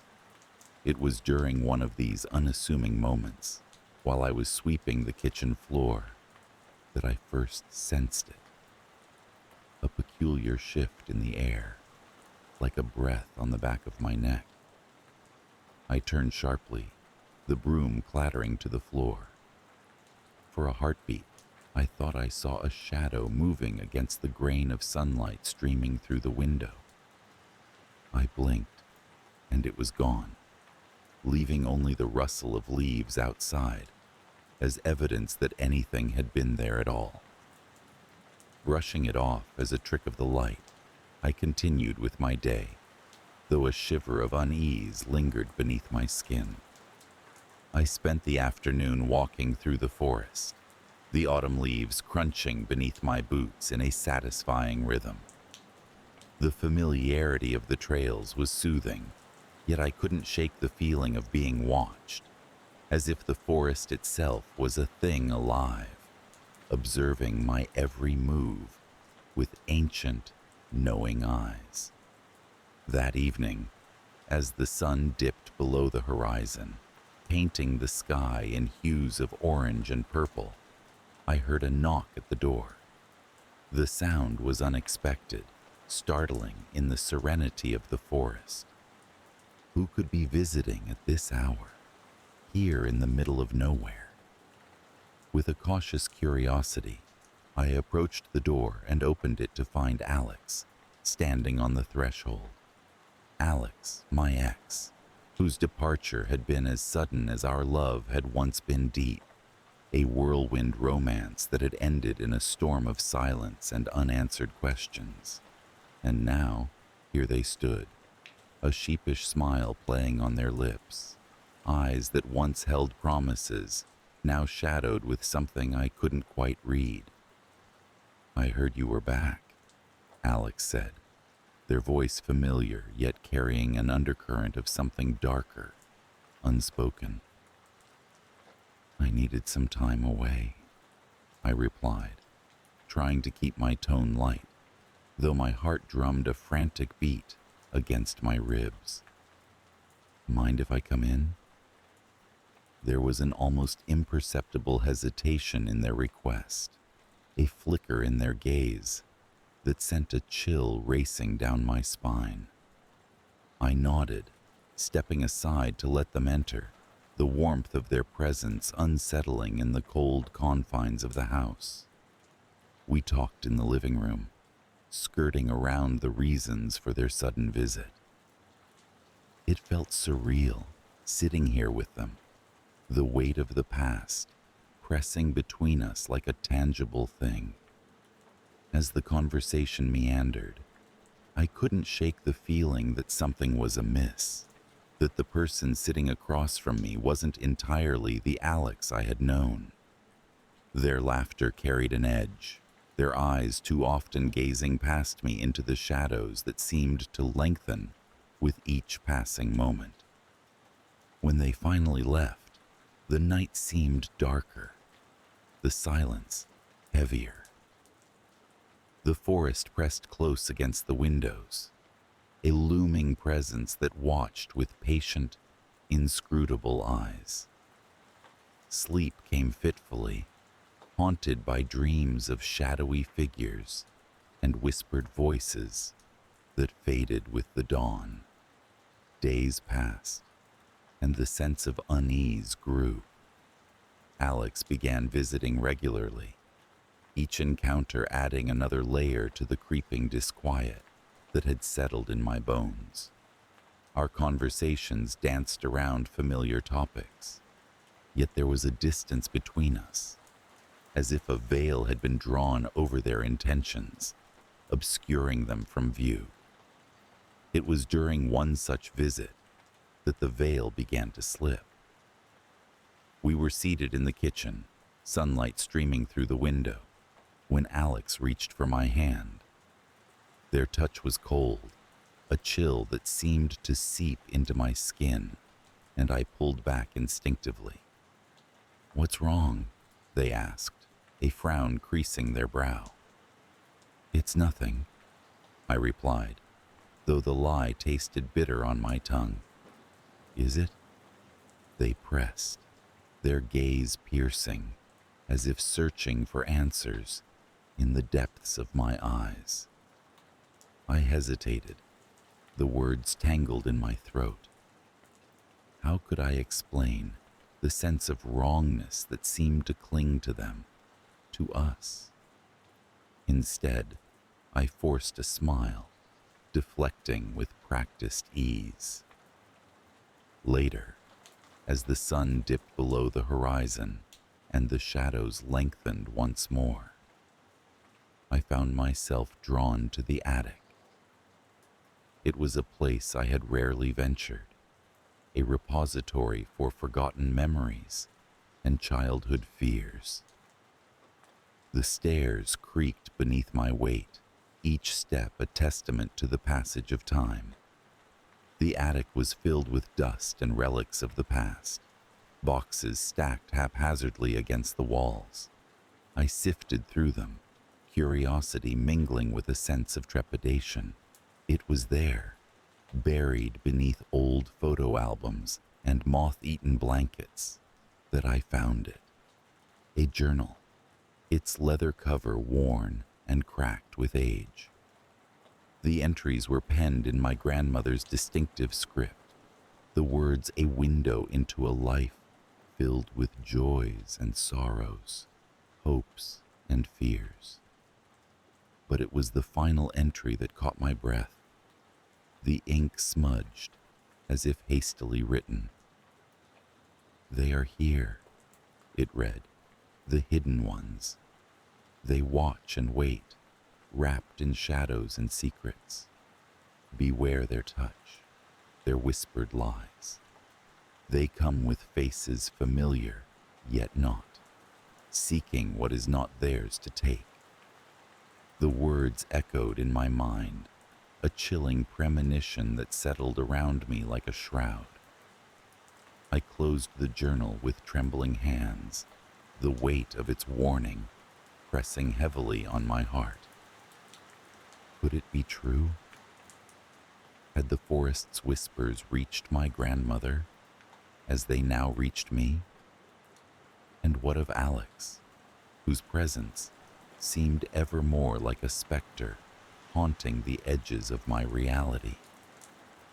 The following days were a blur, my mind racing with questions and half-formed theories. I began to notice things I had overlooked before. The way Alex's reflection seemed to linger a moment too long in mirrors. The coldness that seeped from their touch, like a warning. The shadows in the house seemed to stretch and curl, taking on shapes that dissolved when I tried to focus on them. It all came to a head one stormy night. The wind howled through the trees, rattling the windows with a ferocity that spoke of the chaos within. Alex arrived unexpectedly, their demeanor more urgent, their eyes wild with an intensity that bordered on desperation. "We need to talk," they said, their voice a low rumble beneath the storm's roar. I nodded, fear threading through my veins with icy fingers. We retreated to the living room, the fire crackling in the hearth, casting flickering shadows across the walls. "I know you feel it," Alex began, their gaze locked on mine. "The forest, the house. They're alive in a way that's more than just trees and stone." I swallowed hard, the truth of their words settling like stones in my stomach. "What do you mean?" "I didn't come here by accident," they continued, their voice strained. "Something brought me back. A force, an energy that wants to claim what it believes is its own." "Claim what?" I asked, my voice barely more than a whisper. "You," Alex said, the word a cold blade between us. "And me," the revelation struck like a thunderclap. the pieces falling into place with a sickening clarity. The forest, the hidden ones my grandmother had warned of, they were real, and they had set their sights on us. But why? I demanded, my voice rising with a mix of anger and fear. The forest holds power, Alex explained, their eyes flickering with an emotion I couldn't name. It draws on the energy of those it ensnares, feeding on their essence. My return was no coincidence. It wants us both, because we are connected, because our past binds us to this place.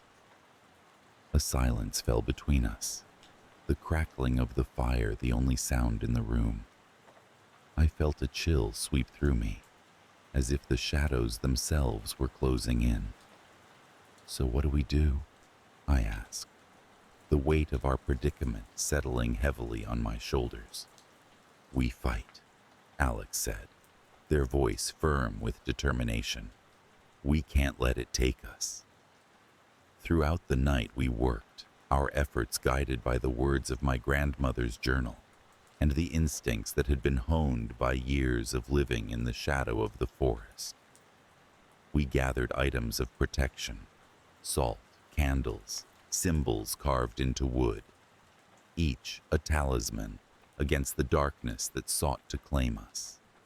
As dawn approached, we stood in the clearing behind the house, the first rays of light creeping through the trees.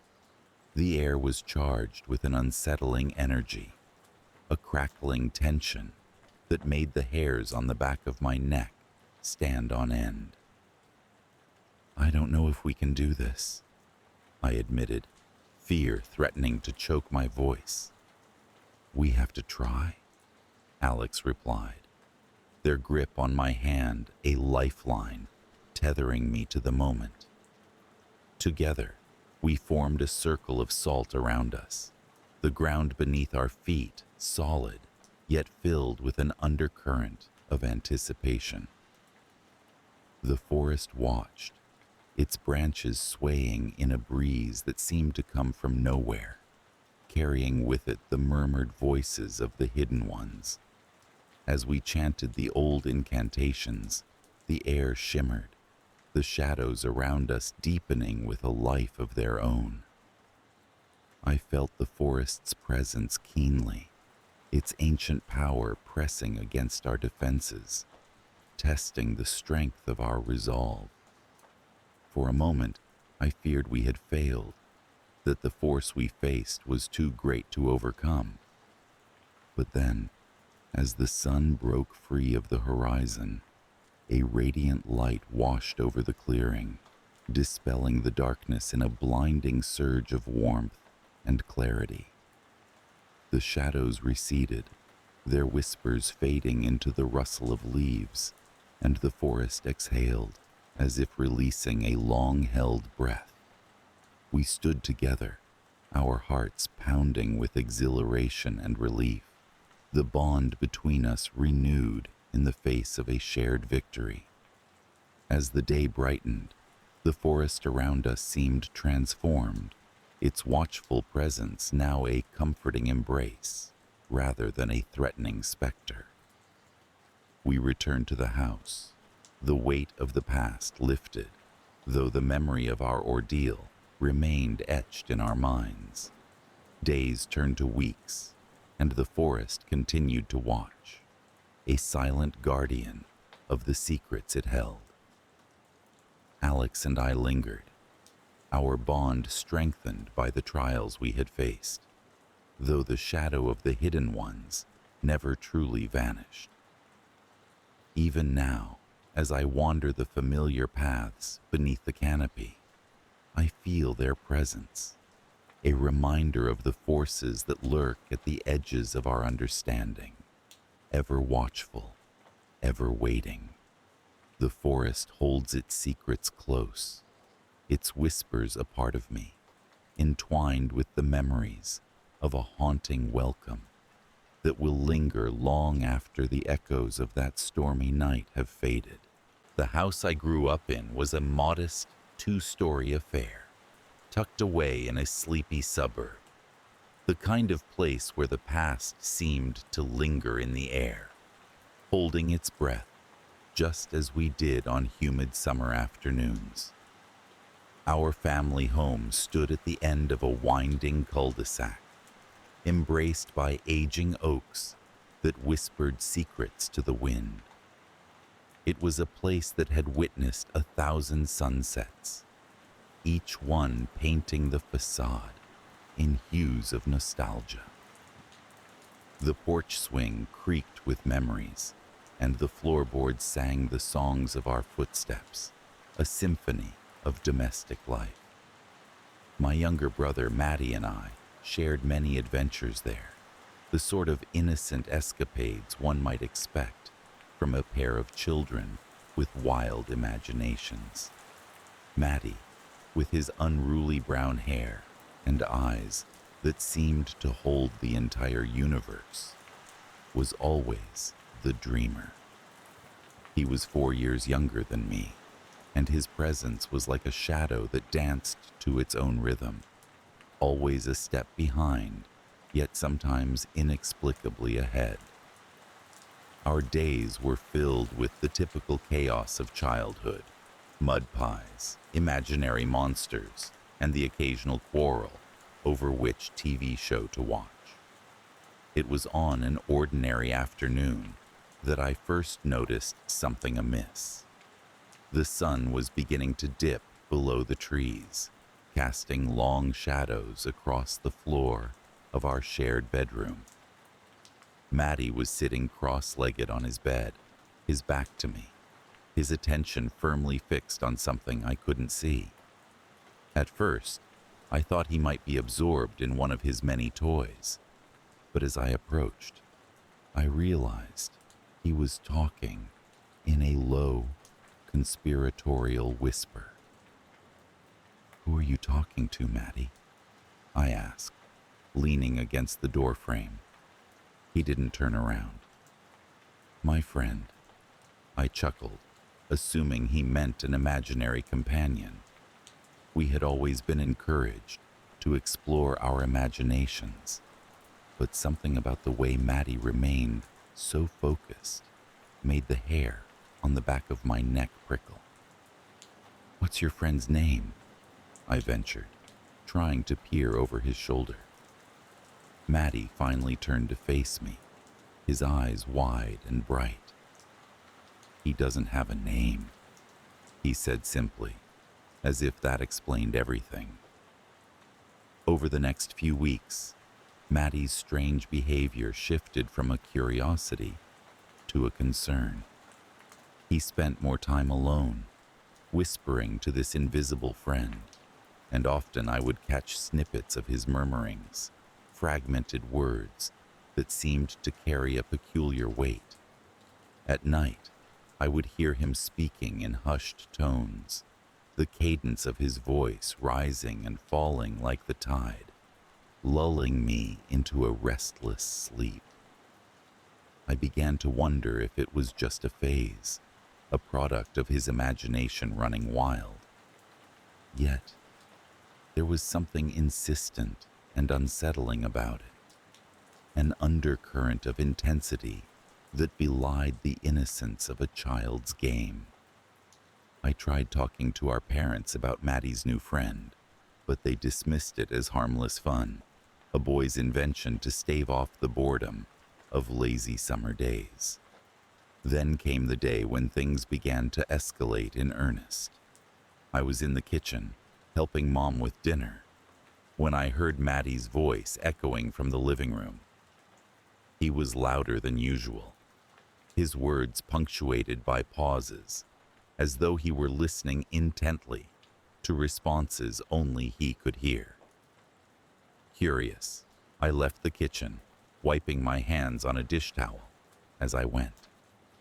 I found Matty standing in front of the fireplace, his expression animated, his hands gesturing wildly in conversation. I hesitated at the threshold, an inexplicable chill wrapping around my spine. "Matty, "What's going on?" I asked, trying to keep my tone light. He turned to look at me, his face flushed with excitement. "We're playing a game," he said, as if it were the most obvious thing in the world. "What kind of game?" He shrugged and turned back to the fireplace. "You wouldn't understand," he whispered, more to himself than to me.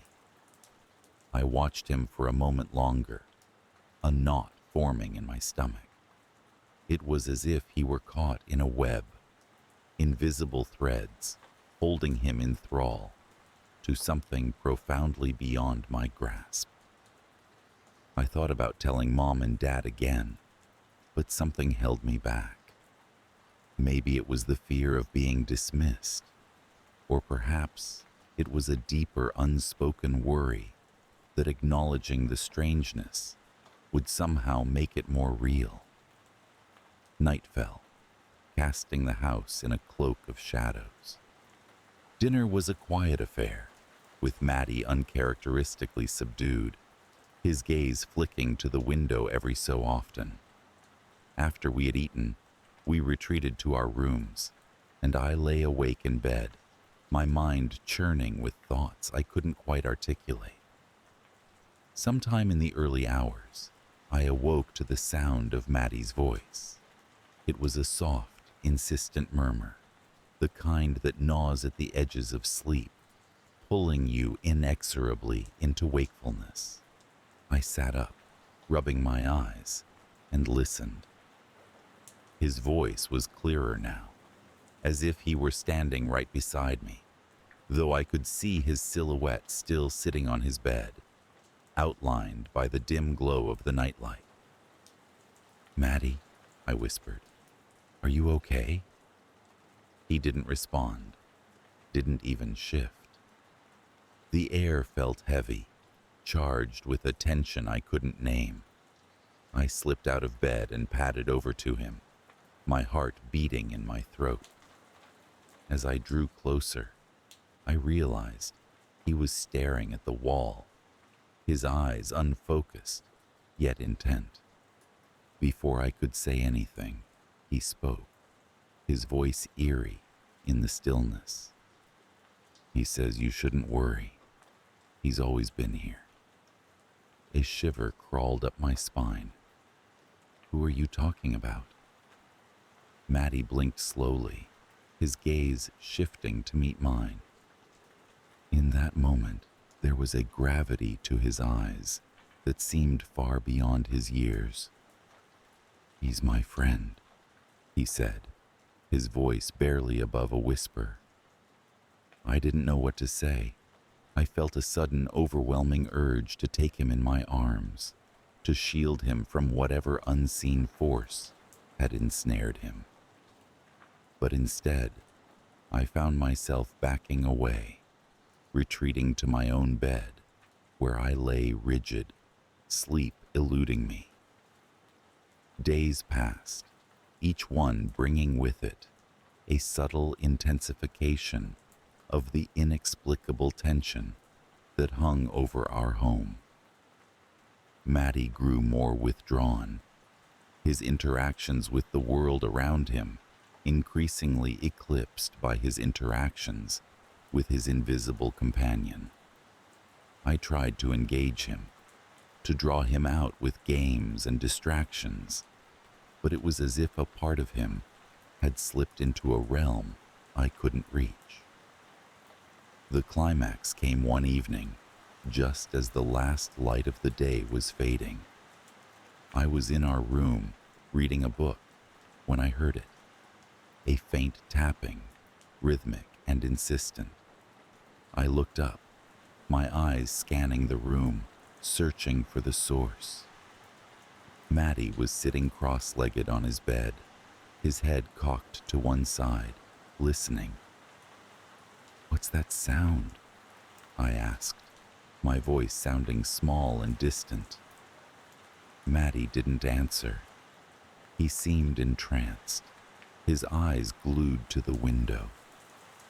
The tapping grew louder, more insistent, echoing in the silence like the pulse of a hidden heart. I stood, my feet carrying me to the window, despite the cold dread that wrapped around my limbs. The backyard stretched out beneath a canopy of stars, tranquil and undisturbed. Yet the tapping continued, steady and inexorable. "Maddie, do you hear that?" I whispered, my breath fogging the glass. He nodded, his expression one of serene understanding. "It's him," he said simply. A shadow crept across my vision, a flicker at the edge of sight. I blinked, trying to dispel the illusion, but it remained, a shapeless presence hovering just beyond the window. My heart thundered in my chest, my mind flailing for rational explanations, even as my instincts screamed that there was something profoundly wrong. The shadow shifted, resolving into a vague outline that seemed to pulse with an otherworldly energy. I took a step back, my legs trembling as I clutched the windowsill for support. "Maddie, come away from the window," I urged, my voice shaking. But Maddie remained where he was, his gaze locked onto the figure outside. He looked at peace, a serene smile curving his lips. "It's okay," he murmured, as if comforting a frightened animal. "He's not here to hurt us." I felt the world tilt, reality blurring at the edges as the shadow grew, its presence filling the room with a suffocating weight. I wanted to run, to flee from whatever malevolent force had seeped into our lives. But I was rooted to the spot, my heart pounding a frantic tattoo against my ribs. And then, as suddenly as it had come, the shadow receded, drawing back into the night, leaving behind only the echo of its presence and the whisper of the wind through the trees. The tapping ceased, the air clearing as though a storm had passed, leaving the room in a charged silence. Maddie blinked, his expression clearing as he turned to me with a small, apologetic smile. "He's gone now," he said, a hint of sadness in his voice. I let out a breath I hadn't realized I was holding, my knees weak and unsteady. "Maddie, who was that?" I asked, my voice trembling with the remnants of fear. He shrugged, his shoulders rising and falling, with a child's acceptance of the inexplicable. "Just my friend," he repeated, as if it were the simplest truth. In the days that followed, Maddie's interactions with his invisible friend began to wane. He seemed more present, more himself, as the oppressive atmosphere that had gripped our home slowly lifted. I kept a wary eye on him, half expecting the shadow to return, but it never did. The house settled back into its familiar rhythms, the memories of those strange occurrences fading like mist in the morning sun. Yet, even as life resumed its normalcy, a lingering fear clung to me, a quiet whisper in the back of my mind that refused to be silenced. I often found myself watching Maddie, searching for signs that the shadow might still linger, hidden in the corners of his mind. He seemed unchanged, his laughter as bright and infectious as ever, but I couldn't shake the feeling that something fundamental had shifted beneath the surface. I never spoke of the shadow to anyone, not even Maddie. It became our silent secret, a shared experience that bound us together in a way nothing else could. As the years passed, I hoped that time would smooth the edges of that memory, rendering it less sharp, less potent. But even now, when the wind whispers through the trees and the shadows stretch long and dark, I find myself listening for the tap-tap-tapping, a reminder of a friend that might still be watching from the other side of the glass. The day began with an ordinary hum of life in the suburbs. Sunlight filtered gently through the curtains, casting a warm, inviting glow over the breakfast table. I watched my son, James, engrossed in arranging his cereal into meticulous patterns, his small fingers moving with a deliberate patience that always seemed beyond his years. At 10, James had an introspective nature, often lost in his own world, but keenly observant of the one around him. Our lives were painted in shades of routine comfort, with the gentle monotony breaking only for the odd family outing or school event. James attended a local elementary school and was generally well-liked, though often described as a bit peculiar by his teachers. They would speak of his impressive academic abilities, quickly followed by a hesitant mention of his solitary tendencies. As his mother, I found these characteristics endearing, though I sometimes worried about the depth of his solitude.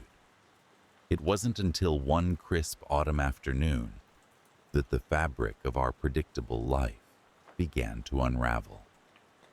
James had returned from school unusually quiet, and while his silence was not unusual, there was an air of disquiet about him that I could not shake. He sat on the living room floor, sketching intently in his notebook. I peered over his shoulder, half expecting to see the usual mishmash of doodles and mathematical problems, but instead found a series of intricate maps. "What's this, sweetheart?" I asked, brushing my fingers gently through his hair. "It's our house," he replied, not looking up from his work. "But different." His answer piqued my curiosity. The maps were detailed, yet they showed rooms and corridors that didn't exist in our modest home. Hallways that twisted and turned, leading to hidden chambers and secret doors. I felt a chill, as if a draft had swept through the room. I shook it off, attributing it to the imaginative mind of a child. "Are these secret rooms, James?" I smiled, trying to keep the tone light. He nodded, his eyes still fixed on the page. "I found them," he said simply. "Found them?" I repeated, confused. He paused, his pencil hovering above the paper. "I go there sometimes, when I'm alone."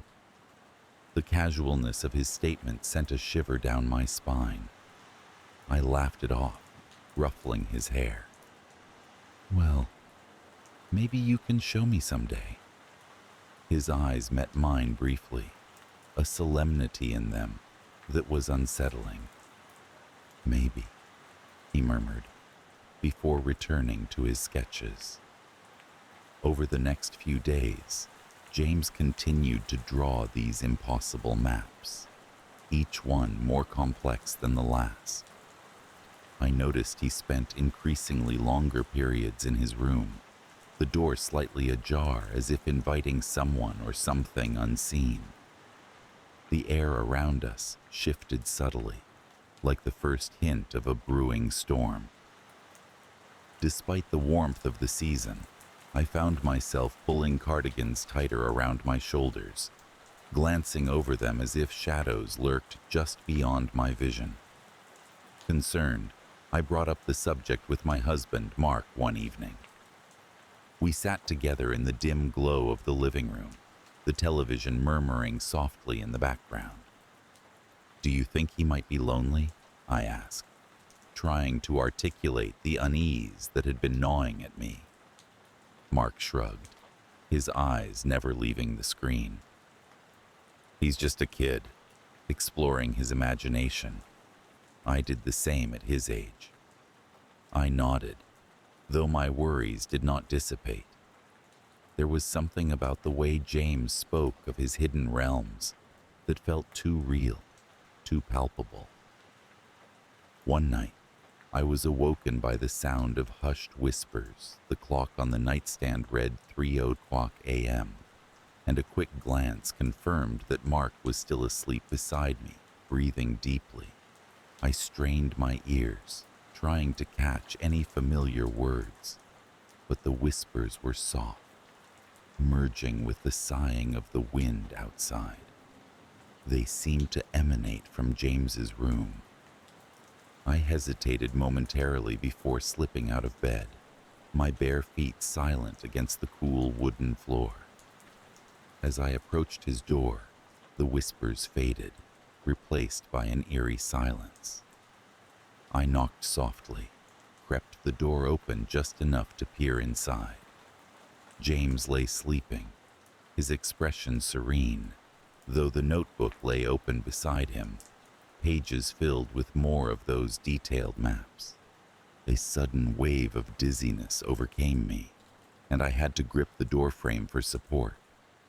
The room felt heavy with an unseen presence, one that seemed to retreat as I stepped inside. I closed James's notebook and tucked it beneath his bed, hoping to quell the strange feelings that clung to me. As I made my way back to our room, the whispers resumed, faint but persistent, floating through the air like an intangible mist. The following day, I decided to keep a closer eye on James. After school, he went straight to his room, as was his routine. I pretended to busy myself with chores, all the while listening for any peculiar sounds. The house was unusually quiet, the silence punctuated only by the occasional creak of the floorboards or the rustle of leaves outside. An hour passed when I was jolted by a sudden crash. I raced up the stairs, my heart pounding in my chest. James was standing in the hallway, his face pale and eyes wide with an emotion I couldn't quite place. Behind him, a framed photo had fallen, the glass shattered across the floor. "What happened?" I asked breathlessly. James looked at the broken photo, then at me. "He got mad," he whispered. "Who got mad?" James hesitated, his gaze darting to his room. "The man in the walls." The words hung between us, heavy and foreboding. My rational mind struggled to process them, to find a logical explanation. But logic seemed to wither in the face of such certainty. I spent the evening tidying up the broken glass and engaging James in activities to distract him. We played board games, had dinner, and watched a movie. Despite my efforts, I couldn't shake the feeling of being watched, of something lurking just beyond the edges of our perception. That night, sleep eluded me. I lay awake, straining to hear any disturbance. The house was silent, yet I felt a pervasive unease, as if the very air was charged with anticipation. When I finally drifted off, it was not to the comforting embrace of dreams, but a restless state where half-formed images danced behind my closed eyes. I awoke to find James standing at the foot of our bed, his silhouette outlined by the faint glow from the hallway. He seemed to be waiting for something. "James, what's wrong?" I asked, my voice thick with sleep. "I need to show you," he said softly. "Please come." His words were simple, yet carried a weight that brooked no argument. I glanced at Mark, who was still asleep, then nodded, slipping out of bed to follow my son. James led me through the darkened house, his small hand cool and steady in mine. We passed the living room, the kitchen, and finally stopped at the basement door. My heart skipped a beat. The basement was unfinished, a shadowy place filled with old furniture and forgotten memories. "Are you sure, sweetheart?" I asked hesitantly. James nodded, his expression inscrutable in the dim light. He opened the door, and a rush of cool, damp air met us. Together, we descended the creaky wooden steps, the surroundings swallowed by shadows. At the bottom, James paused, releasing my hand. He stepped forward, his fingers trailing along the wall until they stopped at a particular spot. I watched, mesmerized, as he pressed against it, the wall yielding with a soft groan. A section of it swung open, revealing a narrow passageway that sloped downward into darkness. "Where does it go?" I breathed, a mixture of awe and fear swirling within me. "To the other rooms," James whispered, his voice barely audible over the pounding of my heart. Every rational part of me screamed to turn back, to wake Mark and leave the mystery for another day. Yet, the air thrummed with a sense of urgency, a pull that I could not resist. James had already started down the passage, and I followed, the oppressive darkness closing in around us. The passage twisted and turned, the walls damp and cool against my fingertips. We walked in silence, each step echoing into the void. An indeterminate amount of time passed before we emerged into a large chamber, the ceiling arched high above us. Faint light trickled in from an unseen source, casting ghostly shadows that danced across the floor. In the center of the room stood an old wooden chair, worn and frail, its presence both incongruous and ominous. James approached it with a familiarity that sent chills down my spine. He turned to look at me, his face partially obscured by the shadows. "This is where he stays," James said softly. "Who?" I asked, my voice barely a whisper. "The man in the walls." A sense of vertigo washed over me, the room seeming to tilt and sway as if it were a living entity. The air was thick with an ancient mustiness, and a feeling of being watched prickled at the back of my neck. "James, we should go back. It's late," I managed to say, though my voice trembled with uncertainty. James nodded, his expression contemplative. "He won't hurt us. He just watches." The knowledge that my son had been communing with some unseen presence, one that existed beyond the boundaries of our understanding, was both terrifying and strangely reassuring. It was as if James had become the bridge between our world and another, one that remained hidden yet ever present. We retraced our steps, the passage seeming longer and darker on the return journey. As we emerged back into the basement, I felt a profound sense of relief, as if we had crossed an invisible threshold back to safety. The following days were a blur of normalcy tinged with the surreal. James was his usual self, though there was a newfound lightness in his demeanor, as if a long-held secret had finally been shared. I watched him with a mixture of love and apprehension, wondering how much of what we had experienced was real and how much a product of my imagination. But there were moments, fleeting yet undeniable, when I felt the presence of something unseen, A whisper in the night, a fleeting shadow in the corner of my eye, the soft creak of footsteps in the walls. They were subtle reminders that our world was not as solitary as it seemed, that the boundaries between reality and the unknown were more porous than we dared to believe. I never spoke of that night to Mark, nor did I press James for further revelations. Some secrets, I realized, were meant to be kept, to exist in the shadows between awareness and ignorance.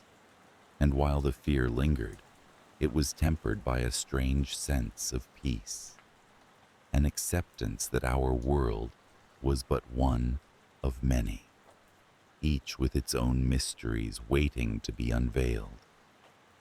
And so, life went on. The maps disappeared, replaced by the usual childhood musings and schoolwork. Yet, every so often, I would catch James staring off into space, his eyes alight with a secret knowledge. In those moments, I would smile and hold him a little closer, knowing that even in the most ordinary of places, extraordinary things could find their way into our lives. There's a certain rhythm to life in the country, a gentle lull that cradles you into a sense of security. Our home, nestled in the rolling hills of rural New Hampshire, was a sanctuary, a place where the daily grind of the outside world felt a million miles away. My wife, Sarah, and I had moved there 5 years ago, hoping to offer our son, Ethan, a childhood that thrived under the open sky rather than confining walls. The house was an old colonial, worn but charming, with creaky wooden floors and a fireplace that crackled warmly during winter nights. Its basement was a cavernous, neglected space filled with forgotten remnants of previous owners. It was a source of fascination for Ethan, who often turned its dusty corners into fantasy realms with the company of his imaginary friend, Mr. Mapes. Mr. Mapes was a name that at first made us smile.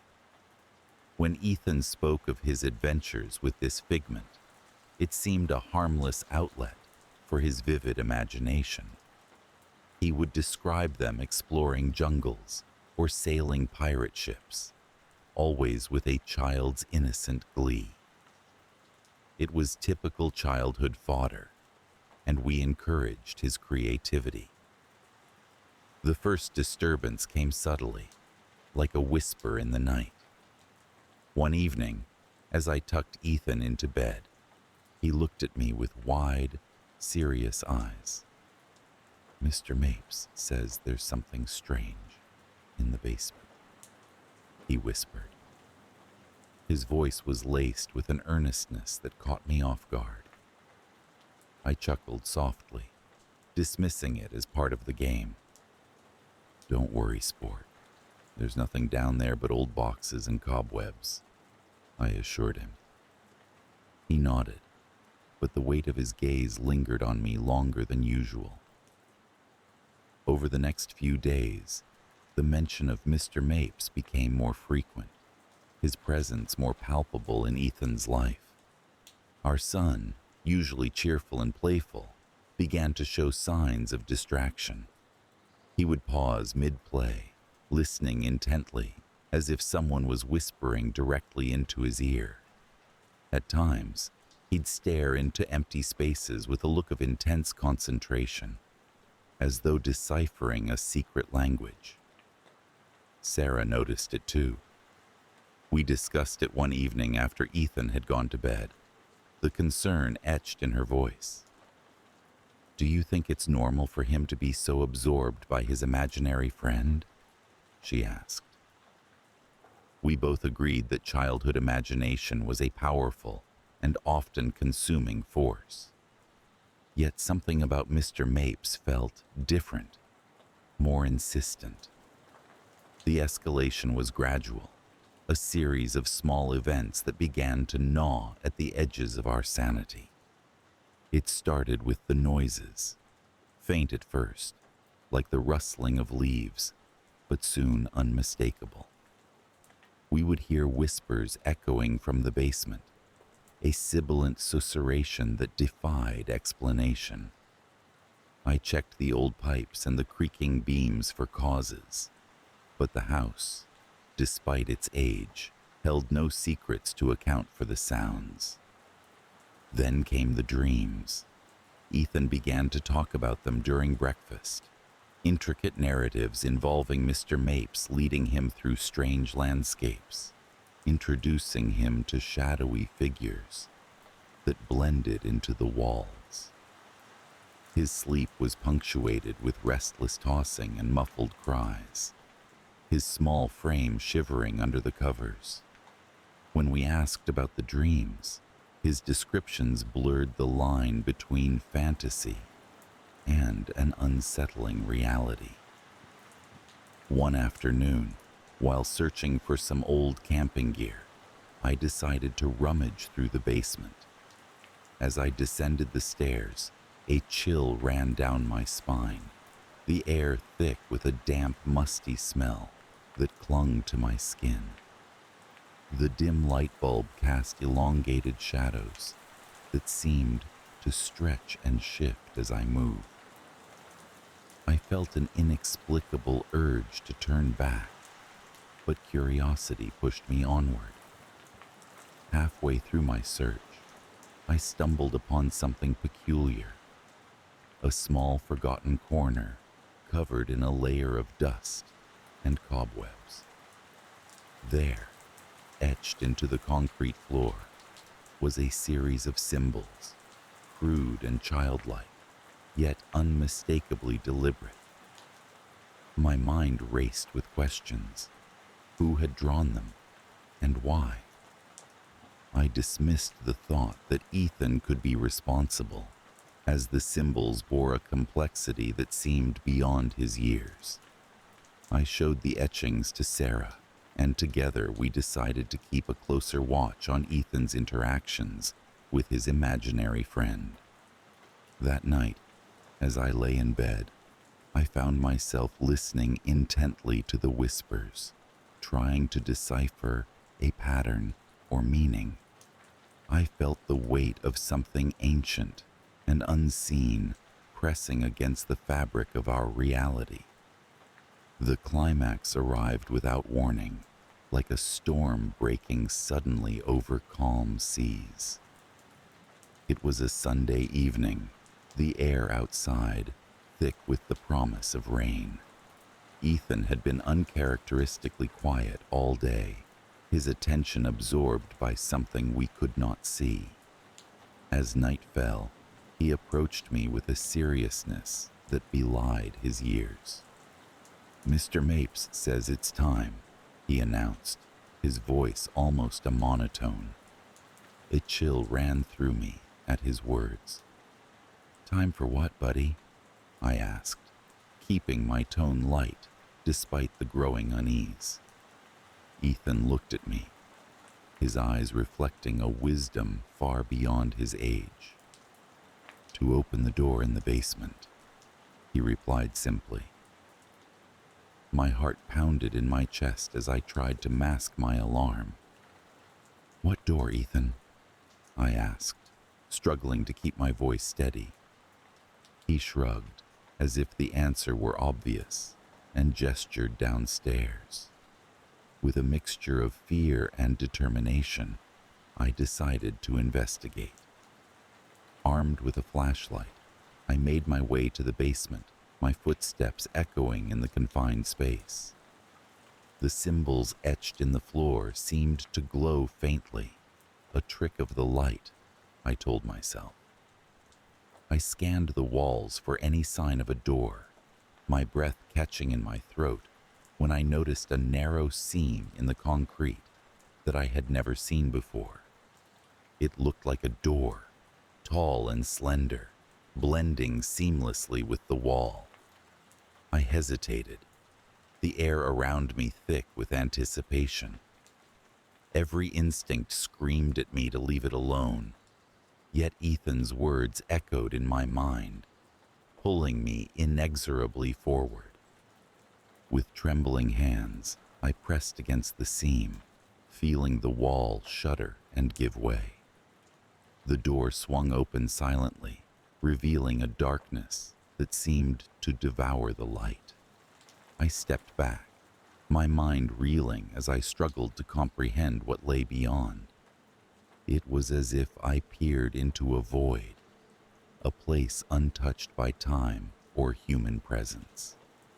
Whispers filled the air, louder now, a cacophony of voices that spoke of secrets and promises long forgotten.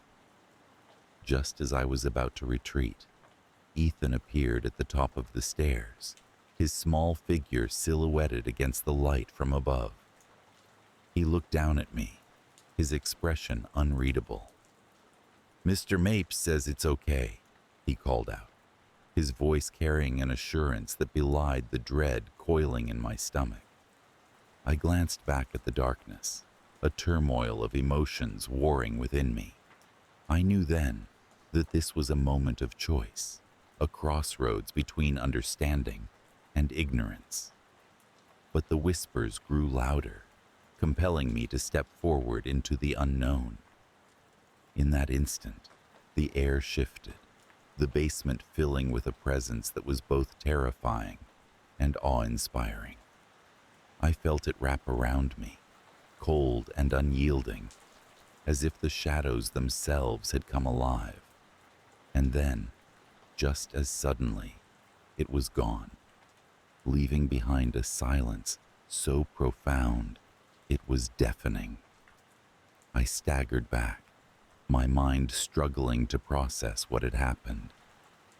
The door stood ajar, the darkness within now still and impenetrable. Ethan watched me with calm eyes, as if everything was as it should be. The aftermath lingered in the days that followed, a shadow that refused to lift. The whispers ceased, leaving a hollow echo in their wake. The door, once opened, became an ordinary patch of wall, its secrets sealed away. Yet the feeling of unease persisted, a lingering fear that clung to the corners of our home. Ethan seemed unaffected by the events, his demeanor returning to that of a typical child, preoccupied with school and play. Yet his eyes held a depth that spoke of experiences beyond our comprehension. He no longer mentioned Mr. Mapes, as if the entity had served its purpose and vanished into the ether. Sarah and I decided to leave the past undisturbed, choosing not to speak of the incident.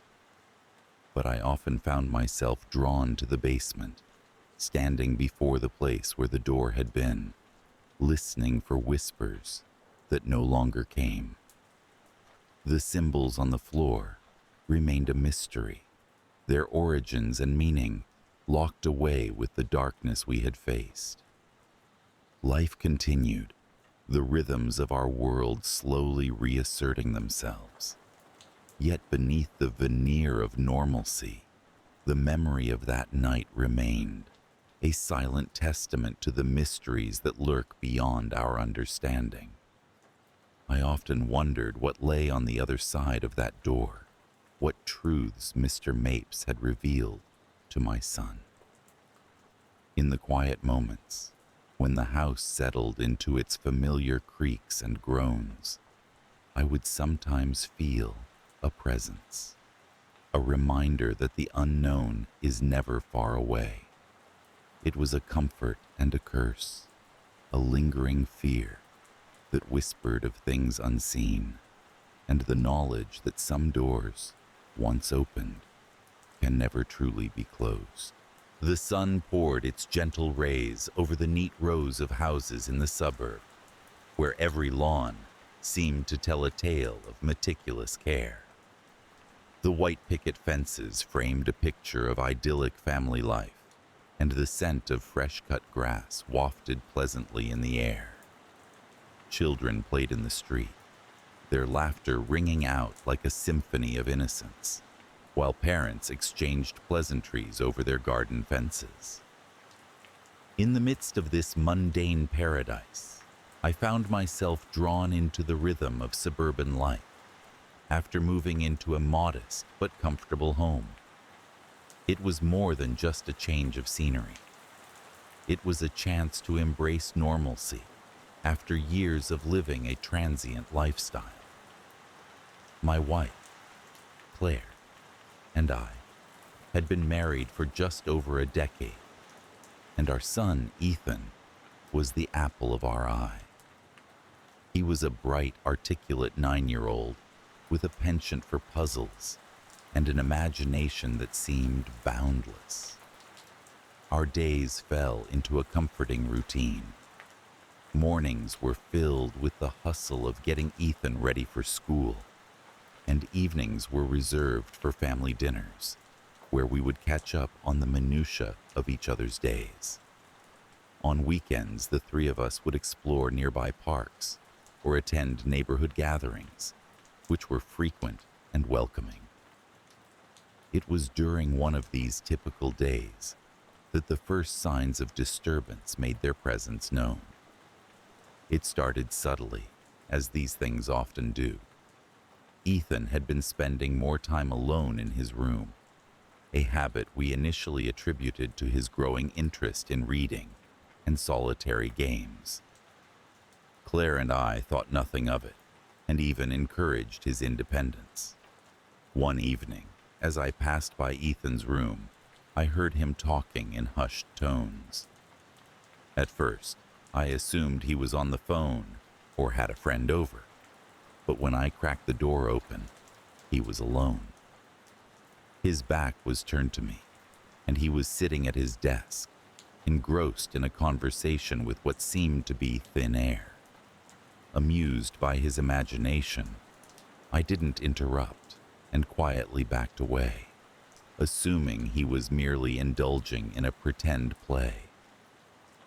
Days turned into weeks, and Ethan's solitary conversations continued. Claire mentioned hearing him too, though she dismissed it as part of a child's creative play. Her reassurance did little to quell the growing unease in my mind. Ethan's demeanor had begun to shift subtly.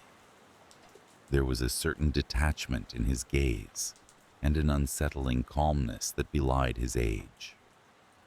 During family dinners, Ethan's stories had taken on a darker tone. He spoke of shadows that danced on his walls at night and mentioned a friend who visited him when we were asleep.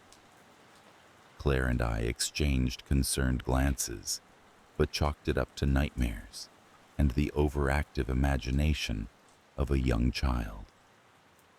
The escalation was gradual, almost imperceptible, like a creeping vine that slowly chokes out the life of the host it clings to.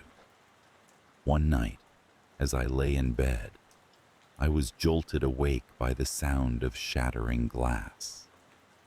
I rushed downstairs, heart pounding in my chest, to find Ethan standing barefoot amidst the shards of a broken window. His expression was one of eerie calm, eyes fixated on something beyond the shattered frame. "Ethan, what happened?" I demanded, my voice trembling with both fear and anger. He turned to me, his face devoid of remorse or explanation, and simply said, "It was him." When I pressed for more, he refused to elaborate, his eyes carrying a glint of something that chilled me to the bone. Claire, who had followed closely behind, took Ethan in her arms, murmuring soothing words while shooting me a look of bewilderment. We cleaned up the mess in silence, the incident casting a long shadow over the remainder of the night. The following days were marked by a palpable tension in our home. Ethan's friend became a recurring topic in our conversations, the details becoming more elaborate and sinister. He spoke of tasks this friend would assign, things that made no sense but were described with an unsettling clarity. When asked who this friend was, Ethan would simply shrug, saying, "He doesn't have a name." Claire and I sought advice from child psychologists, hoping to understand the nature of these manifestations. They assured us it was a phase, a harmless exploration of an imaginative mind. But my instincts told me otherwise. I felt an invisible presence watching us, lurking in the fringes of our home life, sowing discord in the shadows. One evening, as I returned from work later than usual, I found Claire sitting at the dining table, her face pale and drawn. She placed a hand on mine, her voice barely above a whisper. "I found something today," she said, sliding a small notebook across the table. It was Ethan's. The pages were filled with drawings, intricate and unnerving. They depicted figures standing in shadows, hands reaching out toward a smaller figure that trembled beneath their grasp.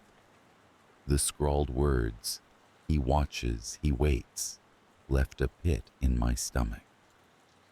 The climax came one stormy night, the wind howling through the eaves of the house like a chorus of lost souls. I awoke to find Ethan standing at the foot of our bed, his silhouette illuminated by flashes of lightning. In his hand, he clutched the notebook, and his eyes bore into mine with a disquieting intensity. "He wants you to leave," Ethan said, his voice carrying an authority that wasn't his own. "He says it's time." Fear surged through me, followed by a rush of anger. "Ethan, this has to stop," I exclaimed, sitting up in bed. But his expression remained unchanged, his words echoing in the room long after he had returned to his own. The storm raged on, and I found sleep impossible. I lay awake, thoughts swirling in turmoil, the sense of an unseen force pressing down upon me. Claire's breathing was steady beside me, a reminder of the normalcy I so desperately clung to, yet felt slipping away. Morning brought with it a deceptive calm. The storm had passed, leaving the world washed clean, but the tension in our home remained. I resolved to confront Ethan, to break through the barrier that had risen between us. But as I approached his room, I found it empty.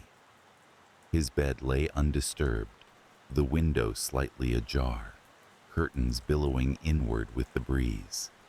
Panic set in as we scoured the house, calling his name, our voices echoing in the empty spaces. Claire was frantic, tears streaming down her face, while I felt a cold, creeping fear that something had taken Ethan away. We found him in the backyard, standing in the early morning light, staring at a spot on the ground as if rooted there by some unseen force.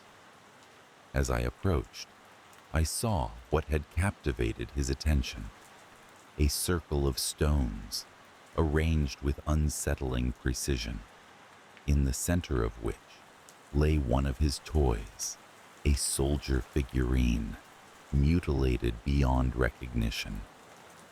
"Ethan," I called softly, trying to keep my voice steady. He turned to me, eyes bright yet hollow. "He said it was a game," he replied, as if that was all the explanation the world needed. In the weeks that followed, we struggled to regain some semblance of normalcy. The event with the stones remained a forbidden topic, pushed into the periphery of our minds, though it lingered, a specter of fear that refused to dissipate. Ethan's behavior slowly returned to something resembling normal, the dark episodes becoming less frequent, but the memory of his words and the look in his eyes haunted me. The suburban idyll we had so eagerly embraced now felt like a facade, the cracks in its surface revealing a reality we had not anticipated. I often found myself watching Ethan closely, searching for any sign of the child who had once filled our lives with light. Yet, there was always a part of me that remained vigilant, waiting for the shadows to return, for the specter of his friend to rise again. And so we continued, living in the shadow of an unseen horror, our hearts burdened by a fear that lay just beneath the surface. It was a fear that whispered of things unseen, of the sociopath within who wore the face of innocence, and of the darkness that could dwell in the heart of even the most idyllic suburban home. The afternoon sun cast a gentle glow over our suburban neighborhood, each house nestled comfortably, like resting pieces on an immaculate chessboard. Our home, a modest two-story building with a big back garden for our new family, was the epitome of normalcy. The kind of place where dreams of family life materialized into reality. It was in this house that I intended to nurture the delicate threads of life around me, weaving them into a tapestry of love and warmth. Life had been quiet, the kind of quiet that allows your mind to wander into a hopeful future. My husband, Jack, and I had moved in nearly 2 years ago, expecting that our lives would soon be filled with the pitter-patter of tiny feet.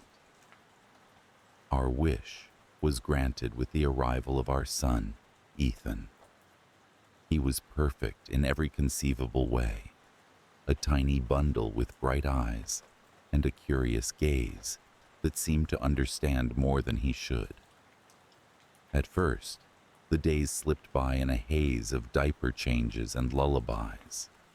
Nights were punctuated by Ethan's cries, demanding attention and the comfort only a mother could provide. It was exhausting but fulfilling, an experience shared by countless mothers before me. Yet, there was an unsettling feeling that I couldn't shake off. The first time I noticed something was off was on a typical Sunday afternoon. Jack was out mowing the lawn, his rhythmic movements visible from the nursery window. Ethan lay quietly in his crib, his eyes fixed on the rotating mobile above him. I had been folding laundry, humming a soft tune, when his laughter broke the silence.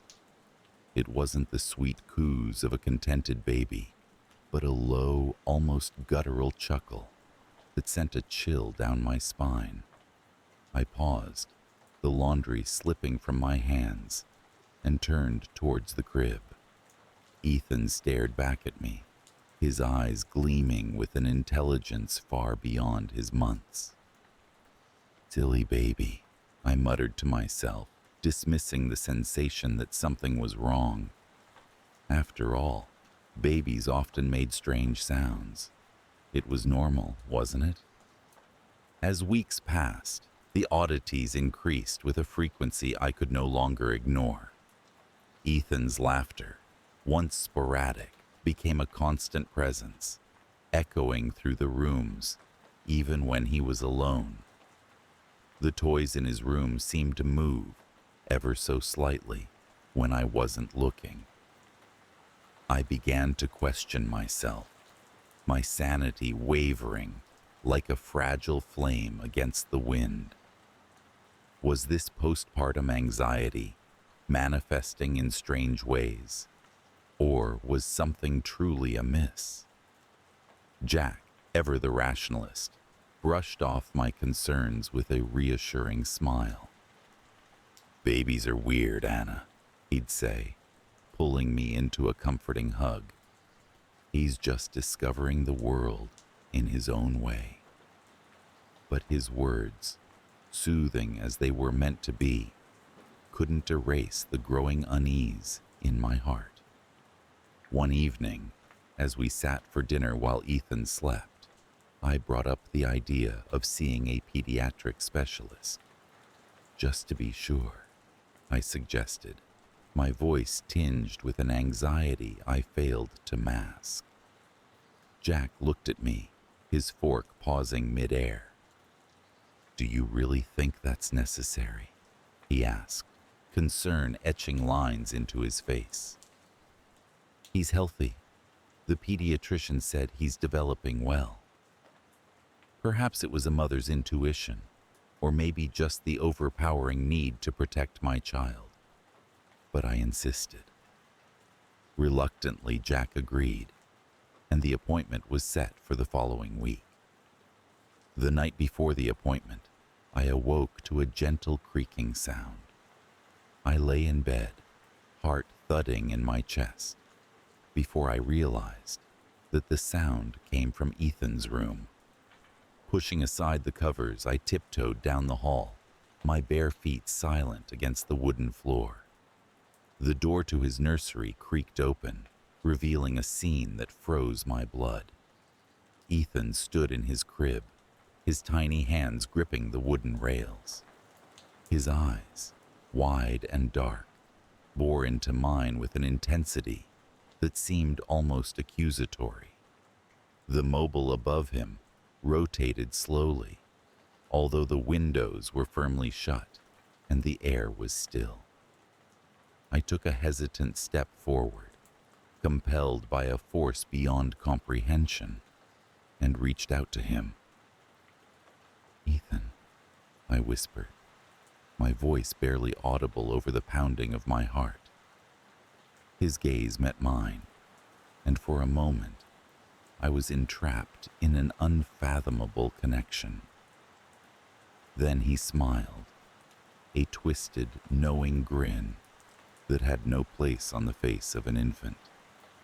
I stumbled back, clutching the door frame for support. It was a smile I had seen on an old, faded photograph of my great-uncle, whose life had been shrouded in mystery and unspoken family secrets. Something unfurled inside me, a realization that what resided in the crib was not entirely my son. The pediatric specialist found nothing unusual. "He's perfectly healthy," she assured us, her voice a balm to Jack, but not to me. "Babies can have peculiar behaviors.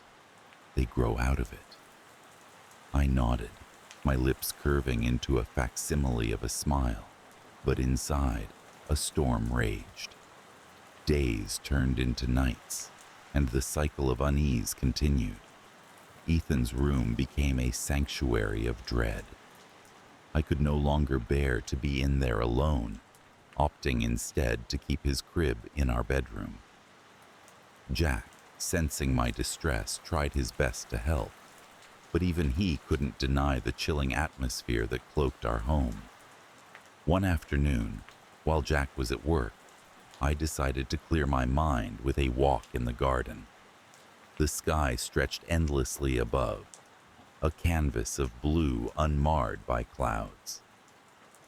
As I strolled past the flower beds, I noticed something buried in the soil.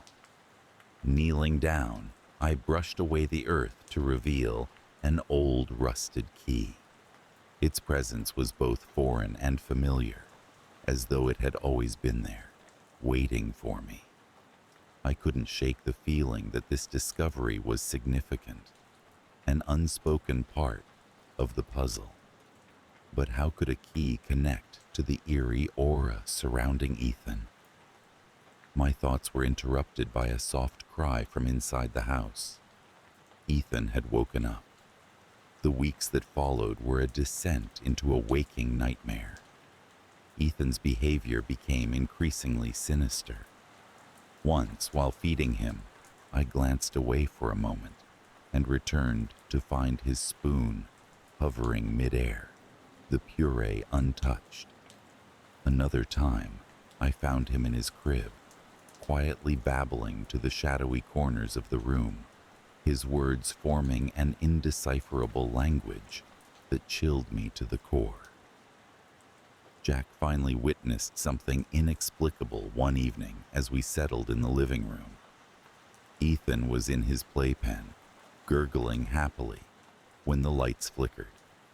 The room was momentarily plunged into darkness, and when the lights returned, Ethan was standing outside the playpen, his eyes fixed on us with an unnerving calmness.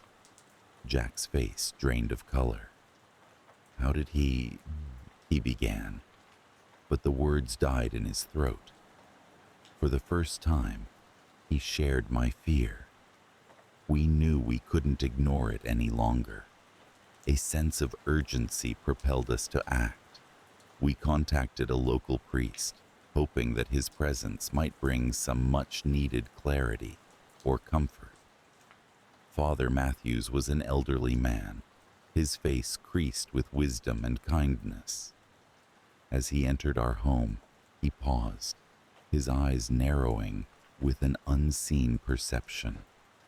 The blessing was a quiet affair, marked by whispered prayers and the gentle sprinkling of holy water. Ethan slept through it all, his presence paradoxically peaceful. Yet, as Father Matthews concluded, he turned to us with a grim expression. "There is a heaviness here," he said, his voice steady but grave. "Something lingers, but I cannot say what." His words offered no solace, only deepening the mystery that had begun to consume our lives. I watched Ethan, his cherubic face serene in slumber, and wondered how such innocence could harbor something so sinister. As the days wore on, the atmosphere in the house grew oppressive. Jack and I found ourselves trapped in a cycle of fear and helplessness. The laughter that once filled our home was replaced by whispered arguments and anxious silences. Even the garden, once a place of refuge, seemed to pulse with an unseen force. The rusted key a constant reminder of unanswered questions. The climax came one stormy night. The wind howled outside, rattling the windows as rain lashed against the glass. I lay in bed, unable to sleep, my mind racing with thoughts of Ethan, the key, and the unraveling threads of our once perfect life. A sound pierced the night, a soft melodic tune that floated through the air, drawing me from the edge of sleep. Sitting up, I realized it was the mobile in Ethan's room, spinning and playing its lullaby, despite being packed away days ago. Trembling, I crept down the hallway, my heart a wild drumbeat in my chest. As I pushed open the door, I saw Ethan standing in his crib, the mobile whirling above him in defiance of the laws of nature. His eyes met mine, and in that moment, I understood. This was not merely a haunting, it was Ethan, or rather, something within him, reaching out, seeking something. Driven by an unknown force, I fetched the rusted key from its hiding place and returned to the nursery. Ethan watched, an odd serenity on his face, as I held the key aloft, its weight heavy with unseen significance.